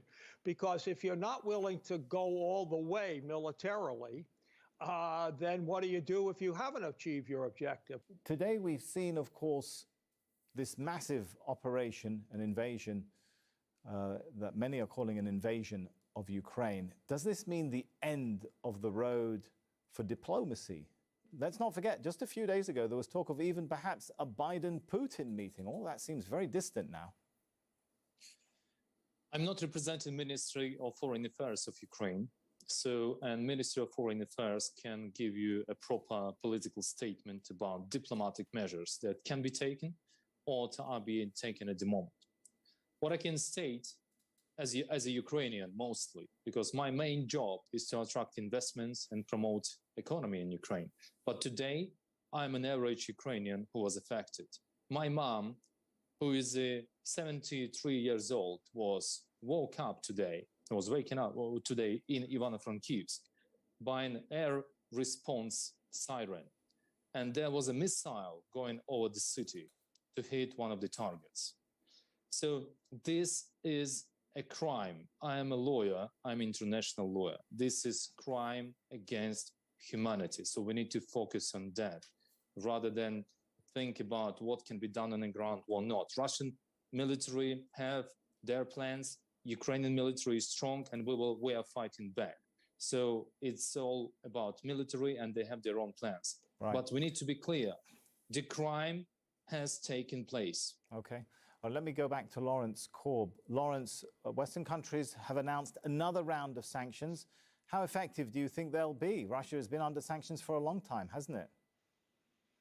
Yes, but never to this extent. And I think one of the big things is when the Germans canceled the Nord Stream pipeline, because Russia makes a lot of its money by selling energy abroad. And if they can't do that, that's going to have an impact on their economy. Keeping them away from the international banking system will make it more difficult for them to conduct business. They have to export things like wheat. Are people still going to buy that? So they're going to pay a price. The question is, how long is Putin willing to do that, and how long will the Russian people do? And if you go to a ground war, there are going to be lots of casualties. There'll probably be more on the Ukrainian side, but you're talking about 5,000 to 10,000 Russian soldiers being killed. And don't forget, the Russians still have conscription. So these are people are not volunteers. A lot of them have been forced in there. So what we need to do is find a face-saving way out before my colleague from Ukraine pointed out this thing gets out of hand and it'll be a disaster. Let's take the view from Moscow. In your analysis, Vladimir, Russia has large reserves. It's about $600 billion. That's about 40% or more of its GDP. That's more reserves than most countries. How far will that go to cushioning the effect of Western sanctions? Do you think the policymakers in Moscow are worried about Western sanctions? I think yes. You know, there are two actually things, analytically speaking, which are going after your question. The first thing is that Moscow actually has used to live under sanctions, and somehow Russian government actually managed to redeploy economic resources and financial resources under these permanent sanctions, which have been going on for already 8 years. After the 2014. And second element is that I think probably there will be some worsening of economic conditions in Russia. And because of the exchange rate ruble to dollar, you know that ruble is now declining and dollar is rising. But eventually, Russia has a lot of so-called sovereign reserve just to make currency intervention, foreign currency interventions. And I think eventually this bad effect will be again eliminated. Let's get the view This is from my Kyiv. analysis. All right, let's get Sergei from Kyiv. So Sergei, it sounds like the leaders in Ukraine are not entirely satisfied with the Western response, and they think Western countries should do far more. Well, we are thankful to all leaders for what has been done so far. We're thankful to our neighbors like Lithuania, Latvia, and other countries that provided weapons to Ukraine. We're also thankful to European Union and American friends for sanctions. But we need to remember that this is a Russian operation under a false flag, as was rightly stated by President Biden. And the one way to affect Russia is to limit economic and stop economic cooperation with Russia at the moment. And this has to be done quick. We need to remember that 1/3 of energy supplies to Europe comes from Russia. And all this money that is spent on Russian energy is being used to produce weapons and to act as a tyrant, in the 21st century, and to make a war in the center of Europe. So this is unacceptable. So, as I said, we want to see very strong international response and very quick international response. What kind of international response do you think most Ukrainians would like to see, Sergei, beyond what the West has already done? Well, we, of course, would be keen to see some military support. But as we have... You mean beyond simply supplying weapons? Because it's unlikely, any Western leaders have already said they're not sending their troops to Ukraine, right? We understand that this is unlikely. We want to see military support in different terms, but we also want to see real serious sanctions on Ukraine to break down their economy. Not sanctions for the sake on Russia, of you mean, just to correct that? Yes, on Russia, of course, yes. Not for the sake of bringing kind of, I don't know, bad situation to the people of Russia, but to stop them using money for military purposes. And this is what needs to be done quick, because I can tell you that predators, they do not stop themselves. Predators, they need to be stopped. All right, let me take the view back again to Moscow and ask Vladimir, in your analysis, Vladimir, if the West does succeed in putting the squeeze on Russia over Ukraine, what are the chances that maybe Russia will find other sensitive spots, soft spots, to have a go back at the West, have a go back at NATO, maybe in areas like the Balkans? There's talk of Russian-leading Bosnian Serbs being involved in a war in Bosnia. If I understand you correctly, you mean what are the Russian further actions? Whether it will be involved in the conflicts in Bosnia, or in Baltic states. Am I correct in my understanding? Or maybe not involved, but may assist, shall we say, or facilitate conflicts that would be a problem and a burden for NATO in places like the Balkans. Yes. No, I don't think so. My analysis actually that there will be no such interference on the Russian side. To go to other frozen conflicts, and not frozen, even live conflicts, like those which are going in Balkans, or conflicts which are going, internal crises in Baltic states. I think that this is actually, look, this is not the purpose. This is not the purpose of Moscow.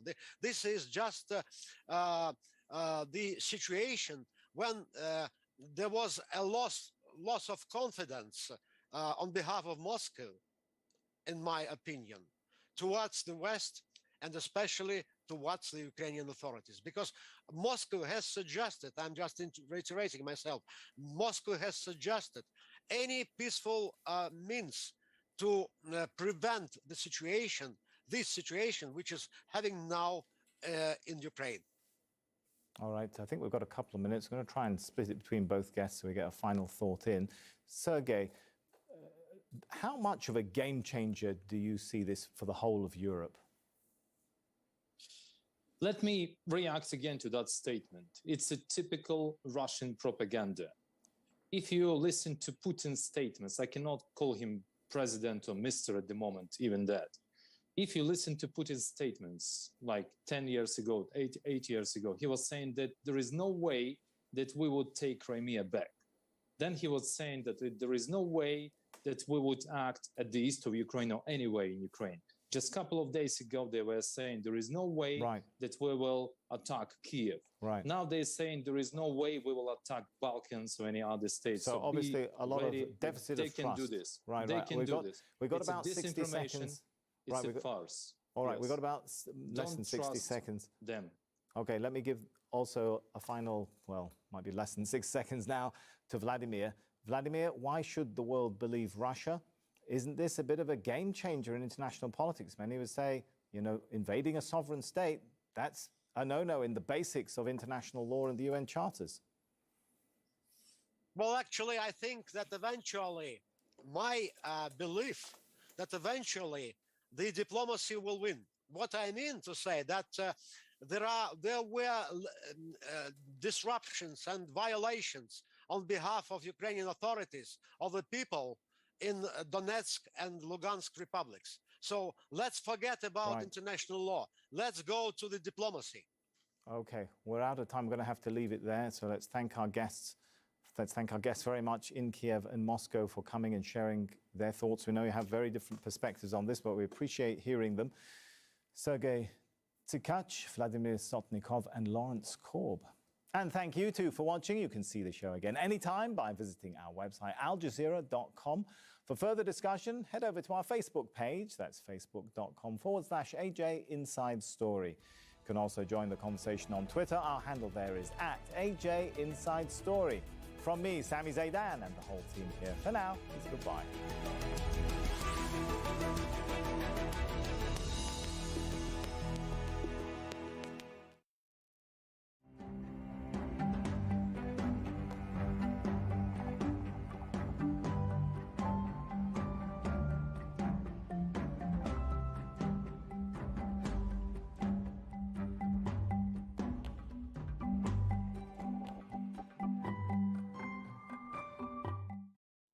The Europa Hotel is the most bombed hotel that I've ever stayed in a conflict zone. The biggest box you have ever seen, had it exploded, would have taken out the hotel. This was a hub of journalism. We loved it when it was built, and we loved it even when it was bombed.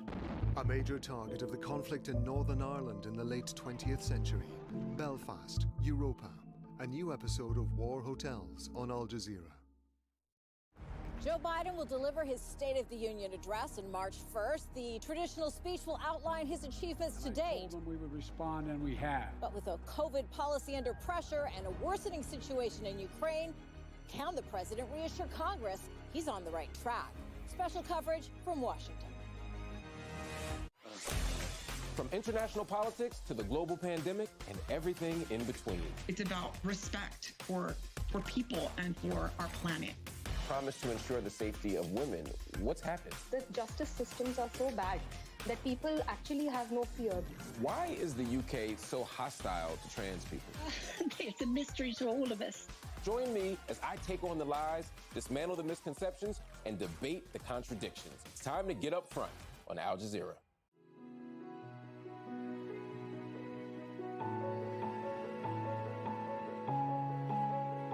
Al Jazeera, wherever you are.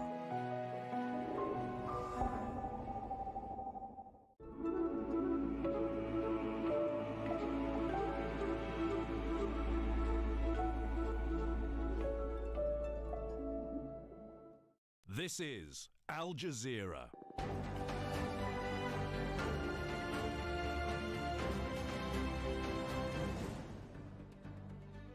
Hello again, I'm Peter Dobby with our continuing coverage as Russia has attacked Ukraine. We're across all the developments here on Al Jazeera.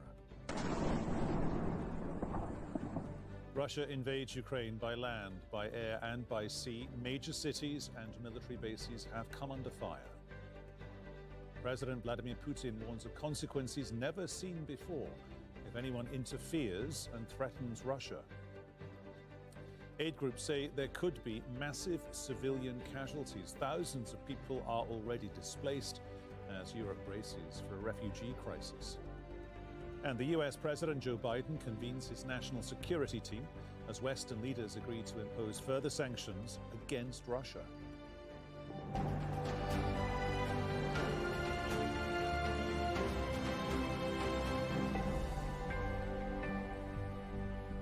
As you join us, Ukraine is under attack from land, from air and from the sea. Major cities and military bases are under fire. What's unfolding is the biggest attack by one state against another in Europe since the Second World War. Here's the full range of Russia's military offensive. Ukraine says Russian forces have captured Chernobyl. So it's far beyond Donetsk and Luhansk, the areas held by separatists, which Russia recognizes as independent republics. Russian forces have come from all sides, from multiple directions, from Belarus in the north down to the Sea of Azov.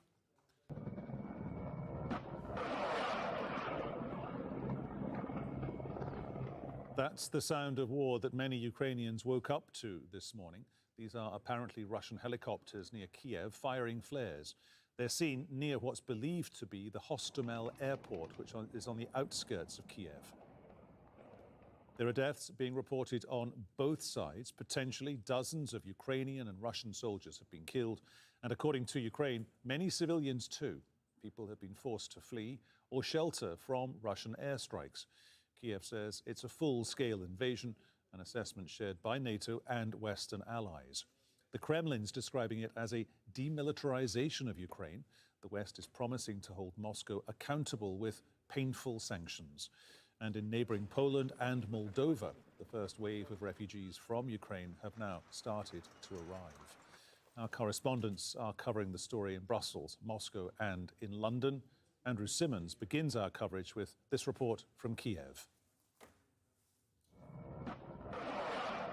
The months-long build-up of Russian troops on the border with Ukraine has turned now into an invasion.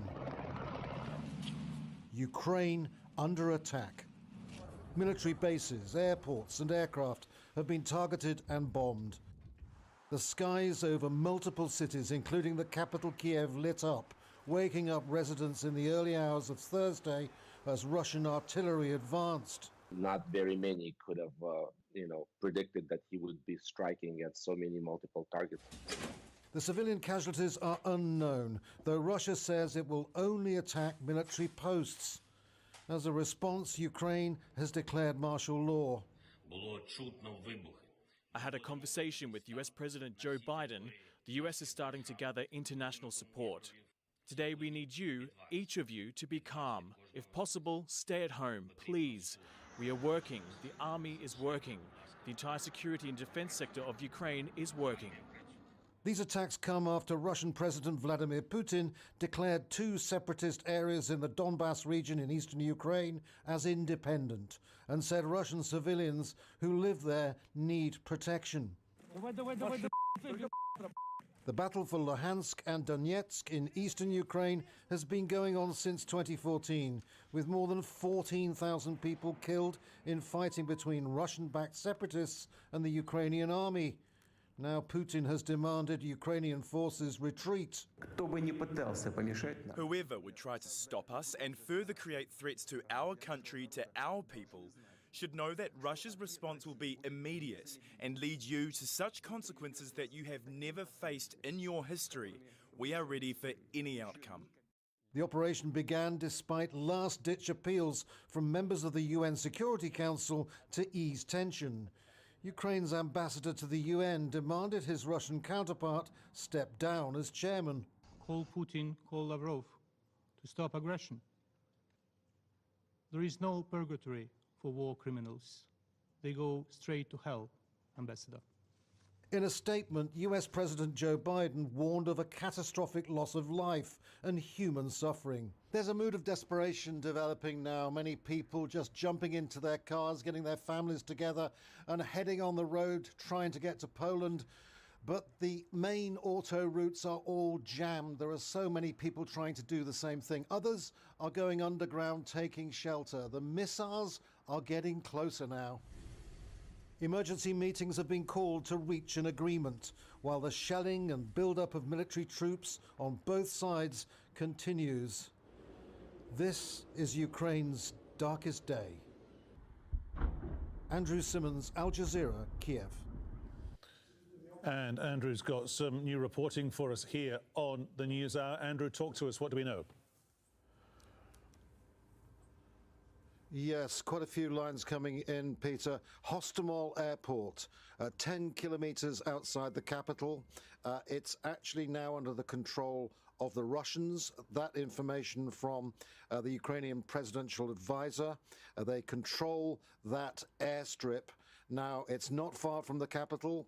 We're now hearing unconfirmed reports that paratroopers have landed on that airstrip, and there are reports that the Ukrainian artillery is opening fire, and there's a battle going on right now at that airstrip.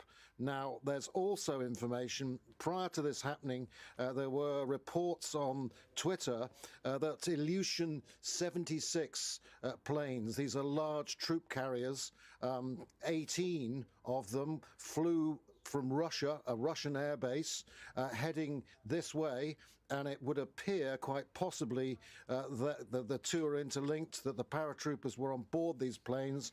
We've looked into what the capabilities of the Ilyushin 76 are, and the capabilities apparently something like 140 troops could be carried on each of those aircraft. 18 of those aircraft, so that would be quite a fighting force. Also, unconfirmed reports of 20 helicopters readied in Belarus, ready for flying in, whether they're on their way or whether they're already here, full of special forces.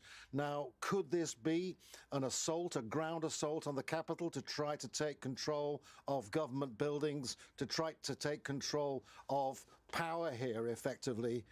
This independent state at threat at every level, militarily, politically, and there is no one physically here to help right now.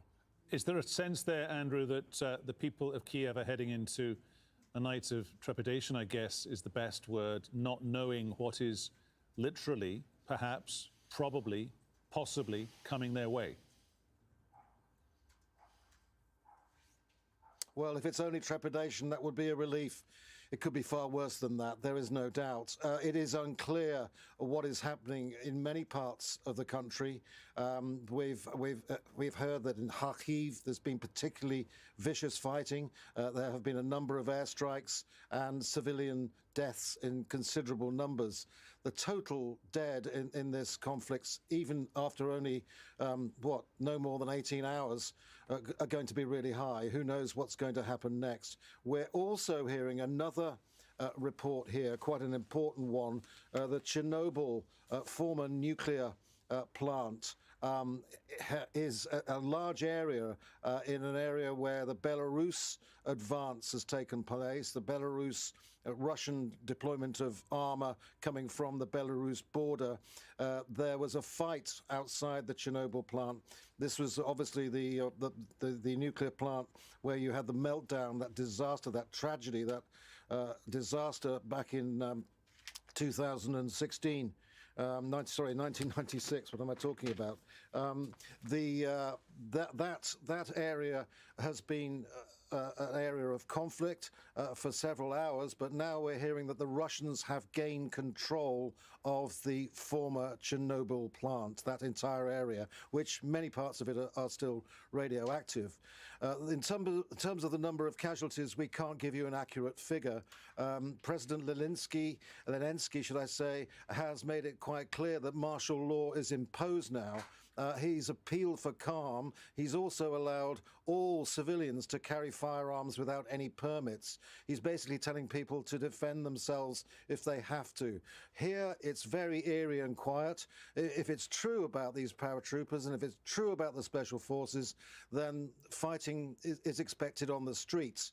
However, in a smaller amount of fighting than it would be if the armoured columns came all the way here from the road from Belarus and other areas as well. So yes, the situation right now is not just tense, it's absolutely charged with fear. One does, Andrew, get the sense from certainly some of the military-type analysts we've been talking to here on the channel in the past few hours that Mr. Zelensky is playing this step by step as well as anyone could play it if they were doing his job, despite, on his part, a lack of, political or military, a political or a military background. Is it your sense that he's listening and listening to the right advisors?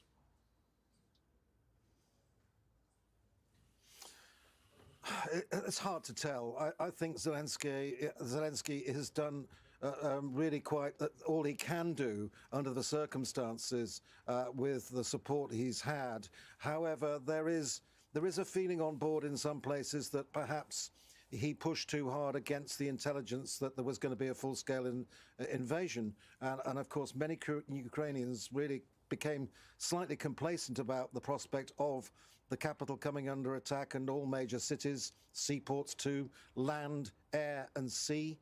From every direction, attacks have come. And as far as the security forces are concerned, they've been really, really stretched, despite the last-minute announcement to bring in voluntary reservists. That's only now just over 24 hours old, 18 to 60 years of age. Some are saying that could have happened a lot earlier and with a full mobilization.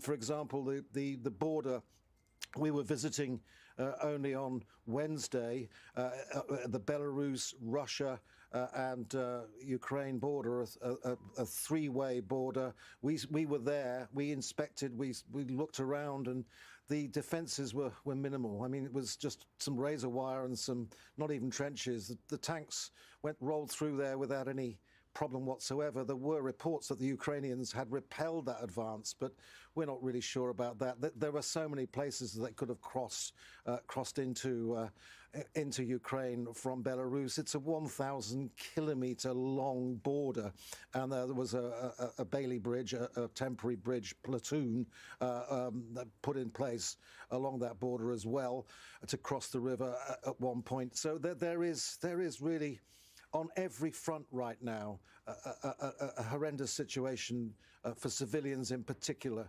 The civilians, many are sheltering. 4 subways, metros have been designated to take in people who want to shelter. There's a coded system on the air raid sirens now, but we haven't had air raids for at least nearly 2 hours now in the capital. That's not to say there aren't raids going on elsewhere, but here right now, there is a real tension building about government buildings, about whether or not they'll be attacked by special forces troops, and also about the city centre itself. But this does have the hallmarks of an attempt for regime change, with minimal damage to the capital. That could be a plan of the Russians. Okay, Andrew, many thanks. Andrew Simmons there talking to us, our correspondent out of the Ukrainian capital, Kyiv. Let's bring in Alexander Belanutsa. He is the Ukrainian ambassador to Kuwait. He joins us on Skype from Kuwait City. Mr. Ambassador, welcome to the News Hour. Is your country about to completely fall to Russia? Good evening, sir. Can you hear me? Yes, we can, sir, loud and clear. Thank you very much for having me here tonight. Sir, we will never fall. We will never surrender, whatever it takes. We may not be winning at this time, but we're strong enough to resist in any possible way. We have the support of our partners, international friends, allies, and we'll be strong enough to fight more. I will definitely not be repeating the chronological data that you have shown this video report before I turned in, but I really need to say that Ukraine is working at all possible layers, at all possible levels, should it be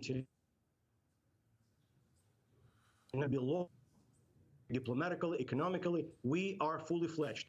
Russia did invade Ukraine. Russia did use innumerable missiles and bombs that have been raining on innocent people and innocent population. But we still feel that we are strong enough to resist. I will allow myself to tell you how I spent this day, which started 5 in the morning, locally. I had a very early meeting with my colleagues at the Ministry of Foreign Affairs of Kuwait, who definitely expressed all their support and solidarity with us. 31 years ago, in 1990, Kuwait has been invaded by Iraq. And so they feel exactly what we are feeling now, what we are suffering now. What pain do we have at this very moment? So this solidarity, this similarity, we call it Black Thursday. Black Thursday was in 1990 when Kuwait was invaded. Black Thursday is today when Ukraine is invaded. But Mr. Ambassador, just let me stop you there for a second, please, sir. Solidarity and similarity and diplomacy and political power and sanctions, Those are, of course, warm words. They are an understandable concept. Diplomacy doesn't stop bullets. It doesn't stop aircraft carriers. It doesn't stop the Navy. It doesn't stop the helicopters. It doesn't stop Russian ground forces. Diplomacy never has. It never will. Diplomacy at the moment isn't dead, but it is icy cold. You must admit that. Yes, correct, sir. You're absolutely right. You're absolutely right. And here I may not be very diplomatic to say that we are asking for help. We are crying for help at all the levels. And even in my conversations today, here at the Ministry of Foreign Affairs at the highest level, and we had around 20 ambassadors from G7, from European Union, UK, that came to the Embassy of Ukraine to support and show solidarity, who are actually helping us with anything that we need. Weaponry, defense, techniques, microfinance, humanitarian aid, and definitely I also expressed my strong feelings and request that if Kuwait can help me in any way possible, and so there will be some decision, and we do expect that Kuwaiti people will definitely support us. You're absolutely right, sir. I will be very asking very strongly to visualize my picture, because that picture actually shows what was the carpet, what was the bombing, what was the shelling, what was the raining of the bombs on the territory of Ukraine. And at the same time, we have a number of the fronts, and it's not on the 1 or 2 or 3 or 4 sides of the Ukrainian borders. It's actually from all over the sides. And we are still strong enough to stand. So I am very thankful for you to emphasize that we do need more than words and welcoming remarks. And that's what I'm saying, and I'm crying today. Please assist us as much as we can, because we need to support ourselves today. It's not only about Ukraine. It's about Europe, and it's about every single life. Understood. Thank you very much, Alexander Belanutsa, the Ukrainian ambassador to Kuwait. Good to get your thoughts at this very difficult time, sir. Thank you. Thank you. Well, the Russian president has said he had no option but to order what he's calling a special operation against Ukraine. Мы просто не оставили никаких шансов поступить иначе. We were not given any other chance to act otherwise in the security area. We couldn't react any other way. All our tries came to no result, and we didn't move any further, not even an inch. We had to do it because the risks were very serious for the whole existence of our country. Secondly, we totally understand which world we're living in, and we're ready for what's about to happen with sanctions. Well, hundreds of people were arrested today at anti-war protests across Russia. There were demonstrations in at least 20 cities, including St. Petersburg and Moscow. Protests against the Russian invasion of Ukraine are also being held in Berlin, Beirut, Tel Aviv and London. Bernard Smith is live for us in Moscow. What's Mr. Putin been doing today, Bernard? Well, that speech that he just gave was to a meeting of businessmen. He was trying to that he had this evening, trying to protect an image of very much business as usual. He made reference there to the sanctions Russia faces, and Russia has a $631 billion salted away in cash, a quarter of the Russian economy, ready to help the economy withstand sanctions. Early on in the day, he was meeting Imran Khan, the Prime Minister of Pakistan. Again, another attempt to make things look as normal as possible. Other branches, though, of the Russian government have been talking today. The Defense Ministry has given a couple of updates. I know you've been talking to Andrew earlier on about the continuing fighting going on in Ukraine, but Russia's Defense Ministry says it's achieved its objectives for Thursday. It says it's disabled 83 ground facilities of the Ukrainian military. It insists it's not targeting civilian areas. It says that the Ukrainian security services are trying to create scenarios, setting up actors and injured people in cities and towns where the Russians have not been attacking. And also, very significantly for the Russian military, they say they have unblocked a canal to supply water to Crimea. This canal was blocked by the Ukrainians when Russia annexed Crimea and has created a water crisis, a severe shortage of water in Crimea. The Russian military has now advanced far enough that they've been able to unblock that canal, and the water is flowing again to Crimea. So the Russian military saying that they're satisfied and have achieved what they want to achieve so far. Bernard, thank you very much. Bernard Smith there, our correspondent in Moscow. The British Prime Minister Boris Johnson has announced a range of economic sanctions against Russia, including freezing the UK assets of several Russian banking giants and arms manufacturers. At least 100 organisations will be affected. For this, Putin will stand condemned in the eyes of the world and of history.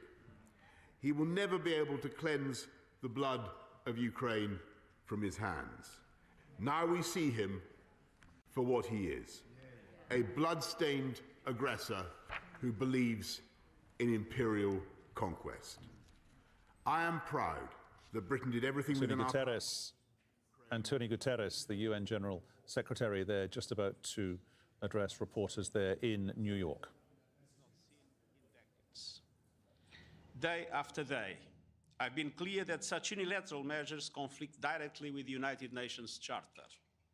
The Charter is clear, and I quote, "All members shall refrain in their international relations from the threat or use of force against the territorial integrity or political independence of any state or in any other manner inconsistent with the purposes of the United Nations.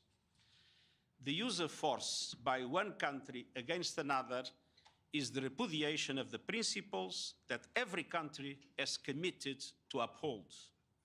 And this applies to the present military offensive.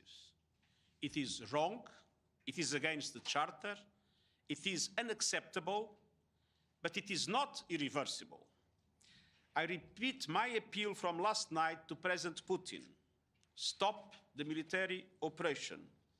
Bring the troops back to Russia. We know the toll of war. With death rising, we are seeing images of fear, anguish, and terror in every corner of Ukraine. People, everyday innocent people, always pay the highest price. That is why the United Nations is scaling up our humanitarian operations in and around Ukraine. Today, I'm announcing that we'll immediately allocate $20 million from the Central Emergency Response Fund to meet urgent needs. We and our humanitarian partners are committed to staying and delivering to support people in Ukraine at their time of need. United Nations staff are working on both sides of the contact line, always guided by the humanitarian principles of neutrality, impartiality, humanity, and independence. We are providing life-saving humanitarian relief to people in need, regardless of who or where they are. The protection of civilians must be priority number one. International humanitarian and human rights law must be upheld. The decisions of the coming days will shape our world and directly affect the lives of millions upon millions of people. In line with the Charter, it's not too late to save this generation from the scourge of war. We need peace. Thank you. Antonio Guterres there, the UN Secretary General, not taking any questions as he's making that announcement as he steps away there from the podium. Let's talk to James Bays, our diplomatic editor, who's joining us here on the News Hour. So, James, urgent need, humanitarian need, releasing $20 million. He's talking about a refugee crisis, I guess, in the making, but again, in Europe. Yes, absolutely. They have a contingency fund called SURF, which is what they will deal with this initially, but clearly they're going to need a lot more money when you hear some of the estimates. I'm told the estimate done by the UNHCR, that's the refugee part of the UN, the refugee agency of the UN, is between 3 and 5 million refugees if the Russians continue with an all-out, full-scale assault, as seems to be the case on Ukraine, and taking all of Ukraine. And so the UN is going to be really pushed into action, the humanitarian side of the UN. Remember, in terms of the politics politics, the UN has not really got involved because they've basically been pushed away, particularly by the Russians, who say that they don't want UN involvement in this crisis. It was interesting again to hear the Secretary-General quoting the UN Charter, a charter that was signed back in 1945 by the founding members, including then the Soviet Union, which is, of course, a permanent member. And sources, high-level UN sources, say to me, the Russians are the first in all the countries in New York to keep coming to the UN Secretariat and to the Secretary-General at what they call démarches, where they come and have a meeting with the Secretary-General to complain about something, and they're always complaining about something and quoting the Charter. And I'm told that's why the Secretary-General wants to keep quoting the Charter now, because he believes this is a blatant violation of that founding document. It's not just the document that founded the UN, it's central to international law that's been in place since the end of the Second World War in 1945. Doesn't sound as if there's going to be particularly comfortable conversations the next time the UN Security Council sits down. Russia, of course, alongside the other 4 permanent members, is one of the 5 permanent members of the Security Council. Yeah, there's going to be real difficulty there. They're trying to get a resolution in New York. They have to, because many of the Security Council members say this is totally unacceptable, goes against everything the UN was set up for. So they will try and put a resolution to the UN Security Council. They know that it won't get passed because Russia is a permanent member and it will use its veto. Interesting to watch 2 other members who are on the council. One, another permanent member, China. Remember, they've got a growing alliance with Russia. Somewhat terse statements coming from the Chinese when they spoke in the last 24 hours at the General Assembly and then at the Security Council, saying, not saying too much about the situation, but saying they support the principles of territorial integrity and sovereignty. Perhaps a statement that was more favourable to the Russians came out from Beijing after a meeting that took place with Foreign Minister Sergei Lavrov of Russia and Wang Yi, the State Councillor and Foreign Minister, on the Chinese side. So see what the Chinese do when it's put to a vote, and I believe that will be in 24 hours' time. That this resolution will be put to the Security Council, condemning the Russian invasion of Ukraine. See what the Chinese do. In 2014, they abstained on Crimea. Will they abstain again? I think that's what most observers think is most likely. And then watch one other Security Council member, and that's India, because India has strong links historically with Russia, military supply, military hardware, lots of that from India comes from Russia. India's sat on the fence so far in this crisis. How will India vote? I think some of the Western nations are hoping they will vote with them, and then you'll get either 13 against Russia's 1 and China's abstention. But will India possibly abstain as well? I think that's a big question, and I think this whole issue of international unity is what many are trying to build right now. I'm here in Brussels, where leaders are gathering for an EU summit meeting, so that's the 27 leaders there, united in words, not necessarily in action when it comes to those sanctions. OK, James, many thanks. James Bay is our diplomatic editor, tracking diplomatic events all over Europe for us this hour. Let's go back to London and my colleague Niamh Barker, who was following what Boris Johnson had to say when he addressed the nation a little earlier today in the afternoon local time, London time, and also in the House of Commons. We carry a little bit of that a little earlier. Niamh, very, very strong stuff from Boris Johnson, UK PM, but also formerly a Foreign Secretary. Yeah, that's absolutely right. And I think it's important to say that this was perhaps Boris Johnson's most important foreign policy speech, as formerly, you're right in saying, Foreign Secretary, now Prime Minister.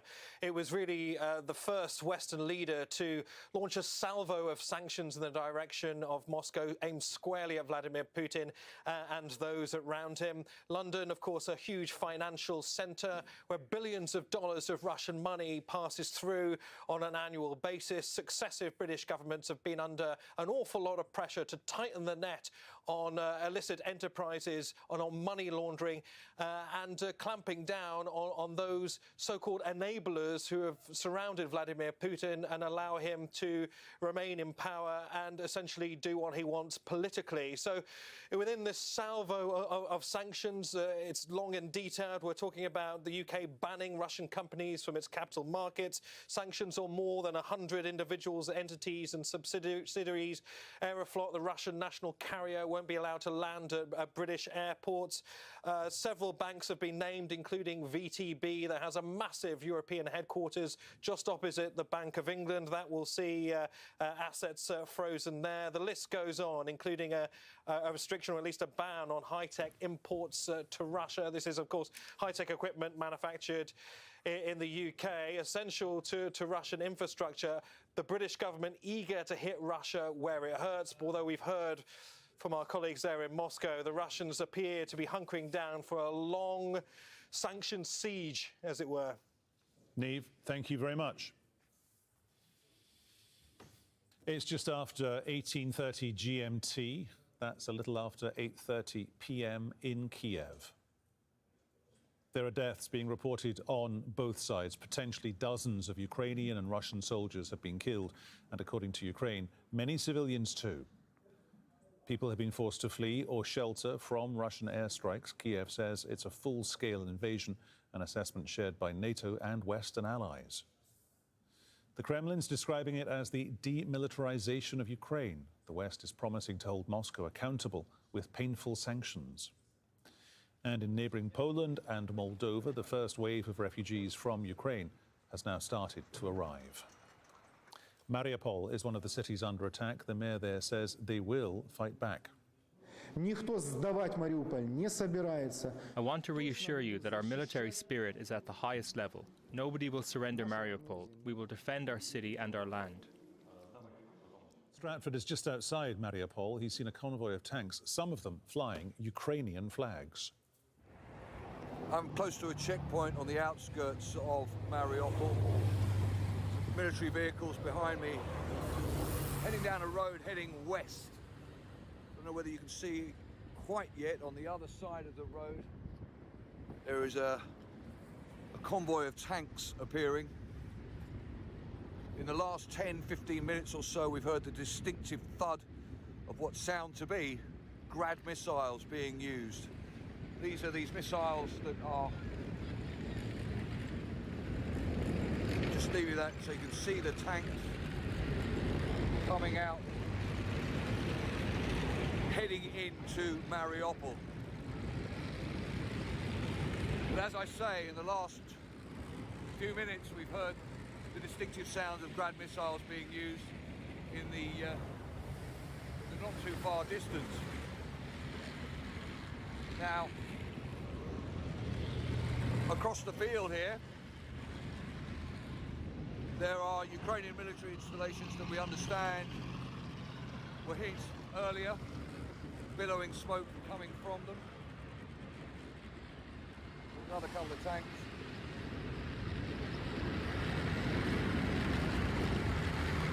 Interestingly, that tank being towed suggests it may well have been hit. But yeah, also increasingly we're seeing more and more people leaving from this checkpoint. This checkpoint, the road going down towards the west, towards cities like Berdansk on the Azov Sea, as well as Dnipro in the northwest. And interestingly, we have been speaking to a source in the Navy in around Berdansk who says that earlier today, naval forces off the coast of the Azov Sea, off the coast of Berdansk, came under fire from Russian naval vessels, forcing them back to base. And we're also getting reports, again, that we cannot verify, that Russian forces may be planning an attack from the north of Crimea in towards cities like Kherson and Melitopol, which, as I say, are west from here. Charles Stratford reporting there. There's been a rush for food and other basic supplies. Huda Abdelhamid was at one supermarket in the eastern Ukrainian town of Kramatorsk in the region of Donetsk. It is quite surprising to sort of see that how collected they are, quite orderly. No one is pushing and shoving. But that's, I think, is because this conflict has been going on for 8 years. Nothing has been resolved. Both Kiev and the separatist leaders have not been able to find any kind of solution. The relations with Kiev and Moscow have been deteriorating very over these past 8 years, and then certainly ever since this crisis has started a few months ago, it's gotten worse and worse. So people knew that something will happen. People knew that eventually there would be an escalation. I don't think they expected it now. Just a few weeks ago, they were brushing off the idea of an invasion, and then things changed very, very quickly for them. Maybe today they're following the news that at the moment, mainly, or what we're hearing is that the military installations are being targeted. There is certainly no any kind of visible army or fighting on the streets here. It's all quite calm, but they know war, they have seen war. This city had been going between the hands of the Russian-backed separatists and the Ukrainian army. That has seen fierce battles. The next door city, Slavyansk, which is only a 10-minute drive, was the epicenter, really, of the base. The Russian-backed separatists had spread all the way there, had set up a base there, and it was a fierce fighting to get it back. So people know what it means. People know what could unravel on their streets, and they're taking their precaution. But it's quite, would I say, surprising, admirable to see how calm and collected they are. And there is no sense of, even when you look at their faces, they're just there. They know it is a very serious situation, but you don't have a feeling, they're not expressing it at the moment, is the best way I could describe it. Well, in Ukraine's Kyiv region, emergency services say a boy was killed when a Russian missile attack struck a residential district. The shell of the rocket tore into an apartment building in the early hours of Thursday morning. Residents took refuge in an underground metro station. The shelling started at 5 in the morning. I heard noises and woke up. I realized it sounded like artillery. I jumped from the couch, ran to wake up my mother, and this missile came. I heard explosions behind my back. Something exploded nearby and broke windows. Then small rocks hit me, making me think that it was the broken glass. In Kyiv, thousands of residents were seen trying to leave and get to safer areas. There have been long queues at the petrol stations, the gas pumps, and at banks there, of course. People there are still trying to come to terms with their city under attack. The mood is patriotic. I will take my children away and return. We will fight this off. Ukraine will win. We hoped it would not happen. It's unthinkable that a sane man would make such a decision. The Russian Federation will not stop what they have started. Forget brotherly nations. This is a stab in the back which we expected. Things were heading that way for some time. Now, I think they will do whatever they can to destroy us and our nation, but we will not let them do it. Our boys are fighting for us there in eastern Ukraine. It's horrible. What can one think? I'm going to fetch the children and take them to safety. Evil man, damn him. Well, the Russian attack on Ukraine also having an impact on the world of sport. Andy is following that for us. We're talking first about UEFA, the European aspect of this. Yeah, I mean, it seems inevitable now that the European Champions League final, the biggest game in club football, just by pure coincidence, was due to be hosted in St. Petersburg in May at the Gazprom Arena. Almost certainly now that will be moved. There's going to be a meeting of UEFA tomorrow morning. But all of this is caveated by the fact that Russia has been such a massive investor in UEFA and European football over recent years. They were the hosts of the last World Cup. They were one of the host countries for the last European Championships. And Gazprom, the Russian state energy company, is a massive sponsor of UEFA. So anything that UEFA does comes with the sort of health warning that this is an organisation heavily intertwined with Russia. And if you were to shake up the snow globe of all the Premier League clubs in the UK, you could go kind of, oh, Russian money, oh, Russian money, oh, Russian money as well. Of course, and you know, look at Chelsea with Roman Abramovich, the billionaire who's been the owner of that club now since, I think it's 2003. Some opposition MPs today sort of asking for his assets to be seized. He's not been sanctioned at this point, but that's not just a football club. They are the current European champions. They are the world champions as well.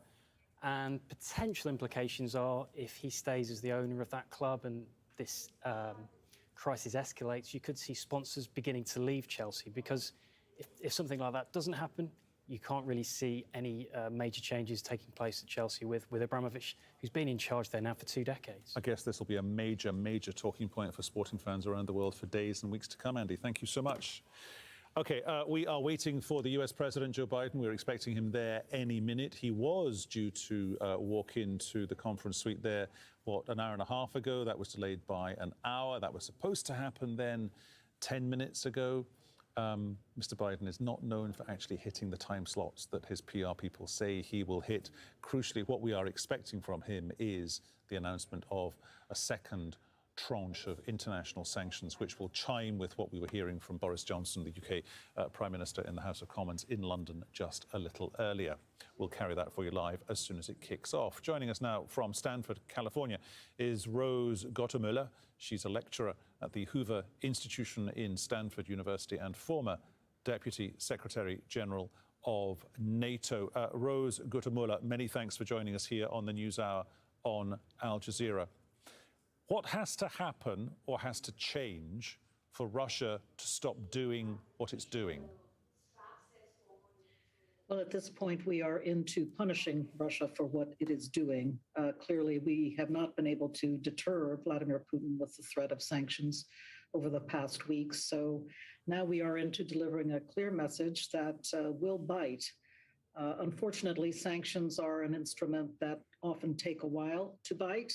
So the severity of the punishment will not become clear, I think, for a while. But I do think, from what I heard from Boris Johnson earlier today, and expect to hear from President Biden, that there will be really severe sanctions against the banking and finance system, and also some trade and export control sanctions on semiconductors that are bound to impact the Russian high-tech industries. Does that bite have real teeth? Because the people of Ukraine arguably need it to have real teeth, not in a month, not in 6 months, not when Russian oligarchs have moved their money elsewhere. Rose Gottemüller, I'm going to stop our conversation there because Joe Biden has just walked in to tell us what he's going to do. We will come back to you if we can. Brutal assault on the people of Ukraine. Without provocation, without justification, without necessity. This is a premeditated attack. Vladimir Putin has been planning this for months, as we've been saying all along. He moved more than 175,000 troops, military equipment and positions along the Ukrainian border. He moved blood supplies into position and built a field hospital, which tells you all you need to know about his intentions all along. He rejected every good faith effort the United States and our allies and partners made to address our mutual security concerns through dialogue to avoid needless conflict and avert human suffering. For weeks, we have been warning that this would happen. And now it's unfolding largely as we predicted. In the past week, we've seen shelling increase in the Donbass, a region in eastern Ukraine controlled by Russian-backed separatists. The Russian government has perpetrated cyber attacks against Ukraine. We saw a staged political theater in Moscow, outlandish and baseless claims that Ukraine was about to invade and launch a war against Russia, that Ukraine was prepared to use chemical weapons, that Ukraine committed a genocide. Without any evidence, we saw a flagrant violation of international law in attempting to unilaterally create 2 new so-called republics on sovereign Ukrainian territory. And at the very moment that the United Nations Security Council was meeting to stand up for Ukraine's sovereignty, to stave off invasion, Putin declared his war. Within moments, missile strikes began to fall on historic cities across Ukraine. Then came the air raids, followed by tanks and troops rolling in.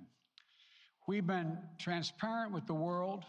We've shared declassified evidence about Russia's plans and cyber attacks and false pretexts so that there could be no confusion or cover-up about what Putin was doing. Putin is the aggressor. Putin chose this war, and now he and his country will bear the consequences. Today, I'm authorizing additional strong sanctions and new limitations on what can be exported to Russia. This is going to impose severe cost on the Russian economy, both immediately and over time. We have purposely designed these sanctions to maximize the long-term impact on Russia and to minimize the impact on the United States and our allies. I want to be clear, the United States is not doing this alone. For months, we've been building a coalition of partners representing well more than half the global economy. 27 members of the European Union, including France, Germany, Italy, as well as the United Kingdom, Canada, Japan, Australia, New Zealand, and many others, to amplify the joint impact of our response. I just spoke with the G7 leaders this morning, and we're in full and total agreement. We will limit Russia's ability to do business in dollars, euros, pounds, and yen to be part of the global economy. We'll limit their ability to do that. We're going to stunt the ability to finance and grow the Russian military. We're going to impose major, and we're going to impair their ability to compete in high-tech 21st century economy. We've already seen the impact of our actions on Russia's currency and the ruble, which early today hit its weakest level ever in history. The Russia stock market plunged today. The Russian government borrowing rate spiked by over 15%. In today's actions, we've now sanctioned Russian banks that together hold around $1 trillion in assets. We've cut off Russia's largest bank, a bank that holds more than 1/3 of Russia's banking assets by itself, cut it off from the U.S. financial system. And today, we're also blocking 4 more major banks. That means every asset they have in America will be frozen. This includes VTB, the second largest bank in Russia, which has $250 billion in assets. As promised, we're also adding the names to the list of Russian elites and their family members that we're sanctioning as well. As I said on Tuesday, these are people who personally gain from the Kremlin's policies, and they should share in the pain. We will keep up this drumbeat of those designations against corrupt billionaires in the days ahead. On Tuesday, we stopped the Russian government from raising money from U.S. or European investors. Now we're going to apply the same restrictions to Russia's largest state-owned enterprises, companies with assets that exceed $1.4 trillion. Some of the most powerful impacts of our actions will come over time as we squeeze Russia's access to finances and technology for strategic sectors of its economy and degrade its industrial capacity for years to come. Between our actions and those of our allies and partners, we estimate that we'll cut off more than half of Russia's high-tech imports. It will strike a blow to their ability to continue to modernize their military. It'll degrade their aerospace industry, including their space program. It'll hurt their ability to build ships, reducing their ability to compete economically. And it will be a major hit to Putin's long-term strategic ambitions. And we're preparing to do more. In addition to the economic penalties we're imposing, we're also taking steps to defend our NATO allies, particularly in the East. Tomorrow, NATO will convene a summit. We'll be there to bring together the leaders of 30 allied nations and close partners to affirm our solidarity and to map out the next steps we will take to further strengthen all aspects of our NATO alliance. Although we provided over $650 million in defensive assistance to Ukraine just this last year, let me say it again. Our forces are not and will not be engaged in the conflict with Russia in Ukraine. Our forces are not going to Europe to fight in Ukraine, but to defend our NATO allies and reassure those allies in the East. As I made crystal clear, the United States will defend every inch of NATO territory with the full force of American power. And the good news is, NATO is more united and more determined than ever. There is no doubt that the United States and every NATO ally will meet our Article 5 commitments, which says an attack on one is an attack on all. Over the past few weeks, I ordered thousands of additional forces to Germany and Poland as part of our commitment to NATO. On Tuesday, in response to Russia's aggressive action, including its troop presence in Belarus and the Black Sea, I've authorized the deployment of ground and air forces already stationed in Europe to NATO's eastern flank allies, Estonia, Latvia, Lithuania, Poland, and Romania. Our allies have also been stepping up, adding the other allies, the rest of NATO, adding their own forces and capabilities to ensure collective defense. And today, within hours of Russia's unleashing its assault, NATO came together and authorized and activated an activation of response plans. This will enable NATO's high readiness forces to deploy and when and where they are needed to protect our NATO allies on the eastern boundaries of Europe. And now I'm authorizing additional U.S. force capabilities to deploy to Germany as part of NATO's response, including some of the U.S.-based forces that the Department of Defense placed on standby weeks ago. I've also spoken with Defense Secretary Austin and Chairman of the Joint Chiefs, General Milley, about preparations for additional moves should they become necessary to protect our NATO allies and support the greatest military alliance in the history of the world, NATO. As we respond, my administration is using the tools, every tool at its disposal, to protect American families and businesses from rising prices at the gas pump. You know, we're taking active steps to bring down the cost, and American oil and gas companies should not exploit this moment to hike their prices to raise profits. You know, in our sanctions package, we specifically designed to allow energy payments to continue. We are closely monitoring energy supplies for any disruption. We've been coordinating with major oil producing and consuming countries toward our common interest to secure global energy supplies. We are actively working with countries around the world to elevate collective release from the strategic petroleum reserves of major energy consuming countries. And the United States will release additional barrels of oil as conditions warrant. I know this is hard and that Americans are already hurting. I will do everything in my power to limit the pain the American people are feeling at the gas pump. This is critical to me. But this aggression cannot go unanswered. If it did, the consequences for America would be much worse. America stands up to bullies. We stand up for freedom. This is who we are. Let me also repeat the warning I made last week.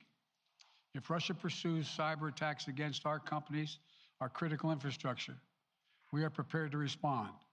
For months, we've been working closely with the private sector to harden our cyber defenses, sharpen our ability to respond to Russian cyber attacks as well.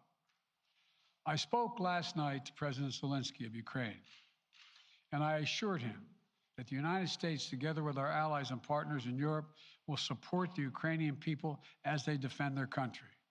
We'll provide humanitarian relief to ease their suffering. And in the early days of this conflict, Russia propaganda outlets will keep trying to hide the truth and claim success for its military operation against a made-up threat. But history has shown, time and again, how swift gains in territory eventually give way to grinding occupations, acts of mass civil disobedience, and strategic dead ends. The next few weeks and months will be hard on the people of Ukraine. Putin has unleashed a great pain on them, but the Ukrainian people have known 30 years of independence. They have repeatedly shown that they will not tolerate anyone who tries to take their country backwards. This is a dangerous moment for all of Europe, for the freedom around the world. Putin has committed an assault on the very principles that uphold the global peace. But now, the entire world sees clearly what Putin and his Kremlin allies are really all about. This was never about a genuine security concerns on their part. It was always about naked aggression, about Putin's desire for empire by any means necessary, by bullying Russia's neighbors through coercion and corruption, by changing borders by force, and ultimately by choosing a war without a cause. Putin's actions betray his sinister vision for the future of our world, one where nations take what they want by force. but it is a vision that the United States and freedom-loving nations everywhere will oppose with every tool of our considerable power. The United States and our allies and partners will emerge from this stronger, more united, more determined, and more purposeful. And Putin's aggression against Ukraine will end up costing Russia dearly, economically and strategically. We will make sure of that. Putin will be a pariah on the international stage. Any nation that countenances Russia's naked aggression against Ukraine will be stained by association. When the history of this era is written, Putin's choice to make a totally unjustifiable war on Ukraine will have left Russia weaker and the rest of the world stronger. Liberty, democracy, human dignity, these are the forces far more powerful than fear and oppression. They cannot be extinguished by tyrants like Putin and his armies. They cannot be erased by from people's hearts and hopes by any amount of violence and intimidation. They endure. In the contest between democracy and autocracy, between sovereignty and subjugation, make no mistake, freedom will prevail. God bless the people of a free and democratic Ukraine. May God protect our troops. Mr. President. Associated Press, Zeke. So do you have any plans to speak with President Putin at this point? And what interactions have you had with the Russian government? I heard the first part. Do I have any plans to speak with Putin at this point? And what? What communications have you had with the Kremlin as far as military operations in Ukraine and making sure this does not spiral into a larger conflict? Well, it's a large conflict already. The way we're going to ensure it's not going to aspire to a larger conflict is by providing all the forces needed in the Eastern European nations that are members of NATO. NATO is more united than it's ever been, and I have no plans to talk with Putin. Wall Street Journal, Tarina.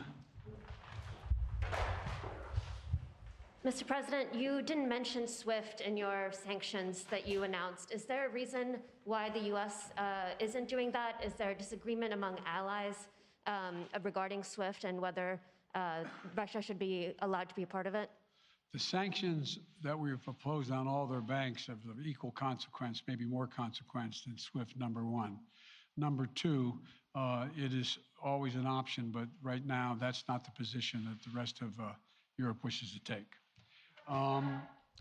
Cecilia Vega, ABC. Sir, sanctions clearly have not been enough to deter Vladimir Putin to this point. What is going to stop him?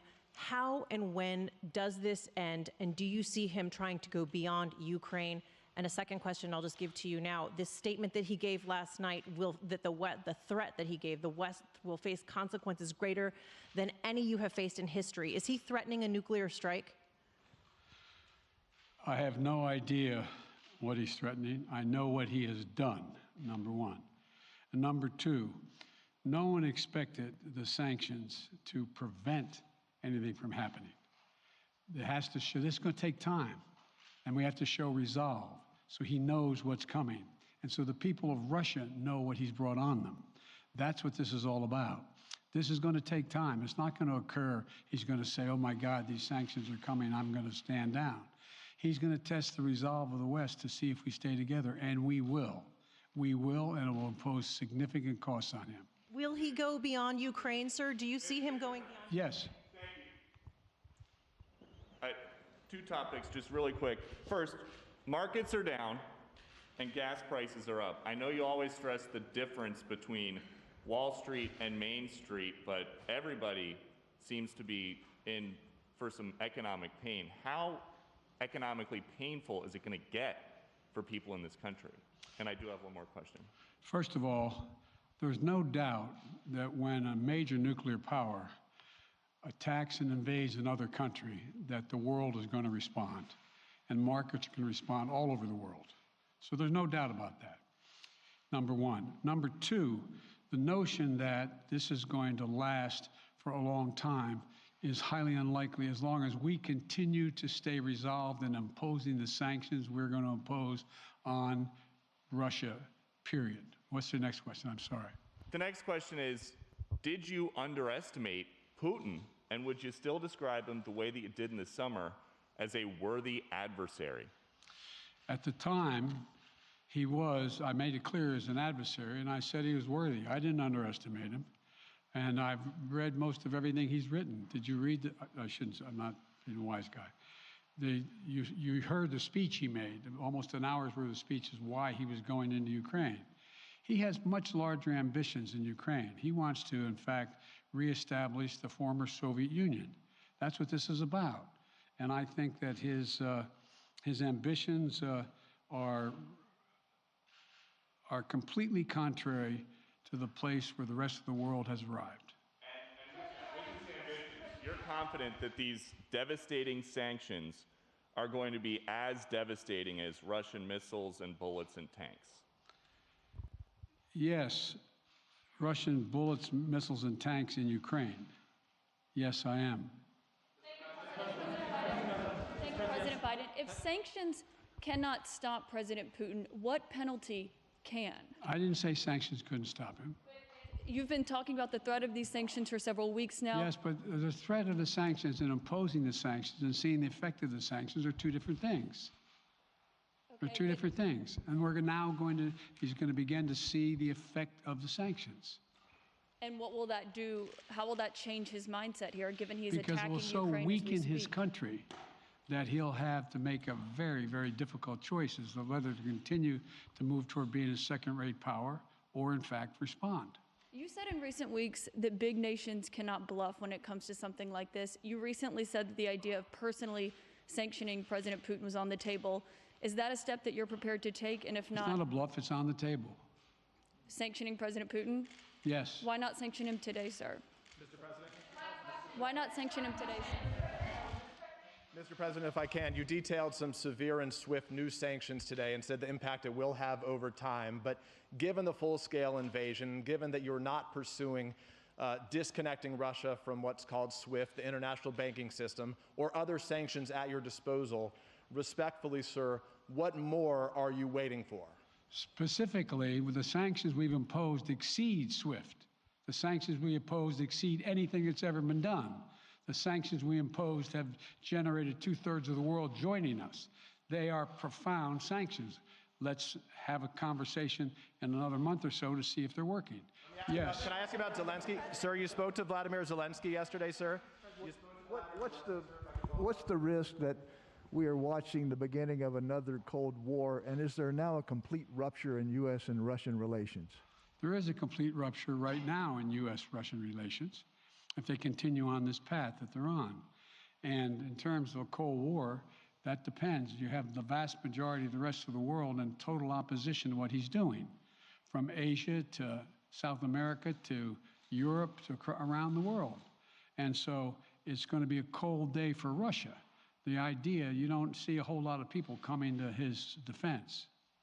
And are you, if I could follow up, sir, are you urging China to help isolate Russia? Are you urging China to help isolate Russia? I'm not prepared to comment on that at the moment.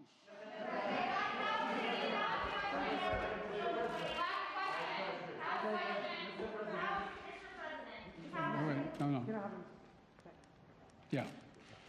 No. He's had his hand up a long time. Thank you, Mr. President. How concerned are you that Putin wants to go beyond Ukraine into other countries, and the U.S. will have to get involved if he moves into NATO countries? Well, if he did move into NATO countries, he will be involved. We will be involved. The only thing that I'm convinced of is if we don't stop now, he'll be emboldened.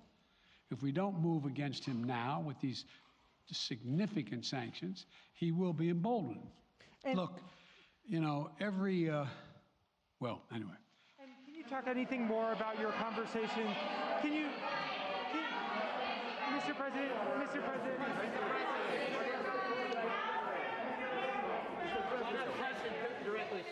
Why not sanction Putin directly today? I'm sorry, I can't hear you.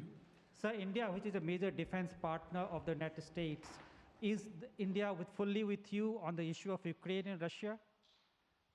Does the Defense Department of the United States? Sir, India is one of your major defense partners. Is India fully in sync with the United States on Russia? We're in consultation with India today. We haven't resolved that completely. One more question. Okay, thank you all very much. Thank you. You've been listening to President Biden there taking questions, announcing, first of all, his reaction to the news that President Putin has ordered an invasion of Ukraine. He said that Putin will be a pariah on the international stage. He said it was a dangerous moment for Europe. And this was, he described Putin's action as a naked aggression. And he said that the US would be bringing in major sanctions or significant sanctions, as he described them. Let's bring in our White House correspondent, Kimberly Halkett. So talk us through the scale of these sanctions that are being imposed. Yeah, these go much further than the ones that were announced earlier this week. And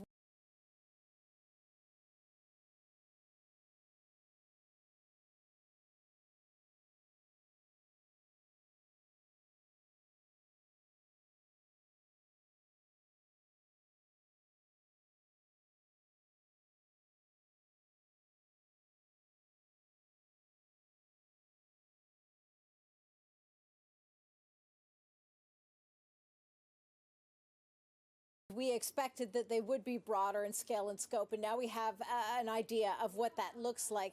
In terms of the financial impact, it will essentially isolate Russia from the global economy in terms of its finances. This is being done in coordination with European partners. It will limit its access to not just dollars, but also to other forms of currency.